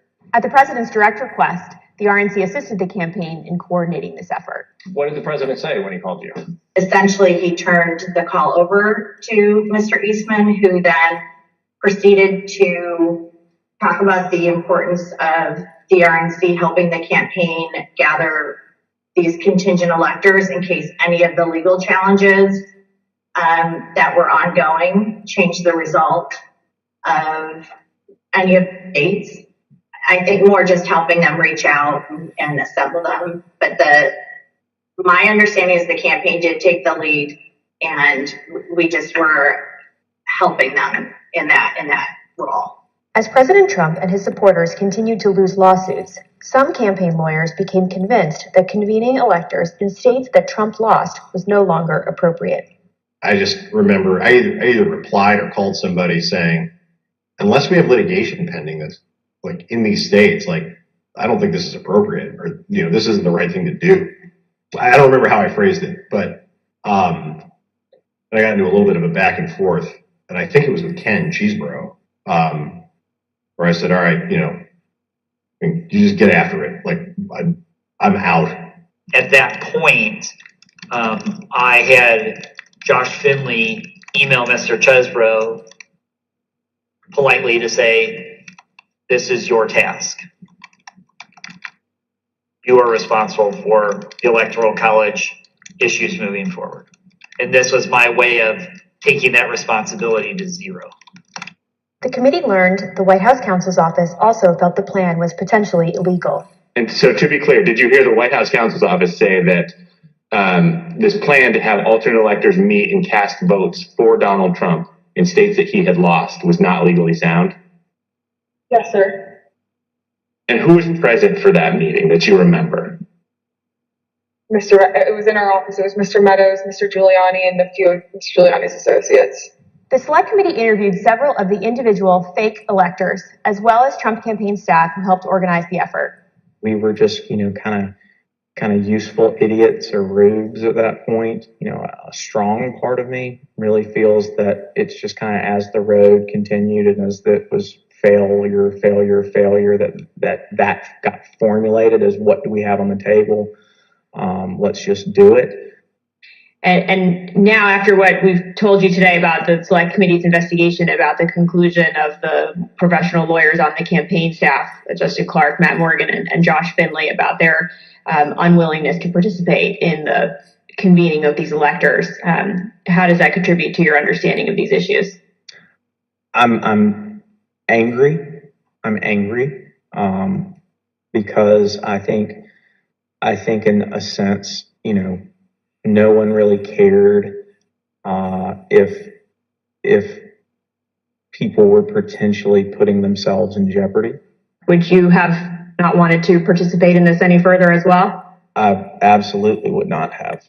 Had I known that the three main lawyers for the campaign that I've spoken to in the past and were leading up were not on board. I was told that these would only count if a court ruled in our favor. So that would have been using our electors, would have been using our electors in ways that we weren't told about, and we wouldn't have supported. Documents obtained by the Select Committee indicate that instructions were given to the electors in several states that they needed to cast their ballots in complete secrecy. Because this scheme involved fake electors, those participating in certain states had no way to comply with state election laws, like where the electors were supposed to meet. One group of fake electors even considered hiding overnight to ensure that they could access the state capitol, as required in Michigan. Did Mr. Norton say who he was working with at all on this effort to have electors meet? He said he was working with the president's campaign. He told me that the Michigan Republican electors were planning to meet in the Capitol and hide overnight so that they could fulfill the role of casting their vote in per law in the Michigan chambers. And I told him in no uncertain terms that that was insane and inappropriate. In one state, the fake electors even asked for a promise that the campaign would pay their legal fees if they got sued or charged with a crime. Ultimately, fake electors did meet on December 14th, 2020 in Arizona, Georgia, Michigan, Pennsylvania, New Mexico, Nevada, and Wisconsin. At the request of the Trump campaign, the electors from these battleground states signed documents falsely asserting that they were the, quote, duly elected electors from their state, and submitted them to the National Archives and to Vice President Pence in his capacity as President of the Senate. Here is what some of the fake elector certificates look like as compared to the real ones. But these ballots had no legal effect. In an email produced to the Select Committee, Dr. Eastman told a Trump campaign representative that it did not matter that the electors had not been approved by a state authority. Quote, the The fact that we have multiple slates of electors demonstrates the uncertainty of either. That should be enough. He urged that Pence act boldly and be challenged. Documents produced to the Select Committee show that the Trump campaign took steps to ensure that the physical copies of the fake electors' electoral votes from 2 states were delivered to Washington for January 6th. Text messages exchanged between Republican Party officials in Wisconsin showed that on January 4th, the Trump campaign asked for someone to fly their fake electors' documents to Washington. A staffer for Wisconsin Senator Ron Johnson texted a staffer for Vice President Pence just minutes before the beginning of the joint session. This staffer stated that Senator Johnson wished to hand-deliver to the vice president the fake electors' votes from Michigan and Wisconsin. The vice president's aide unambiguously instructed them not to deliver the fake votes to the vice president. Even though the fake elector slates were transmitted to Congress and the executive branch, the vice president held firm in his position that his role was to count lawfully submitted electoral votes. Joseph R. Biden Jr. of the state of Delaware has received 306 votes. Donald J. Trump of the state of Florida has received 232 votes. Which is what he did when the joint session resumed on January 6th after the attack on the Capitol. 538.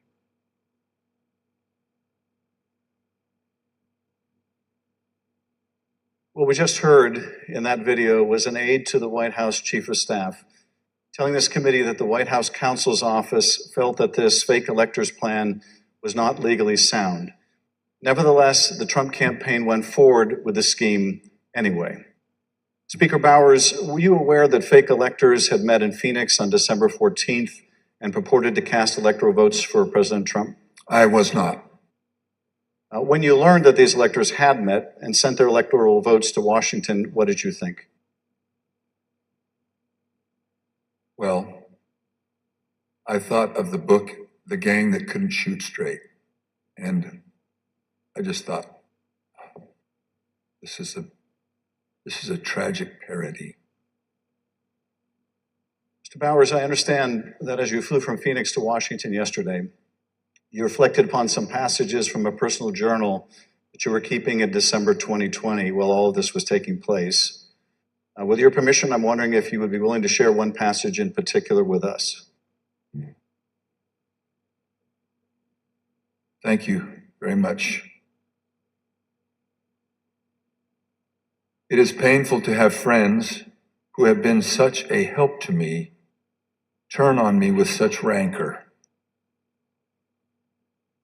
I may, in the eyes of men, not hold correct opinions or act according to their vision or convictions, but I do not take this current situation in a light manner, a fearful manner, or a vengeful manner. I do not want to be a winner by cheating. I will not play with laws I swore allegiance to, with any contrived desire towards deflection of my deep foundational desire to follow God's will as I believe He led my conscience to embrace. How else will I ever approach Him in the wilderness of life,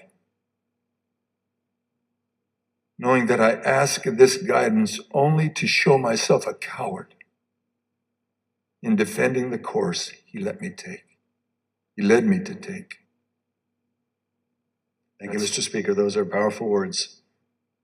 I understand that taking the courageous positions that you did following the 2020 election in defense of the rule of law and protecting the voters of Arizona resulted in you and your family being subjected to protests and terrible threats. Can you tell us how this impacted you and your family? Well, as others in the videos have mentioned, we received, my secretaries would say, in excess of 20,000 emails and tens of thousands of voicemails and texts, which saturated our offices and we were unable to work, or at least communicate. But at home, up till even recently, it is the new pattern or a pattern in our lives to worry what will happen on Saturdays, because we have various groups come by and they have had video panel trucks with videos of me proclaiming me to be a pedophile and a pervert and a corrupt and politician, and blaring loudspeakers in my neighborhood and leaving literature both on my property, but arguing and threatening with neighbors and with myself. And I don't know if I should name groups, but there was one gentleman that had the 3 bars on his chest, and he had a pistol and was threatening my neighbor, not with the pistol, but just vocally. When I saw the gun, I knew I had to get close. And at the same time, on some of these, we had a daughter who was gravely ill, who was upset by what was happening outside. And my wife, that was a valiant person, very, very strong, quiet, very strong woman.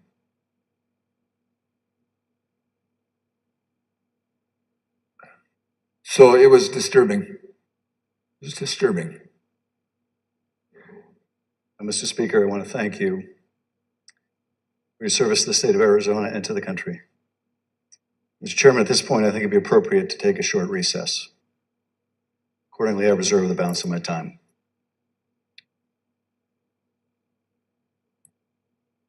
The chair requests that those in the hearing room remain seated until the Capitol Police have escorted members and witnesses from the room.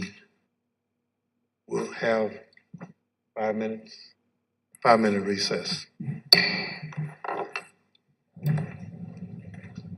All right, so our first panel done here as we continue on with these January 6th Capitol riot hearings. This happening live, run unfiltered here for you on Capitol Hill. Thank you so much for being here with us on Live Now from Fox. They are going to be taking just a brief recess until they switch to yet another person who will be testifying. This will be a former Georgia election worker.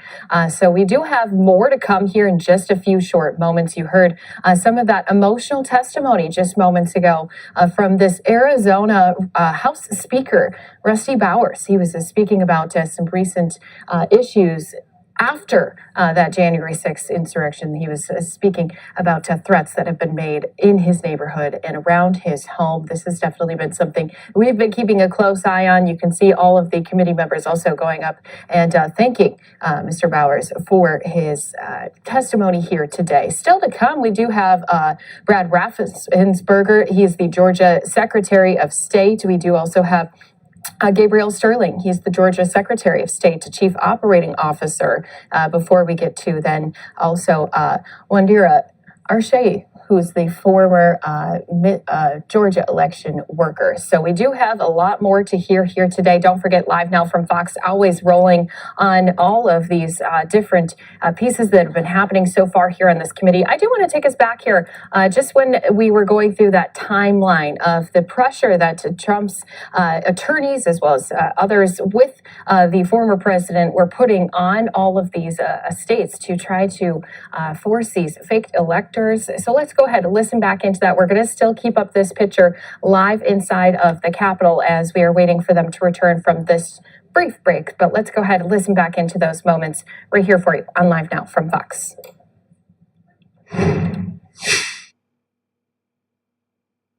January 6th attack on the United States Capitol. Beginning in late November 2020, the president and his lawyers started appearing before state legislators, urging them to give their electoral votes to Trump, even though he lost the popular vote.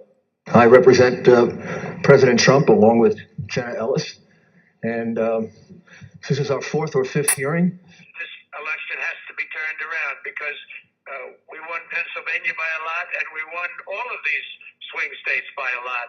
This was a strategy with both practical and legal elements.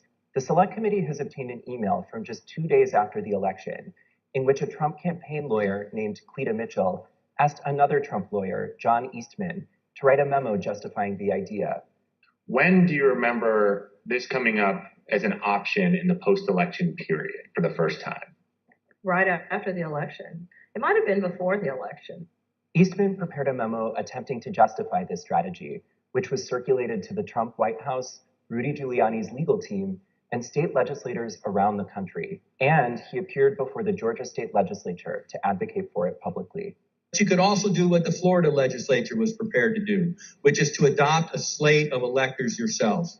And when you add in the mix of the significant statistical anomalies and sworn affidavits and video evidence of outright election fraud, I don't think it's just your authority to do that, but quite frankly, I think you have a duty to do that, to protect the integrity of the election here in Georgia. But Republican officials in several states released public statements recognizing that President Trump's proposal was unlawful. For instance, Georgia Governor Brian Kemp called the proposal unconstitutional, while Arizona House Speaker Rusty Bowers wrote that the idea would undermine the rule of law. The pressure campaign to get state legislators to go along with the scheme intensified when President Trump invited delegations from Michigan and Pennsylvania to the White House. Either you or Speaker Chatfield, did you make the point to the president that you were not going to do anything that violated Michigan law? I believe we did. Whether or not it was those exact words or not, I think that the words that I would have more likely used is we were going to follow the law. Nevertheless, the pressure continued. The next day, President Trump tweeted, quote, "Hopefully the courts and or legislatures will have the courage to do what has to be done to maintain the integrity of our elections and the United States of America itself. The world is watching." He posted multiple messages on Facebook listing the contact information for state officials and urging his supporters to contact them to, quote, "demand a vote on decertification." In one of those posts, President Trump disclosed Mike Shirkey's personal phone number to his millions of followers. All I remember is receiving over just shy of 4,000 text messages over a short period of time, calling to take action. It was a loud noise, loud, consistent cadence of, we heard that the Trump folks are calling and asking for changes in the electors, and you guys can do this. Well, they were believing things that were untrue.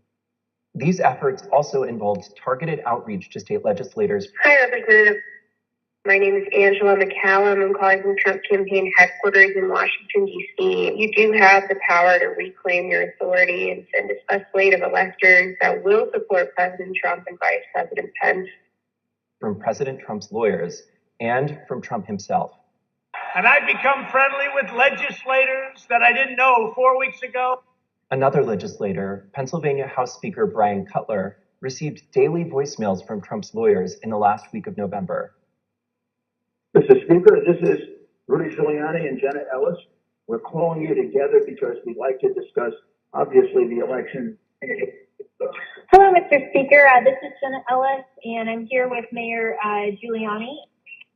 Hey, Brian, it's Rudy. I really have something important to call to your attention that I think really changes things. Cutler felt that the outreach was inappropriate and asked his lawyers to tell Rudy Giuliani to stop calling, but Giuliani continued to reach out. I understand that you don't want to talk to me now. I just want to bring some facts to your attention and talk to you as a fellow Republican. On December 30th, Trump ally Steve Bannon announced a protest at Cutler's home. We're getting on the road and we're going down to Cutler. We're going to start going to offices, and if we have to, we're going to go to homes, and we're going to let them know what we think about them. There were multiple protests. I actually don't remember the exact number. There was at least 3, I think, outside either my district office or my home. And you're correct, my son, my then 15-year-old son, was home by himself for the first one. All of my personal information was doxed online. It was my personal email, my personal cell phone, my home phone number. In fact, we had to disconnect our home phone for about 3 days because it would ring all hours of the night and would fill up with messages. Brian Cutler, we're outside. Clerks facing felony charges in Michigan. Poll watchers denied access in Pennsylvania. These ads were another element in the effort. The Trump campaign spent millions of dollars running ads online and on television. The evidence is overwhelming. Call your governor and legislators. Demand they inspect the machines and hear the evidence. Public pressure on state officials often grew dangerous in the lead up to January 6th. Let us in! Let us in! Let us in! Let us in! Special session! Special session! Special session! We'll light the whole set on fire. What are we going to do? What can you and I do to a state legislator besides kill them? Although we should not do that. I'm not advising that, but I mean, what else can you do, right? The punishment for treason is death.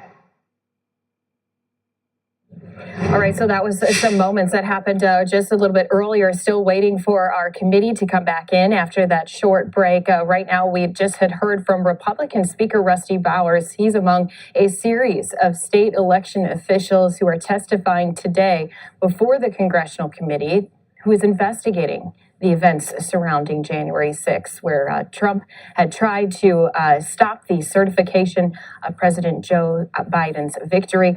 We've been hearing a number of different pieces already here this morning. Going to be hearing from even more of those election officials from multiple states, including multiple people from Georgia as well, another state that was really pressured by not only President Trump, but also the people who surround themselves around President Trump. So let's go ahead also, as we're waiting, you can see just a bit of movement happening here.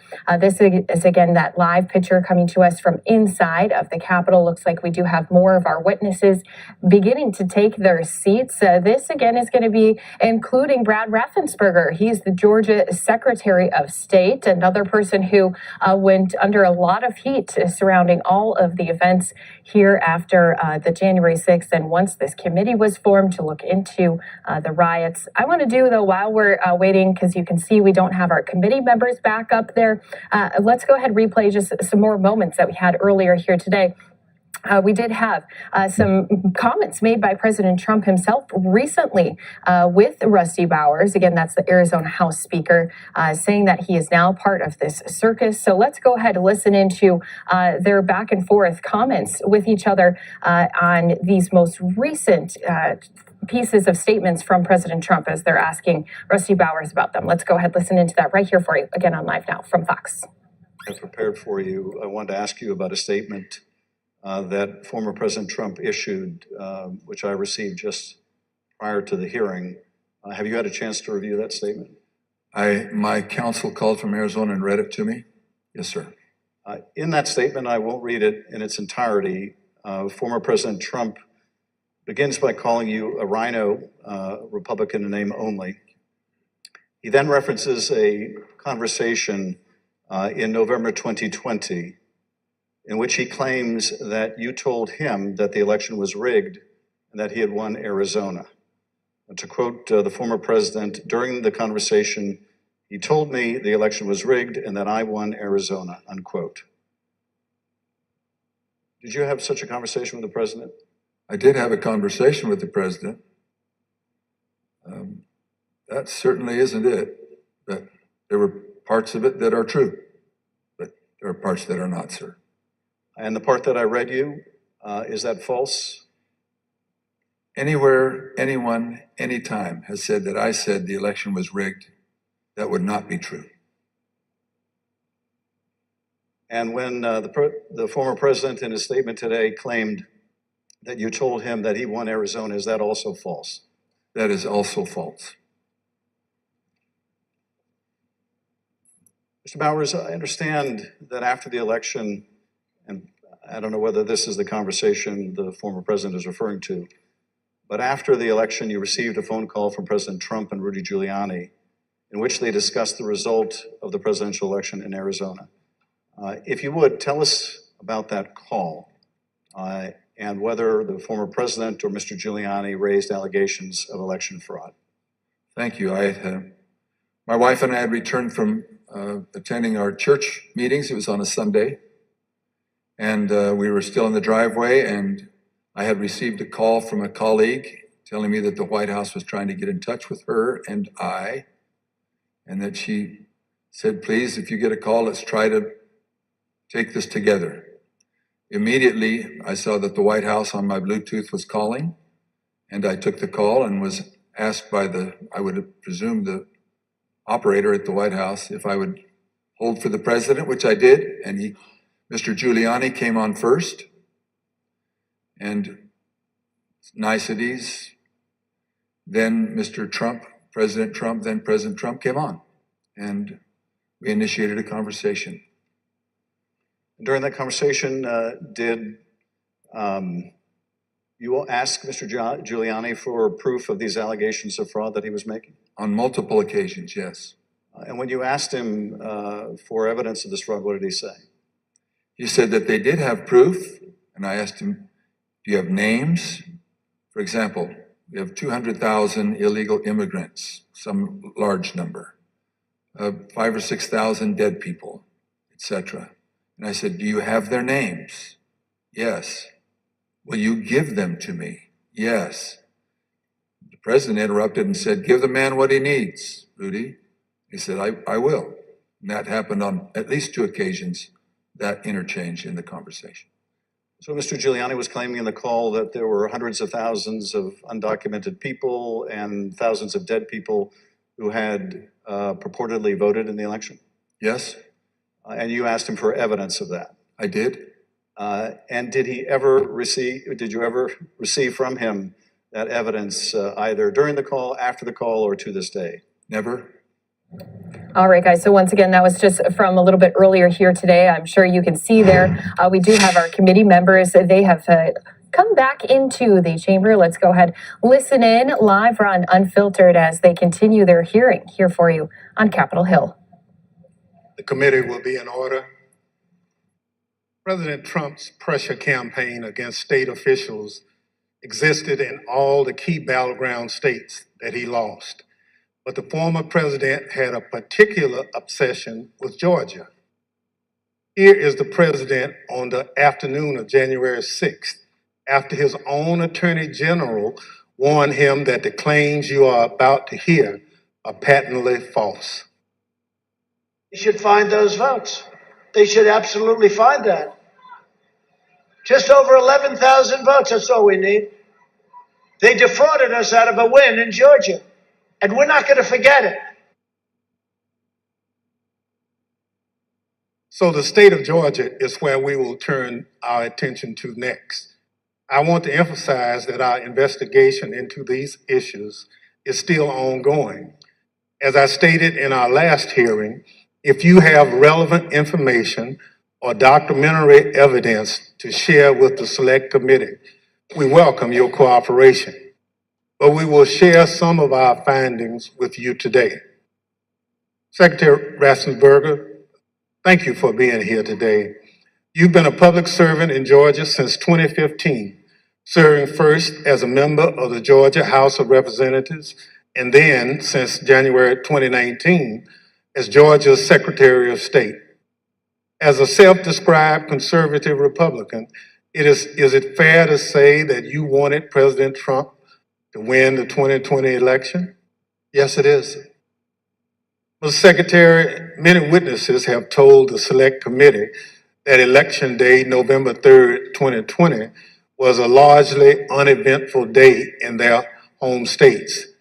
In spite of the challenges of conducting an election during a pandemic, you wrote in the Washington Post that the election was, quote, successful. Tell us, what was your impression of how Election Day had proceeded in Georgia? On Election Day in November, our election went remarkably smooth. In fact, we meet at the GEMA headquarters. That's the Georgia Energy Emergency Management Association meeting location, but we were following wait times in line. In the afternoon, our average wait time was 3 minutes statewide that we were recording for precincts, and it actually got down to 2 minutes. And at the end of the day, we felt that we had a successful election from the standpoint of the administration and the operation of the election. Thank you. The chair recognizes the gentleman from California, Mr. Schiff. Thank you, Mr. Chairman. Secretary Raffensperger, did Joe Biden win the 2020 presidential election in Georgia, and by what margin? President Biden carried the state of Georgia by approximately 12,000 votes. And Mr. Secretary, as I understand it, your office took several steps to ensure the accuracy of the vote count in Georgia, reviewing the vote count in at least 3 different ways. These steps included a machine recount, a forensic audit, and a full hand recount of every one of the 5 million ballots cast. Did these efforts, including a recount of literally every ballot cast in the state of Georgia, confirm the result? Yes, they did. We counted the ballots where the first tabulation would be scanned. Then when we did our 100% hand audit of the all 5 million ballots in the state of Georgia, all cast in place, all absentee ballots, they were all hand recounted and they came remarkably close to the first count. And then upon the election being certified, President Trump, because he was within 0.5%, could ask for a recount. And then we recounted them again through the scanner. So we got remarkably the same count. 3 counts, all remarkably close, which showed that President Trump did come up short. Nevertheless, as you will see, the president and his allies began making numerous false allegations of voter fraud. False allegations that you and Mr. Sterling, among others, had to address. Mr. Sterling, thank you also for being here today. Following the 2020 election, in addition to your normal duties, I understand that you became a spokesperson to try to combat disinformation about the election and the danger it was creating for elections officials, among others. In a December 1 press conference, you addressed some of your remarks directly to President Trump. Let's take a look at what you said that day. Mr. President, it looks like you likely lost the state of Georgia. We're investigating. There's always a possibility. I get it. You have the rights to go through the courts. What you don't have the ability to do, and you need to step up and say this, is stop inspiring people to commit potential acts of violence. Someone's going to get hurt. Someone's going to get shot. Someone's going to get killed. And it's not right. It's not right. Mr. Sterling, what prompted you to make these remarks? Mr. Schiff, we had a previously scheduled press conference that day, as we were in the habit of doing, trying to be as transparent as we could about the election and the counts going on. A little after lunch that day, lunchtime, I received a call from the project manager from Dominion Voting Systems, who was oddly, audibly shaken. She's not the kind of person I would assume would be that way. She has a master's from MIT, a graduate of the Naval Academy, and is very much on the ball and pretty unflappable. And she informed me about a young contractor they had who had been receiving threats from a video had been posted by some QAnon supporters. And at that point, we had been steeping in this kind of stuff. So it was around us all the time. So I didn't take note of it more than adding to the pile of other stuff we were having to deal with. And I did pull up Twitter and I scrolled through it and I saw the young man's name. There was a particular tweet that, for lack of a better word, was a straw that broke the camel's back. Had the young man's name. It was a very unique name. I believe it was a first-generation American. And he said, had his name, "You committed treason. May God have mercy on your soul," with a slowly twisting gif of a noose. And for lack of a better word, I lost it. I just got irate. My boss was with me at the time, the Deputy Secretary, Jordan Fuchs, and she could tell that I was angry. I tend to turn red from here up when that happens. That happened at that time. And she called Secretary Raffensperger to say, "We're seeing these kind of threats and Gabe thinks we need to say something about it." And Secretary said yes, and that's what prompted me to do what I did. I lost my temper, but it seemed necessary at the time because it was just getting worse. And I could not tell you why that particular one was the one that put me over the edge, but it did. After you made this plea to the president, did Donald Trump urge his supporters to avoid the use of violence? Not to my knowledge. Now, as we know, the president was aware of your speech because he tweeted about it later that day. Let's take a look at what the president said. In the tweet, Donald Trump claims that there was, quote, "massive voter fraud in Georgia." Mr. Sterling, that was just plain false, wasn't it? Yes, sir. Nevertheless, the very next day, on December 2nd, President Trump released a lengthy video again making false claims of election fraud in Georgia. Let's take a look at what he said this time. They found thousands and thousands of votes that were out of whack, all against me. In fact, the day after Donald Trump released that video, so now we're talking just 2 days after the emotional warning that you gave that someone's going to get killed, representatives of President Trump appeared in Georgia, including Rudy Giuliani, and launched a new conspiracy theory that would take on a life of its own and threaten the lives of several innocent election workers. This story falsely alleges that sometime during election night, election workers at the State Farm Arena in Atlanta, Georgia, kicked out poll observers. After the observers left, the story goes, these workers pulled so-called suitcases of ballots from under a table and ran those ballots through counting machines multiple times. Completely without evidence, President Trump and his allies claimed that these suitcases contained as many as 18,000 ballots, all for Joe Biden. None of this was true. But Rudy Giuliani appeared before the Georgia State Senate and played a surveillance video from State Farm Arena, falsely claiming that it showed this conspiracy taking place. Here's a sample of what Mr. Giuliani had to say during that hearing. And when you look at what you saw on the video, which to me was a smoking gun, powerful smoking gun, well, I don't have to be a genius to figure out what happened. I don't have to be a genius to figure out that those votes are not legitimate votes. You don't put legitimate votes under a table. No. Wait until you throw the opposition out, and in the middle of the night, count them.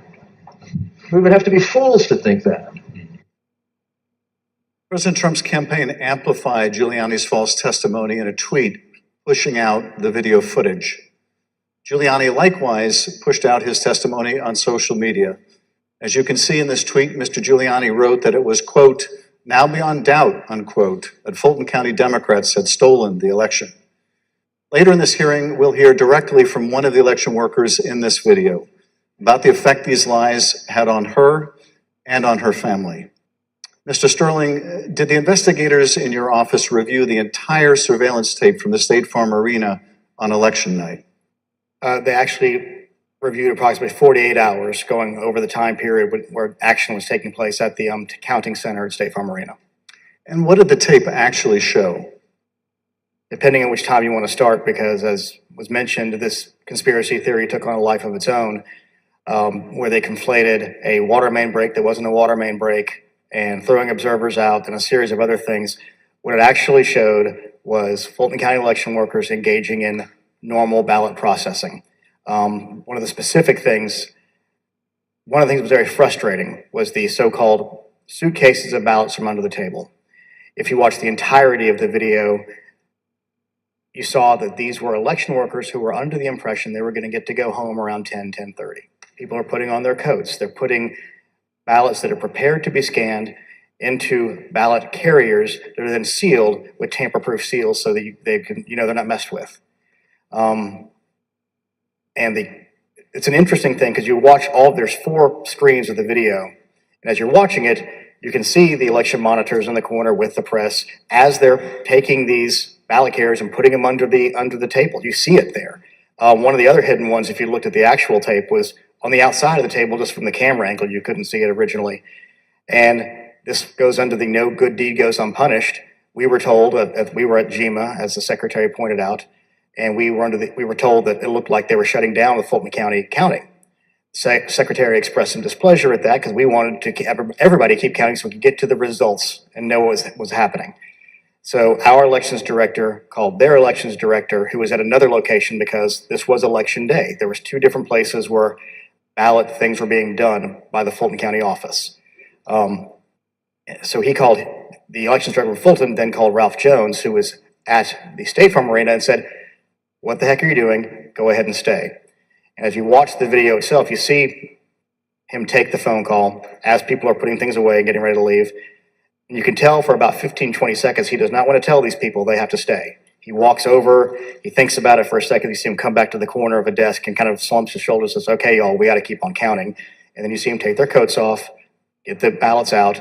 And then a secondary thing that you'll see on there is you'll have people who are counting ballots who a batch will go through.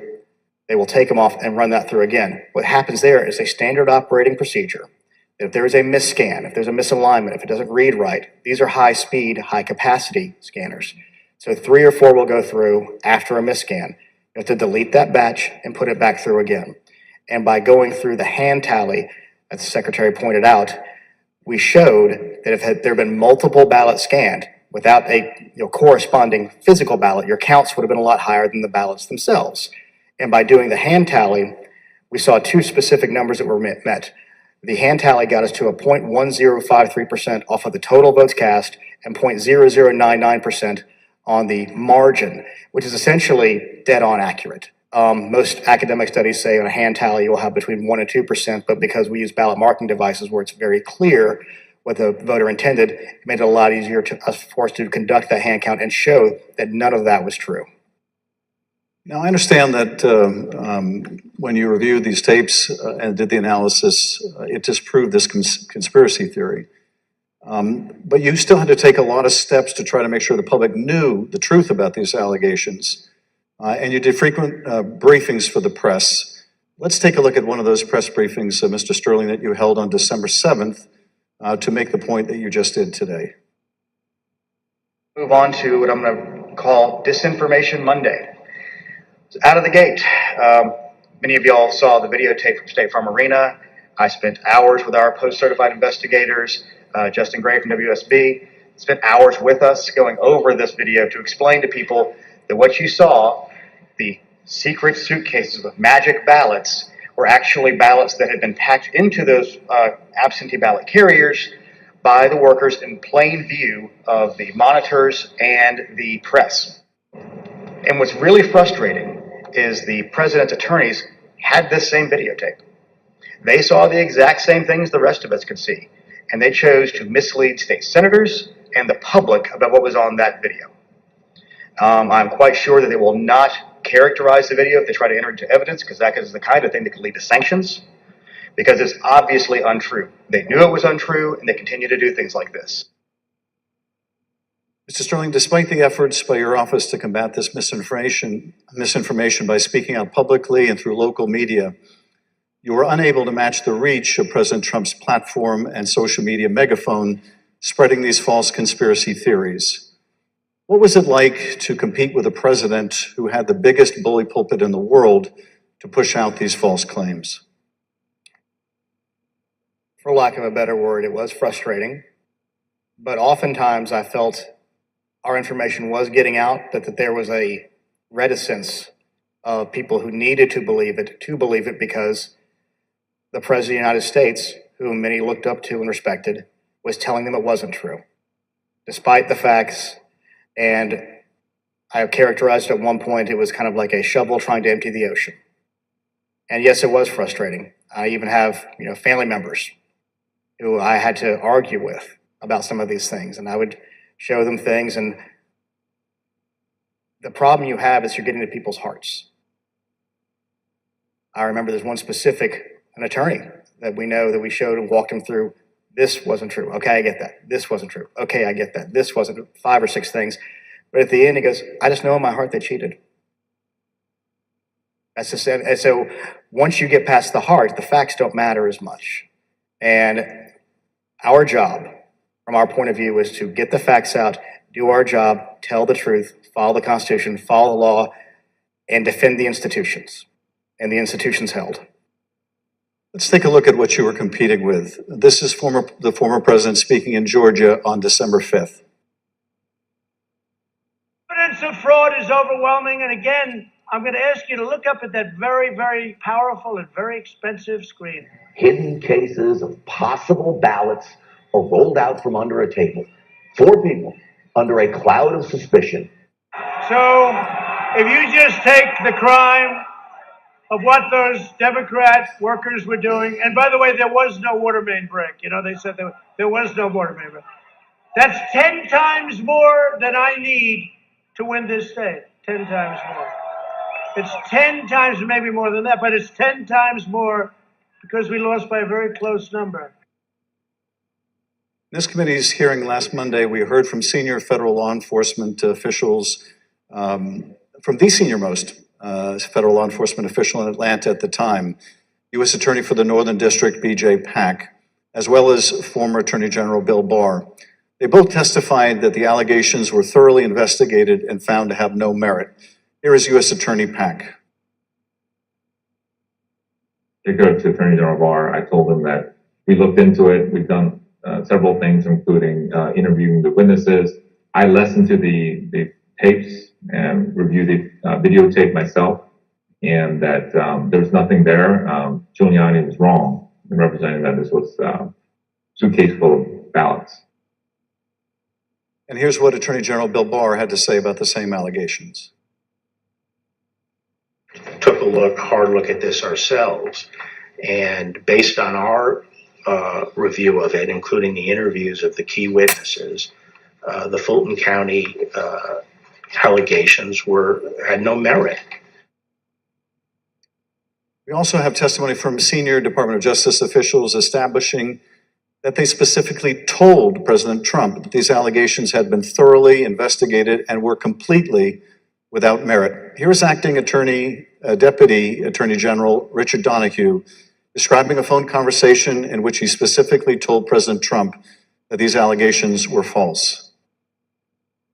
He kept fixating on this suitcase that supposedly had fraudulent ballots, and that the suitcase was rolled out from under the table.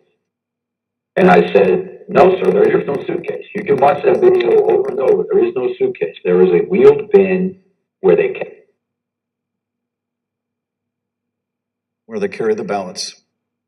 No matter how many times senior Department of Justice officials, including his own Attorney General, told the president that these allegations were not true, President Trump kept promoting these lies and putting pressure on state officials to accept them. On January 2nd, the president had a lengthy telephone conversation with Secretary Raffensperger. Prior to the president's call, though, I want to share a bit of important context. First, the White House, including the former president's chief of staff, Mark Meadows, repeatedly called or texted the secretary's office some 18 times in order to set up this call. They were quite persistent. Second, Chief of Staff Mark Meadows took the extraordinary step of showing up at a signature audit site in Georgia, where he met with Secretary Raffensperger's chief investigator, Francis Watson, who was supervising that audit process. Behind me is a photograph from that visit. Third, the day after Meadows' Georgia visit, he set up a call between President Trump and Francis Watson. On the call between President Trump and Georgia investigator Francis Watson, the former president continued to push the false claim that he'd won the state of Georgia. Let's listen to that part of the conversation. You know, you have the most important job in the country right now, because if we win Georgia, first of all, if we win, you're going to have two wins. So they're not going to win right now. You know, they're down because the people of Georgia are so angry at what happened to me. They know I won by hundreds of thousands of votes. It wasn't close. And in this next clip, he told this state law enforcement official that she'd be praised if she found the right answer. Hopefully, I will. When the right answer comes out, you'll be praised. I mean, I don't know why. They made it so hard. They will be praised. People will say, "Great," because that's what it's about. That ability to check and to make it right, because everyone knows it's wrong. There's just no way. Mr. Raffensperger, I know you weren't on this call, but that you have listened to it. President Trump didn't win by hundreds of thousands of votes in Georgia, did he? No, he did not. I've been traveling through the state of Georgia for a year now, and simply put, in a nutshell, what happened in fall of 2020 is that 28,000 Georgians skipped the presidential race, and yet they voted down ballot in other races. And the Republican congressman ended up getting 33,000 more votes than President Trump. And that's why President Trump came up short. Thank you, Mr. Secretary. The president on this call doesn't stop here. Let's listen to another part of the conversation between President Trump and Ms. Watson.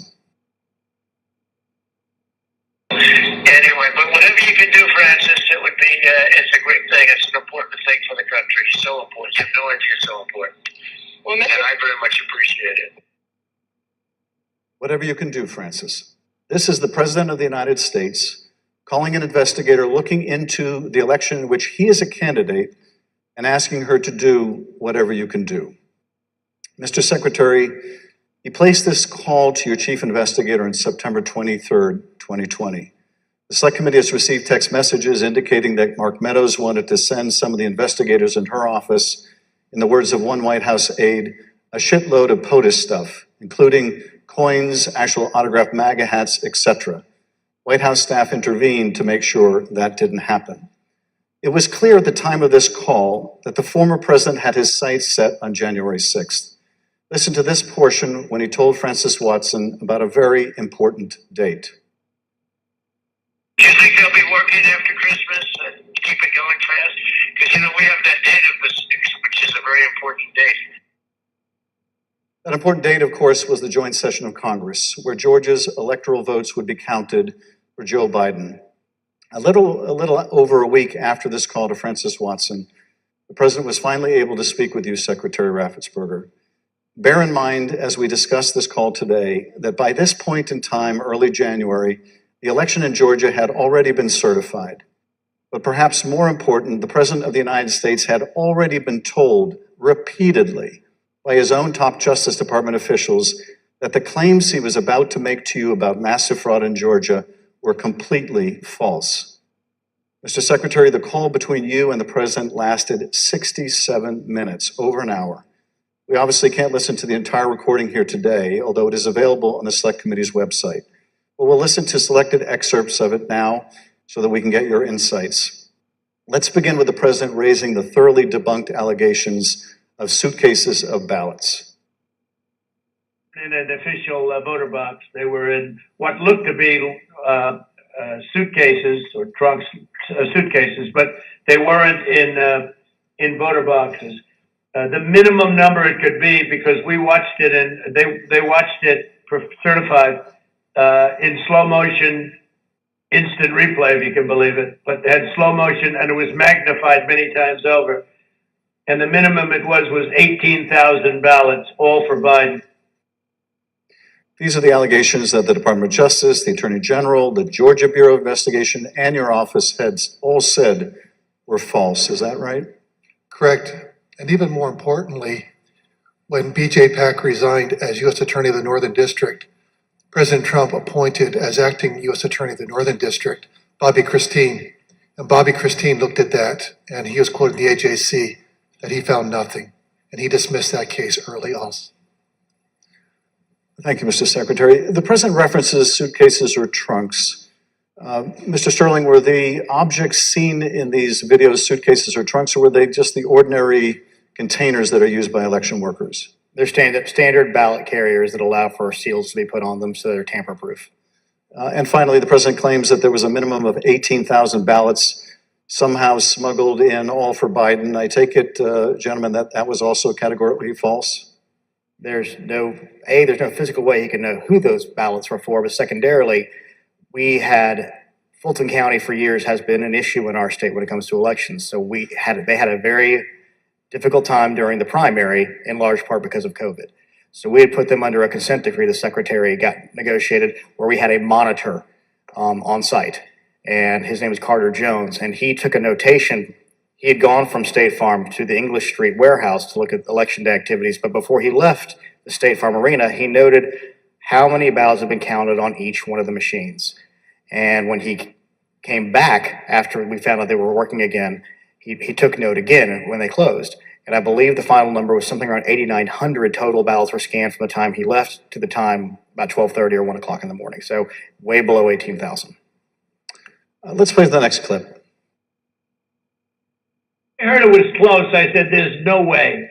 But they dropped a lot of votes in there late at night. You know that, Brad. Mr. Secretary, did somebody drop a lot of votes there late at night? No. I believe that the president was referring to some of the counties when they would upload, but the ballots had all been accepted and had to be accepted by state law by 7 p.m. So there were no additional ballots accepted after 7 p.m. Let's play the next clip in which the president makes claims about so-called dead voters. The other thing, dead people So dead people voted. And I think the number is in the close to 5,000 people. And they went to obituaries. They went to all sorts of methods to come up with an accurate number. And a minimum is close to about 5,000 voters. So, Secretary, did your office investigate whether those allegations were accurate? Did 5,000 dead people in Georgia vote? No, it's not accurate. And actually, in their lawsuits, they allege 10,315 dead people. We found 2 dead people when I wrote my letter to Congress. That's dated January 6th. And subsequent to that, we found 2 more. That's 1, 2, 3, 4 people, not 4,000, but just a total of 4, not 10,000, not 5,000. Let's play the next clip. And there's nothing wrong with saying that, that you've recalculated, because the 2,236 and absentee ballots, I mean, they're all exact numbers that were done by accounting firms, law firms, etc. And even if you cut them in half, cut them in half, and cut them in half again, it's more votes than we need. Mr. Secretary, is there any way that you could have lawfully changed the result in the state of Georgia and somehow explained it away as a recalculation? No, the numbers are the numbers. The numbers don't lie. We had many allegations and we investigated every single one of them. In fact, I challenged my team, did we miss anything? They said that there was over 66,000 underage voters. We found that there's actually 0. You can register to vote in Georgia. When you're 17 and a half, you have to be 18 by election day. We checked that out, every single voter. They said that there was 2,423 non-registered voters. There were 0. They said that there was 2,056 felons. We identified less than 74 or less that were actually still in felony sentence. Every single allegation we checked, we ran down the rabbit trail to make sure that our numbers were accurate. So there's no way you could have recalculated it except by fudging the numbers? The numbers were the numbers, and we could not recalculate because we had made sure that we had checked every single allegation. And we had many investigations. We had nearly 300 from the 2020 election. Mr. Secretary, you tried to push back when the president made these unsupported claims, whether they were about suitcases of ballots or that Biden votes were counted 3 times. Let's play the next clip. President, they did not put that. We did an audit of that, and we proved conclusively that they were not scanned 3 times. Yeah, Mr. President, we'll send you the link from WSB that does. I don't care about a link. I don't need it. I have a much better link. You told the president you would send him a link from WSB, which I understand is a local television station that had a unedited video from the State Farm Arena. But the president wasn't interested in that. He said he had a much better link. Mr. Secretary, at the time that you were on the call with the president, as we have shown, both the FBI and the Georgia Bureau of Investigation have proven these claims to be nonsense. And you told him about these investigations on the phone. Let's listen to what President Trump had to say about the state and federal law enforcement officers who investigated these false claims. There's no way they could find, then they're incompetent. They're either dishonest or incompetent, okay? There's only 2 answers, dishonesty or incompetence. There's just no way, look, there's no way. But the president didn't stop at insinuating that law enforcement officers were either dishonest or incompetent. He went on to suggest that you could be subject to criminal liability for your role in the matter. Before I play that portion of the conversation, I'd like to show you something that the president retweeted a couple weeks before your call with him. Here's the president retweeting a post from one of his allies, a lawyer who was later sanctioned by a judge in Michigan for making false claims of election fraud. Let's take a look at that tweet. The tweet read, quote, President Trump, @real Donald Trump, is a genuinely good man. He does not really like to fire people. I bet he dislikes putting people in jail, especially quote unquote Republicans. He gave @Brian Kemp, Georgia, and @Georgia Secretary of State every chance to get it right. They refused. They will soon be going to jail. So on your call, this was not the first time the president was suggesting you might be criminally liable. With that, let's listen to this portion of the call. I think you're going to find that they are shredding ballots because they have to get rid of the ballots because the ballots are unsigned. The ballots are corrupt. And they're brand new and they don't have seals, and there's a whole thing with the ballots, but the ballots are corrupt. And you're going to find that they are, and which is totally illegal. It's more illegal for you than it is for them, because you know what they did and you're not reporting it. That's a criminal offense. And you can't let that happen. That's a big risk to you and to Ryan, your lawyer. That's a big risk. Secretary Raffensperger, after making a false claim about shredding of ballots, the president suggested that you may be committing a crime by not going along with his claims of election fraud. And after suggesting that you might have criminal exposure, President Trump makes his most explicit ask of the call. Let's play a part of that conversation. So, look, all I want to do is this. I just want to find 11,780 votes, which is one more than we have, because we won the state. Mr. Secretary, was the president here asking you for exactly what he wanted? One more vote than his opponent. What I knew is that we didn't have any votes to find. We had to continue to look. We investigated, like I just shared the numbers with you. There were no votes to find. That was an accurate count that had been certified. And as our general counsel said, there was no shredding of ballots. Mr. Secretary, after making this request, the president then goes back to the danger of having you deny these allegations of fraud. Let's listen to that part of the clip. And I watched you this morning and you said, well, there was no criminality, but I mean, all of this stuff is very dangerous stuff. When you talk about no criminality, I think it's very dangerous for you to say that. Secretary Raffensperger, you wrote about this in your book, and you said, quote, "I felt then and still believe today that this was a threat. Others obviously thought so too, because some of Trump's more radical followers have responded as if it was their duty to carry out this threat. Please tell us what you, your wife, even your daughter-in-law experienced regarding threats from Trump's more radical followers." Well, after the election, my email, my cell phone was doxxed, and so I was getting text all over the country. And then eventually, my wife started getting the text, and hers typically came in as sexualized texts, which were disgusting. You have to understand that Trish and I, we met in high school. We've been married over 40 years now, and so they started going after her. I think just to probably put pressure on me. Why don't you just quit, walk away? And so that happened. And then some people broke into my daughter-in-law's home. And my son has passed, and she's a widow and has 2 kids. And so we're very concerned about her safety also. And Mr. Secretary, why didn't you just quit and walk away? Because I knew that we had followed the law, and we had followed the Constitution. And I think sometimes moments require you to stand up and just take the shots. You're doing your job. And that's all we did. We just followed the law, and we followed the Constitution. And at the end of the day, President Trump came up short. But I had to be faithful to the Constitution. And that's what I swore an oath to do. During the remainder of the call, the former president continued to press you to find the remaining votes that would ensure his victory in Georgia. Let's listen to a little more. Why wouldn't you want to find the right answer, Brad, instead of keep saying that the numbers are right? So look, can you get together tomorrow? And Brad, we just want the truth. It's simple. And everyone's going to look very good if the truth comes out. It's okay. It takes a little while, but let the truth come out. And the real truth is I won by 400,000 votes, at least.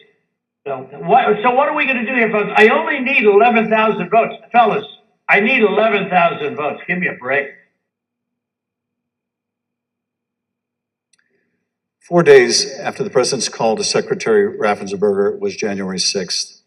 The president whipped up the crowd in front of the ellipse, once again promoting the allegation that Secretary Raffensperger, the president's own attorney general, had told him was false. Here he is on the ellipse. In Fulton County, Republican poll watchers were ejected, in some cases physically, from the room under the false pretense of a pipe burst, water main burst. Everybody leave. which we now know was a total lie.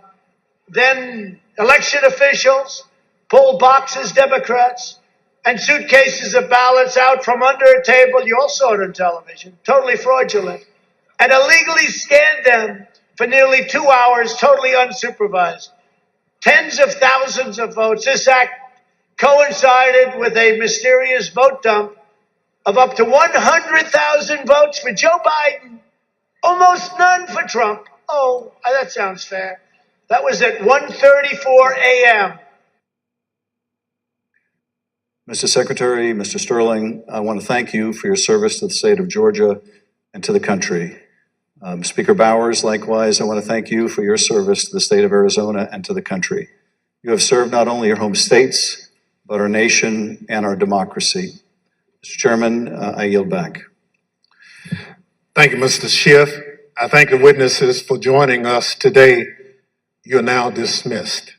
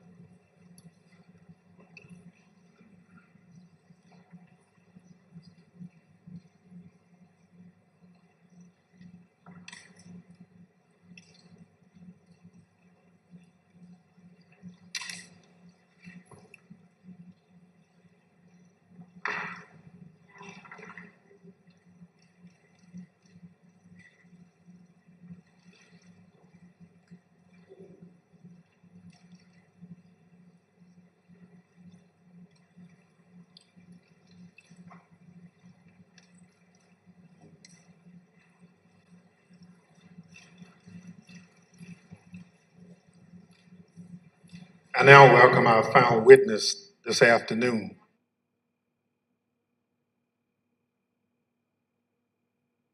Andrea Shea Moss. Ms. Moss worked in the Department of Registration and Elections in Fulton County, Georgia, from 2017 until 2022. In that job, Ms. Moss handled voter applications and absentee ballot requests and also helped to process the vote count for several elections. In December 2020, Ms. Moss and her mother, Ms. Ruby Freeman, became the target of nasty lies spread by President Trump and his allies as they sought to overturn the election results in Georgia. Ms. Moss and her mother, Ms. Freeman, are two of the unsung heroes in this country, doing the hard work of keeping our democracy functioning for every American. Ms. Moss, welcome. Thank you for your service, and I thank you for being here today. I will now swear you in. Please stand.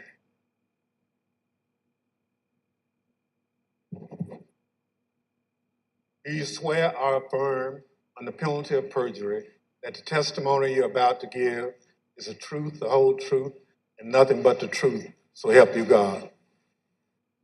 Thank you. Please be seated.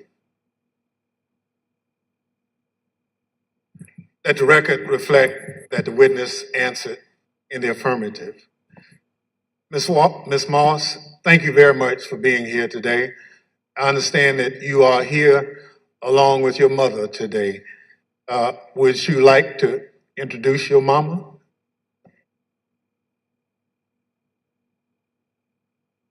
Hi, Mom.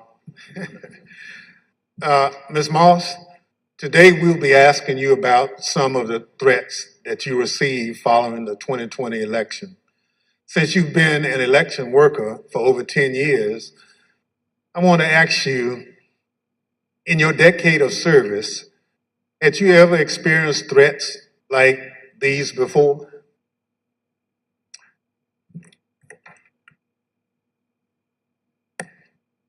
Uh, don't be nervous. I understand. So, and I want to make sure that the record reflects that you've done it for quite a while and you never received a threat. And your answer was no. Thank you. Pursuant to Section 5C8 of the House Resolution 503, the chair recognizes the gentleman from California, Mr. Schiff, for questions. Good afternoon, Ms. Moss. Thank you for being here. I understand that you were employed by the Fulton County Registration and Elections Department for more than 10 years, and I understand that you love that job. Please tell us what made you so fond of the work that you did.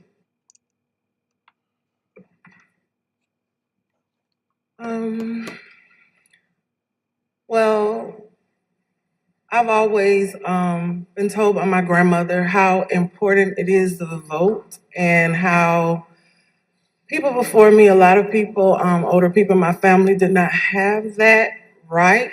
So what I loved most about my job were the older voters.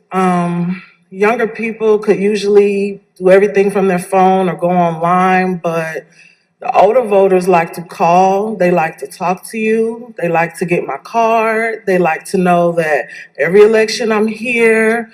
And like even college students, a lot of parents trust in me to make sure their child does not have to drive home. They'll get an absentee ballot, they can vote, and I really found pleasure in that. I liked being the one that if someone can't navigate my voter page or, they want a new precinct card, they don't have a copy machine or a computer or all of that, I could put it in the mail for them. I was excited always about sending out all the absentee ballots for the elderly, disabled people. I even remember driving to an hospital to give someone her absentee application. That's what I love the most. So you really enjoyed helping people vote and participate, and that was something, the right to vote that your grandmother taught you was precious. Yeah. Well, I know the events that we're here to talk about today are incredibly difficult to relive. Your proud service as an election worker took a dramatic turn on the day that Rudy Giuliani publicized a video of you and your mother counting ballots on election night. President Trump, Rudy Giuliani, and others claimed on the basis of this video that you and your mother were somehow involved in a plot to kick out observers, bring suitcases of false ballots for Biden into the arena, and then run them through the machines multiple times. None of that was true, was it? None of it. I'd like to show you some of the statements that Rudy Giuliani made in a second hearing before the Georgia state legislators, a week after that video clip from State Farm Arena was first circulated by Mr. Giuliani and President Trump. I want to advise viewers that these statements are completely false and also deeply disturbing. Tape earlier in the day of Ruby Freeman and Shay Freeman Moss and one other gentleman quite obviously surreptitiously passing around USB ports as if they're vials of heroin or cocaine. I mean, it's obvious to anyone who's a criminal investigator or prosecutor they are engaged in surreptitious illegal activity again that day. And that's a week ago, and they're still walking around Georgia lying. They should have been questioned already. Their places of work, their homes should have been searched for evidence of ballots, for evidence of USB ports, for evidence of voter fraud. That video was from Rudy Giuliani's appearance at a Georgia state Senate hearing on December 10. How did you first become aware that Rudy Giuliani, the president's lawyer, was accusing you and your mother of a crime?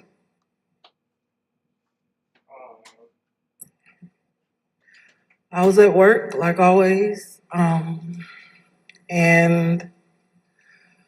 the former Chief, Mr. Jones, asked me to come to his office. And when I went to his office, the former director, Mr. Barron, was in there, and they showed me a video on their computer. It was just like a very short clip of us working at State Farm, and it had someone on the video like talking over the video, just saying that we were doing things that we weren't supposed to do, just lying throughout the video. And that's when I first found out about it. And were there social media posts that they showed you responding to those false claims? Well, when I saw the video, of course, the first thing that I said was like, why? Why are they doing this? What's going on? And they, just told me that Trump and his allies were not satisfied with the outcome of the election, and they were getting a lot of threats and being harassed online, and asked me, have I been receiving anything, and I need to check on my mom. And I told them, I was like, where have they, where have you been getting these threats? I don't believe I have any. And Mr. Jones told me like they're attacking his Facebook, and I don't really use Facebook. I have one, so I went to the Facebook app, and I'm just kind of panicky at this point because this has never happened to me, and my mom is involved. I'm like her only child. So I'm just asking him, like, where are the messages? All I see is the feeds. Like, how do you get to the messages? And he said, it's another icon on your phone that says Messenger. And I went to that icon, and it was just a lot of horrible things there. And those horrible things, did they include threats? Yes, a lot of threats, wishing death upon me, telling me that, I'll be in jail with my mother, and saying things like, be glad it's 2020 and not 1920. Were a lot of these threats and vile comments racist in nature? A lot of them were racist. A lot of them were just hateful. But yes, sir. In one of the videos we just watched, Mr. Giuliani accused you and your mother of passing some sort of USB drive to each other. What was your mom actually handing you on that video? A ginger mint. It wasn't just Rudy Giuliani. We heard President Trump make these false allegations repeatedly during his call with Secretary Raffensperger. Let's listen to a portion of what he had to say about you and your mother. We had at least 18,000, that's on tape. We had them counted very painstakingly, 18,000 voters having to do with Ruby Freeman. She's a vote scammer, a professional vote scammer and hustler. Donald Trump attacked you and your mother using her name 18 times on that call. 18 times. Ms. Moss, can you describe what you experienced listening to former President Trump attack you and your mother in a call with the Georgia Secretary of State? I felt horrible. I felt like it was all my fault. Like, if I would have never decided to be an elections worker, like, I could have done anything else, but that's what I decided to do. And now people are lying and spreading rumors and lies and attacking my mom. I'm her only child. Going to my grandmother's house. I'm her only grandchild. And my kid. It's just, I felt so bad. I just felt bad for my mom, and I felt horrible for picking this job and being the one that always wants to help and always there. never missing not one election. I just felt like it was my fault for putting my family in this situation. Well, it wasn't your fault. Your mother was kind enough to come speak with us earlier. Let's listen to her story in her words. My name is Ruby Freeman.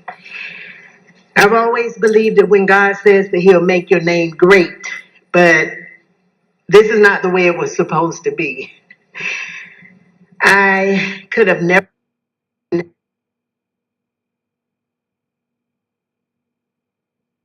My entire professional life, I was Lady Ruby. My community in Georgia, where I was born and lived my whole life, knew me as Lady Ruby. I built my own business around that name, LaRuby's Unique Treasures, a pop-up shop catering to ladies with unique fashions. I wore a shirt that proudly proclaimed that I was, and I am, Lady Ruby. Actually, I had that shirt on. I had that shirt in every color. I wore that shirt on Election Day 2020. I haven't worn it since, and I'll never wear it again. Now I won't even introduce myself by my name anymore. I get nervous when I bump into someone I know in the grocery store who says my name. I'm worried about who's listening. I get nervous when I have to give my name for food orders. I'm always concerned of who's around me. I've lost my name and I've lost my reputation. I've lost my sense of security, all because a group of people starting with number 45 and his ally, Rudy Giuliani, decided to scapegoat me and my daughter, Shay, to push their own lies about how the presidential election was stolen. Ms. Moss, how has this experience of being targeted by the former president and his allies affected your life? It's turned my life upside down. I no longer give out my business card. I don't transfer calls. I don't want anyone knowing my name. I don't want to go anywhere with my mom because she might yell my name out over the grocery aisle or something. I don't go to the grocery store at all. I haven't been anywhere at all. I've gained about 60 pounds. I just don't do nothing anymore. I don't want to go anywhere. I second guess everything that I do. It's affecting my life in a major way, in every way. All because of lies. For me doing my job, same thing I've been doing forever.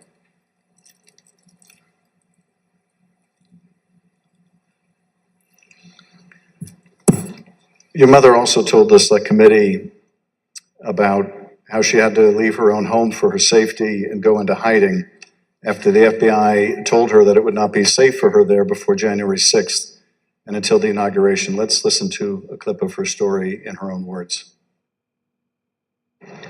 Around the week of January 6th, the FBI informed me that I needed to leave my home for safety.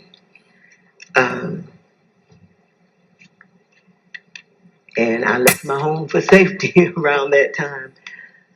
Understood. How long did you stay out? Did you, remain outside of your home for your own safety? I stayed away from my home for approximately 2 months. It was horrible. I felt homeless. I felt, I can't believe this person has caused this much damage to me and my family. To have to leave my home that I've lived there for 21 years.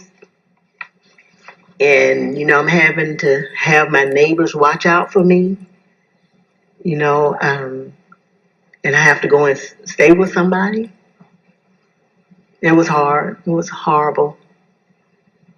And that your conversation with the FBI about needing to leave your home for your own safety, or perhaps recommending it. Do you remember, was there a specific threat that prompted that, or was it the accumulation of threats that you had received? What prompted it was getting ready to January 6th was about to come. And they did not want me to be at home because of all the threats and everything that I had gotten. They didn't want me to be there in fear of, the people would come into my home, and I had a lot of that. So they didn't want me to be there just in case something happened. I asked, how long am I going to have to be at home? They said at least until the inauguration. Ms. Moss, I understand that people once showed up at your grandmother's house. Tell us about that experience. I received a call from my grandmother. This woman is my everything. I've never even heard her or seen her cry ever in my life. And she called me screaming at the top of her lungs, like, Shay, oh my God, Shay, just freaking me out, saying that there were people at her home, and they, they knocked on the door, and of course she opened it and seeing who was there, who it was, and they just started pushing their way through, claiming that they were coming in to make a citizen's arrest. They needed to find me and my mom. They knew we were there. And she was just screaming and didn't know what to do. And I wasn't there. So, I just felt so helpless and so horrible for her. And she was just screaming. I told her to close the door. Don't open the door for anyone. And, she's a 70-something, I won't say, year-old woman, and she doesn't like having restrictions. She wants to answer the door. She likes to get her steps in, walking around the neighborhood, and I had to tell her, like, you can't do that. You have to be safe. And she would tell me that at night, people would just continuously send pizzas over and over to her home, and they were expecting her to pay for these large amounts of pizzas, and she went through a lot that she didn't have to. And once again, it made me just feel so horrible. In addition to the personal impact this experience has had on you and your family, one of the things that I find most disturbing is how these lies discourage longtime election workers from continuing to do this important work. Tell us, if you would, of the other election workers shown in that State Farm Arena video and their supervisors. How many are still election workers in Fulton County? There is no permanent election worker or supervisor in that video that's still there. And did you end up leaving your position as well? Yes, I left. Ms. Moss, I want to thank you for coming in to speak with us and to thank you for your service to our democracy. What we have just played is a truly horrible and appalling sample, but just a sample of the things that were said about you and your mother following the election. I want to say how very sorry I think we all are for what you've gone through, and tragically, you're not alone. Other election workers around the country have also been the subject of lies and threats. No election worker should be subject to such heinous treatment just for doing their job. With your permission, I would like to give your mother the last word. Yes. We're just going to play the tape. There is nowhere I feel safe. Nowhere. Do you know how it feels to have the President of the United States to target you? The President of the United States is supposed to represent every American, not to target one. But he targeted me, Lady Ruby, a small business owner, a mother, a proud American citizen who stand up to help Fulton County run an election in the middle of the pandemic. Thank you, Ms. Moss. Thank you, Ms. Freeman, or as America now knows her, Lady Ruby, for your service to Fulton County, Georgia, our country, and our democracy. Mr. Chairman, I yield back. Thank you, Mr. Schiff. Ms. Moss, Yes, sir. I want to thank you for sharing with us the very troubling story of what you and your mother experienced. The harassment of election workers like you simply for doing your duty as public servants poses a threat to our democratic process. Your testimony is an important contribution to the work of our committee and serves as a reminder to all of us that the safety of local election officials is vital to ensuring that our elections are always free and fair. I want to thank our witness for joining us today. The members of the Select Committee may have additional questions for today's witness, and we ask that you respond expeditiously in writing to those questions. Without objection, members will be permitted 10 business days to submit statements for the record, including opening remarks and additional questions for the witness. Without objection, the chair recognizes the gentleman from California, Mr. Schiff, for a closing statement. For more than 200 years, our democracy has been distinguished by the peaceful transfer of power. When an American raises their right hand and takes the presidential oath of office, they are transformed from an ordinary citizen into the most powerful person in the world, the president. This is an awesome power to acquire. It is even more awesome when it is handed on peacefully. When George Washington relinquished the office of the presidency, it set a precedent that served as a beacon for other nations struggling against tyranny. When Ronald Reagan described it as a kind of miracle in the eyes of the world, he was exactly right. Other countries use violence to seize and hold power, but not in the United States, not in America. When Donald Trump used the power of the presidency to try to stay in office after losing the election to Joe Biden, he broke that sacred and centuries-old covenant. Whether his actions were criminal will ultimately be for others to decide. But what he did was, without a doubt, unconstitutional. It was unpatriotic, and it was fundamentally un-American.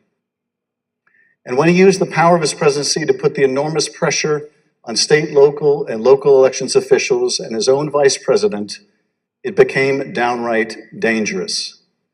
On January 6th, that pressure became deadly. Ruby Freeman said the president is supposed to protect every American, not target them. And she is right. If the most powerful person in the world can bring the full weight of the presidency down on an ordinary citizen who is merely doing her job with a lie as big and heavy as a mountain, who among us is safe? None of us is. None of us.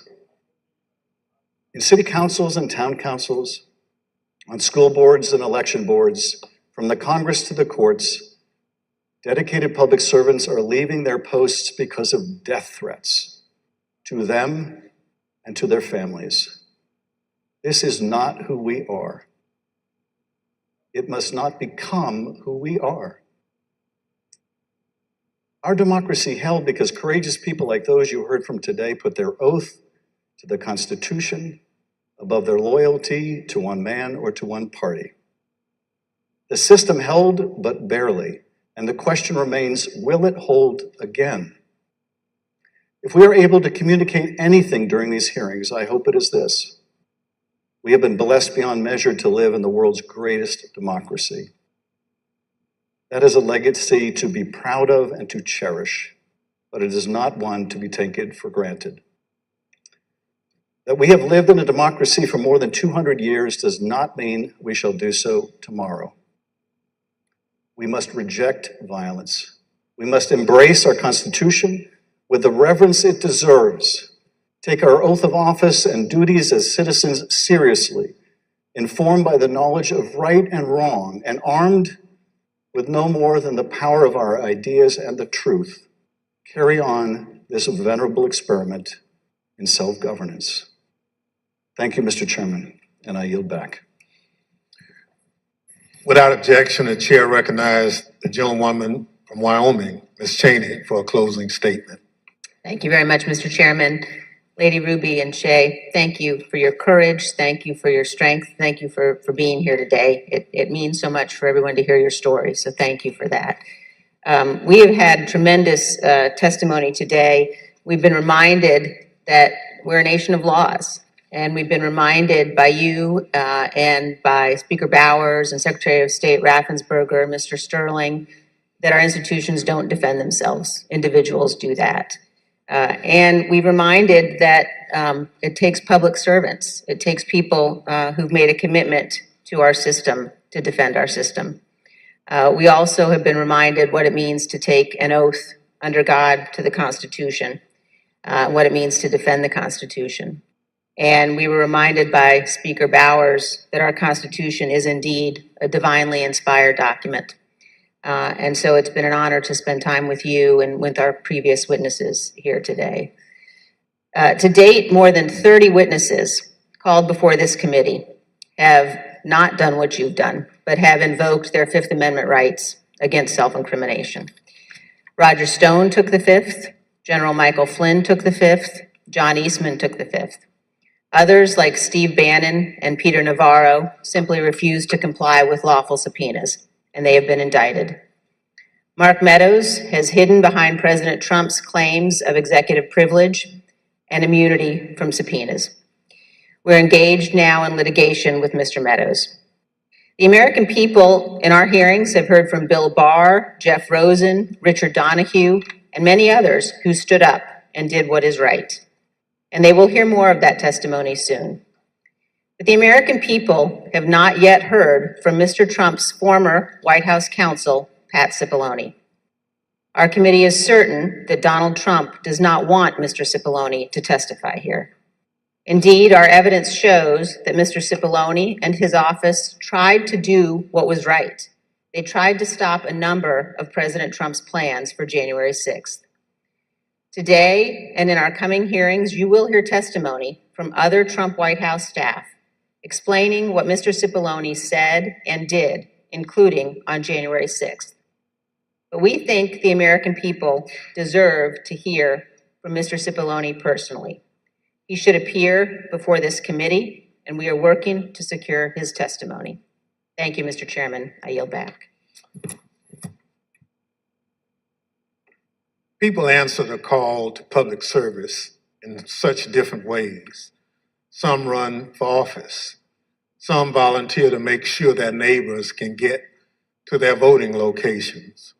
Some work at polling sites to help election day go smoothly. Some look into problems to guarantee our elections are secure and accurate, just to name a few. As I mentioned at the start of this hearing, when we talk about our democratic institutions, we're talking about these individuals and many others who do these jobs across the country. They represent the backbone of our democracy at its most important moments, when the citizens cast their votes and when those votes are counted. We've heard the stories of their courage. They've earned the thanks of a grateful nation. But for Donald Trump, these witnesses and others like them were another roadblock to his attempt to cling to power. On Thursday, we'll hear about another part of that scheme, his attempt to corrupt the country's top law enforcement body, the Justice Department, to support his attempt to overturn the election. Just as we heard today that Donald Trump was deeply involved in the scheme to pressure state officials to overturn the election results, we will hear on Thursday that Donald Trump was also the driving force behind the effort to corrupt the Justice Department. Listen to this clip from the former acting Attorney General, Richard Donahue. The president said, suppose I do this, suppose I replace him, Jeff Rosen, with him, Jeff Clark. What do you do? And I said, sir, I would resign immediately. There is no way I'm serving 1 minute under this guy, Jeff Clark. You'll hear from Mr. Donahue in person on Thursday as my colleague, Mr. Kinzinger, presents details about this plan.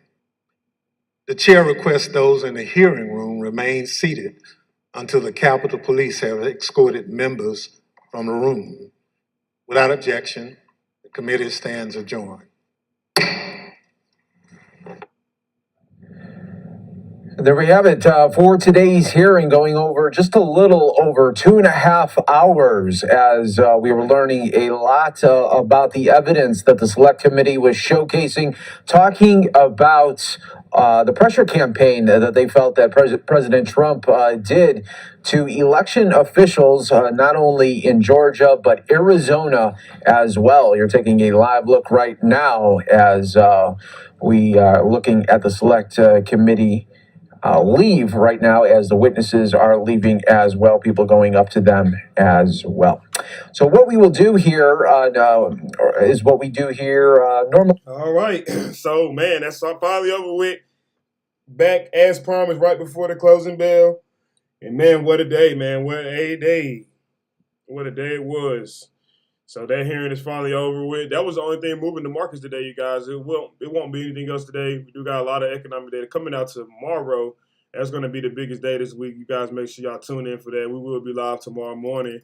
I guess we can go over what the cover art stands for here today. And I guess we can do the word of the day here in the last 20 minutes. The power of patience, you guys. You can be grinding for 2 years with no results. And on that third year, you can become the biggest thing on the planet, you guys. The power of never giving up is real. Keep going and stay patient, you guys. We're going to take a quick break here. We'll be right back. Hello.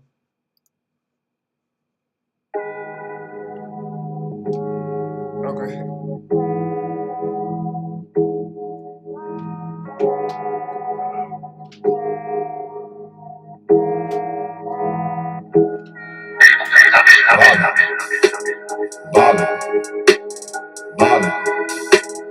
Ballin', yeah, nigga, I be ballin'.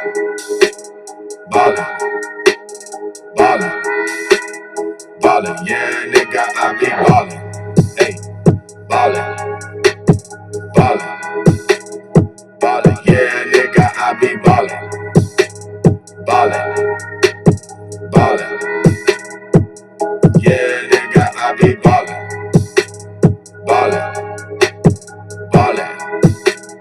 Ballin', just like ballin', I be ballin'. Ballin', yeah, nigga, I be ballin'. Ballin' like I'm Jordan, 2, 3. When I shoot it, yeah, I'm scoring. Swish. When I pull off, it's a foreign. Nigga, you can hear the engine run. Yeah, I'm ballin' like I'm Jordan. Running in circles round you niggas like I'm Gordon.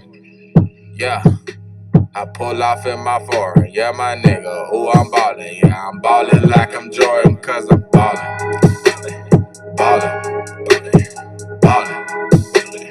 Ballin', yeah, nigga, I be ballin'.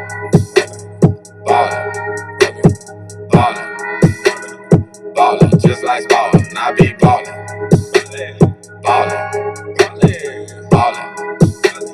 Ballin', yeah, nigga, I be ballin'.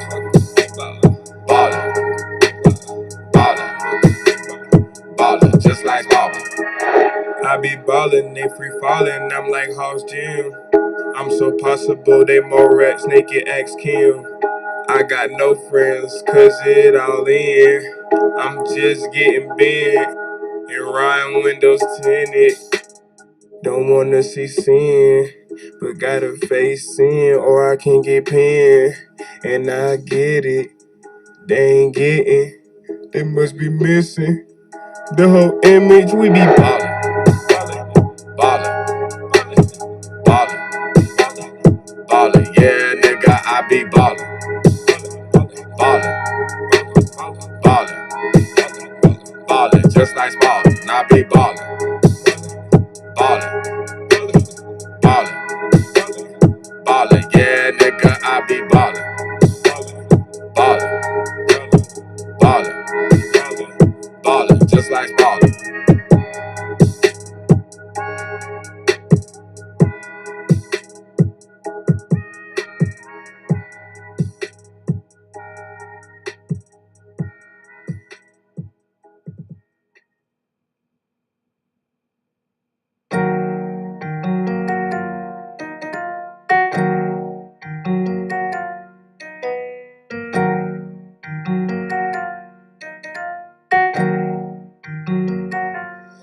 J Bunker.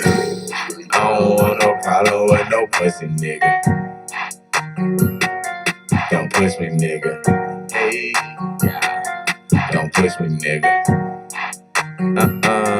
Don't push me, nigga. I don't want no problems. I don't want, cause I might have to solve them. Yeah, you want a riddle? Taste the Rambo, yeah, you pop the bag of Skittles. J Bunker. I don't want no problem with no pussy, nigga. Don't push me, nigga. Nope. Don't push me, nigga. Don't push me, nigga. J Bunker. Don't push me, nigga. I don't want no problem with no. I don't want no trouble. I got static. I wreak havoc. You can have it, yeah, my nigga. You can have it. You can have it. You run up on me, you end up tragic. Yeah, when I smoke a double bag it. Yeah, this shit is potent. Yeah, you can have it. You can have it. Cause I'm smoking on that gas. Yeah, stay smoking that pack. J Bunker. Cause I don't want no problem with a pussy, nigga. Don't push me, nigga. Don't push me, nigga. Yeah, don't push me, nigga. I don't want no problem with a pussy, nigga. Don't push me, nigga.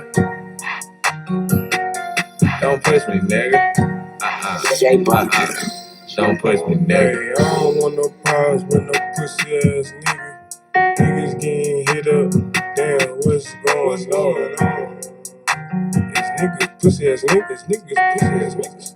Hey, is the karma really out the kitchen? J Bunker. Hey, which side you on? Who with you? Hey, which side? Who slide? Who riding with you? Slide, who riding with you? Hey, who vibing going against you? Who vibing going against you? Better watch me to pay attention. Niggas jumped me and I knew it. After that, I had to get missing and add it up. Stack them digits. Stay on that. Never pretended. When that money coming in, yeah, you gon' see who your friends. When that money going out, you gon' see what they really about.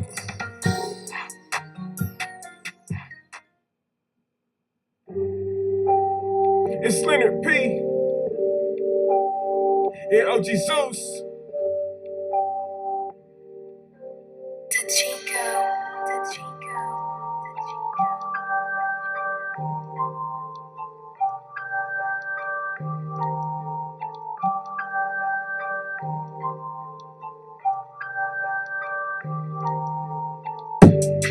We tryna stack it to the ceiling. We tryna stack it to the millions. We tryna rack it to the millions. Since we was little boys, our clubs had attendance. That mean we been getting injuries. We tryna stack it to the ceiling. We tryna stack it to the millions. We tryna rack it to the millions. Hey, bro told me chill, we got some millions. I said I'm sitting still, I'ma figure out how to get a trillion. And we gon' get that trillion. And I ain't got no deal yet. I ain't signing no deals there. You told, you wrote on a statement. I ain't with it. I don't feel it, I ain't even with it. So I mean I gotta disappear from it. And add up this money quick. Hey, rest in peace to Quick. And Rex. I'ma rag it up. For Rex. 2-3, make 'em back it up. And that's facts. We tryna stack it to the ceiling. We tryna stack it to the millions. We tryna rack it to them bills. This is love boys, y'all clubs had attendance. That mean we getting interest. Stack it to the ceiling, rack it up. We stack it to the millions. Tryna rack it to them billions. Tryna rack it to them billions. Yeah, my nigga tryna rack it to them trillions. You know just how I'm feeling. Yeah, my nigga, I'm sitting on the hill, man. Yeah, I'm tryna get a billion. Yeah, tryna be on a filming. Yeah, clip. Yeah, I'm with the crew. Yeah, my nigga, ooh. Yeah, my nigga, yeah, I'm fresh as you. Yeah, clean. Yeah, get a meal. Yeah, my nigga, fuck a deal. I ain't got no label. Yeah, my nigga, ooh, I'm tall, yeah, just like a fable. Ooh. We tryna stack it to the ceiling. We tryna stack the millions. We tryna rack it to them bills. This little boys, yeah, our clubs had attendance. That mean we getting interest. We tryna stack it to the ceiling. We tryna stack it to the millions. We tryna rack it to them billions.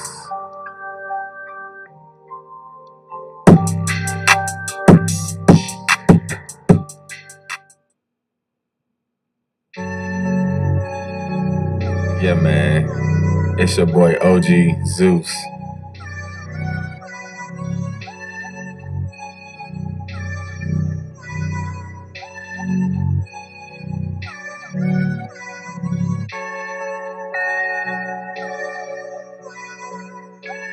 Don't ever try to play us, nigga. Nah, cause you might die.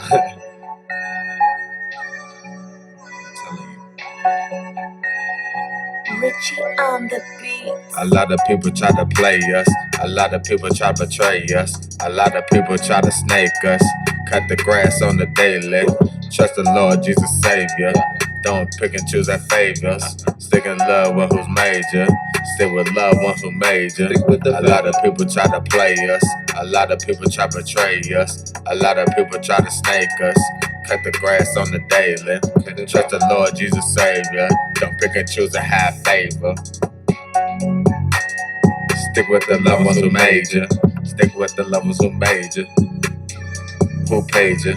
Yeah, you a snake. I hate you. Yeah, cut the grass on the daily. No, my nigga, don't play me. Yeah, my nigga, you wanna play me? Yeah, my nigga, you can't play me. No, you can't. Yeah, my nigga, I'm nice.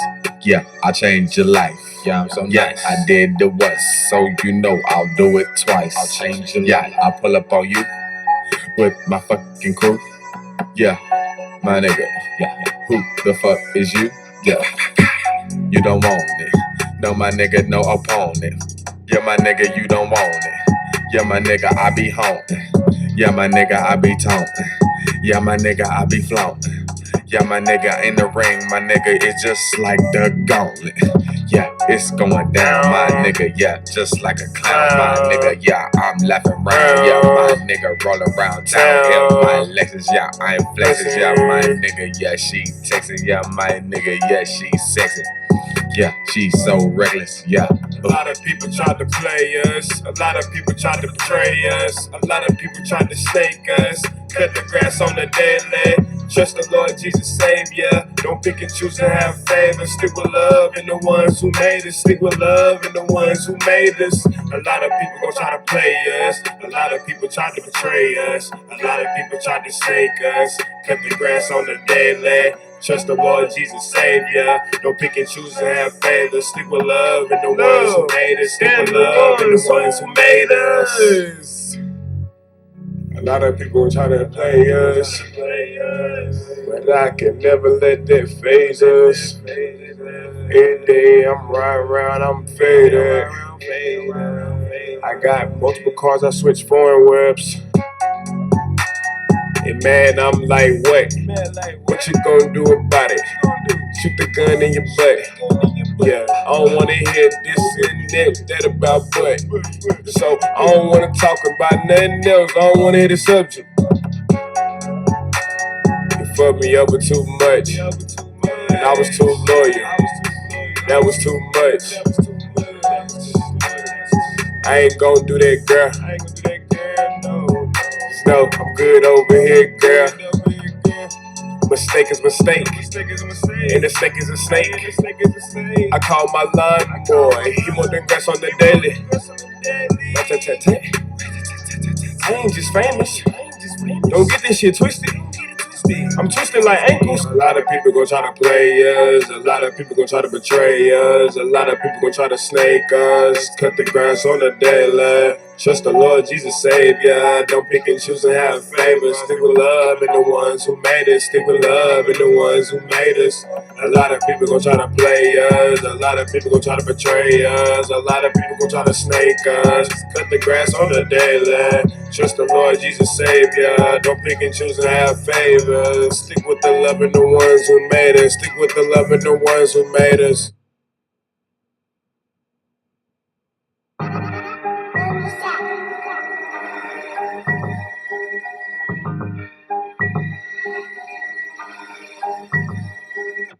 Mama, stop playing making bees again.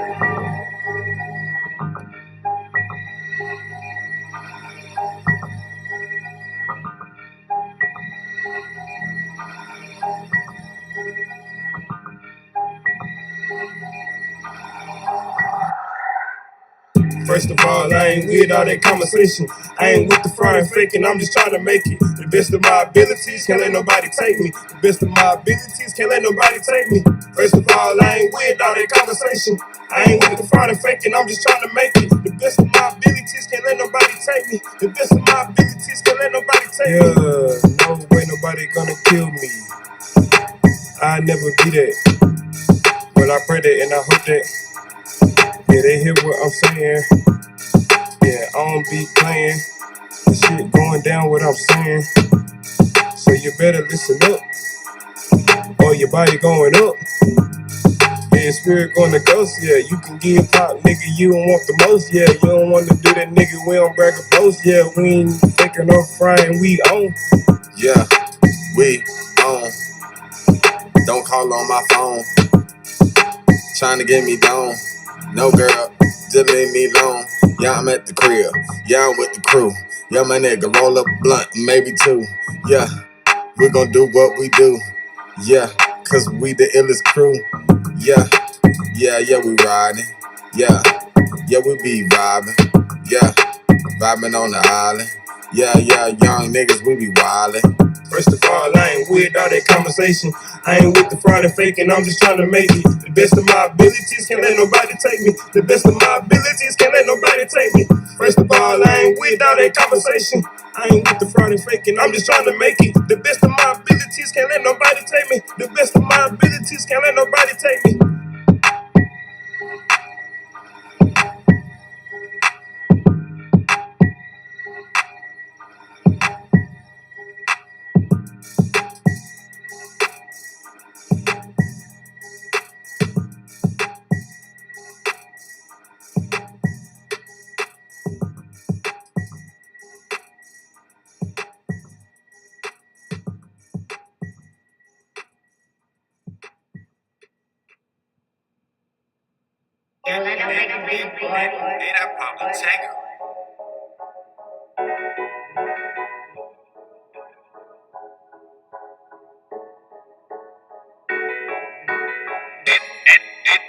Pull off with your safe.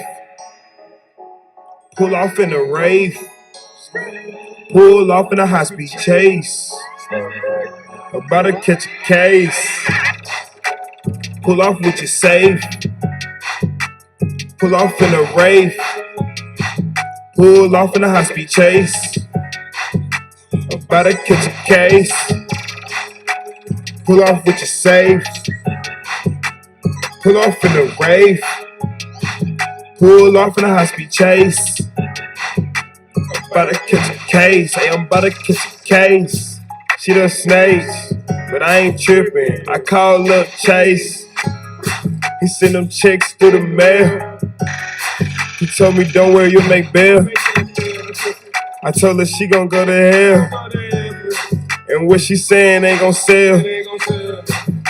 With me, I'm gon' prevail. No limit, I'm top shelf. Pull off with your safe. Pull off with your safe. Pull off in the Wraith. Pull off in the rain. Pull off in the high-speed chase. Yeah, my nigga, yeah, I'm about to catch a case. Pull off with your safe. I'ma pull off in the Wraith. Pull off in the high-speed chase. Yeah, my nigga, yeah, I'm about to catch a case. I'm about to catch a case. Yeah, my nigga, when I pull off in this Wraith. Yeah, in the high-speed chase. Yeah, my nigga, ooh, yeah, I'm trading just like a race. I'm in first place. Yeah, I'm winning this race. No, I ain't a disgrace. Yeah, talk shit, you get misplaced. Yeah, call a search warrant. Yeah, my nigga, yeah, searching like Warren. Yeah, you gon' need a dog. Yeah, my nigga, ooh, you feel froggy leap like a frog. Yeah, it's going down. I pull off with your safe, then I'm dipping out of town. Pull off with the safe. Yeah, my nigga, I'ma pull off in the Wraith, in the Wraith. In the high-speed chase. Catch a case. Yeah, in the Wraith. Yeah, pull off in the safe. Yeah, yeah, yeah. I'ma pull off with your safe. Yeah, yeah, yeah. Pull off with the Wraith. Yeah.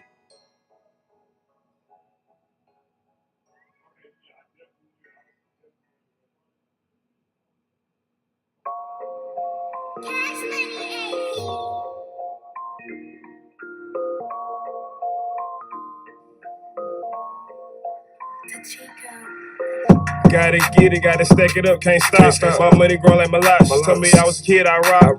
Niggas claim they trapping, but ain't sold no rocks. Niggas claim they stars, but all they do is block. Gotta get it, gotta stack it up, can't stop. My money growing like my life. She told me I was a kid, I rock. Niggas claim they trapping, but ain't sold no rocks. Niggas claim they stars, but all they do is block. Hey, Lego, stack it up, my money held in props. Don't fuck around with static, listen tryna get shot. They bridges in my pocket, they more lives than living. If you try to jerk my profit, then boy, you ain't even living. My money got them so living. I see right through them, they glitching. They nervous now, they twitching. They ain't competing now, they switching. If you a nigga acting like a lady, boy, no, that's bitching. If you a boss, bitch, shout out till you get money. Keep winning. I'm in love with money, I'm sinning. Please, Father, forgive me. At least I'm admitting. I know this money forbidden, so I'm trying to remotely keep on clicking. And you can never ever catch me switching or snitching. Staying on the motherfucking money mission. My intuition, you can't even picture it. Gotta stack it up, can't stop. Ayy, middle finger to the cops. And middle finger to the ops. Ayy, and shout out to Chop. But nigga, I'ma keep choppers. My niggas team full of robbers. If they bet, man, I'm robbing. Man, they don't want no problems. My money jump in, not the gym. Yeah. So, my money jump in, not the gym. Sink or swim, Gotta get it, gotta stack it up, can't stop. My money growing like my lot. She told me I was a kid, I rock. Niggas claim they trapping, but ain't sold no rocks. Niggas claim they stars, but all they do is block. Gotta get it, gotta stack it up, can't stop. My money growing like my lot. She told me I was a kid, I rock. Niggas claim they trapping, but ain't sold no rocks. Niggas claim they stars, but all they do is block. Yeah.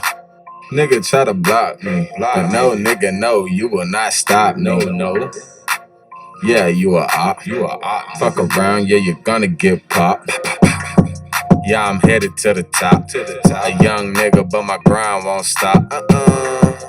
I'ma shop till I drop, yeah. Put my bread, yeah, you're gonna get dropped, My dreads tryna drop, nigga. I'm tryna get some top, Chasing at the guap, So my nigga know the grind don't stop. It won't stop. Not gon' stop. Till I make it to the top. Yeah, the grind won't stop. Gotta get it, gotta stack it up, can't stop. My money grow like Malak, she told me I was a kid, I rock. Niggas claim they trappin', but ain't sold no rocks. Niggas claim they stars, but all they do is block. Gotta get it, gotta stack it up, can't stop. My money grow like Malak, she told me I was a kid, I rock. Niggas claim they trappin', but ain't sold no rocks. Niggas claim they stars, but all they do is block. Hey. All right, y'all. The market is closed, man. The market is closed. I do apologize. I didn't get that word of the day. Very busy, man. It's summertime. Y'all know how it is. But the market closed, man. It looks like it closed bullish here. So we'll see what happens tomorrow. Powell speaks in the morning, you guys. I'll see you guys in the morning. We will be live streaming. It was the Stock Market Live with LCAOD. And I hope y'all learned something today. I hope you earned something too, man. But if not, try again tomorrow, man. Keep trying. Don't give up. Remember to let that cash accumulate over days. I'll see y'all tomorrow, y'all.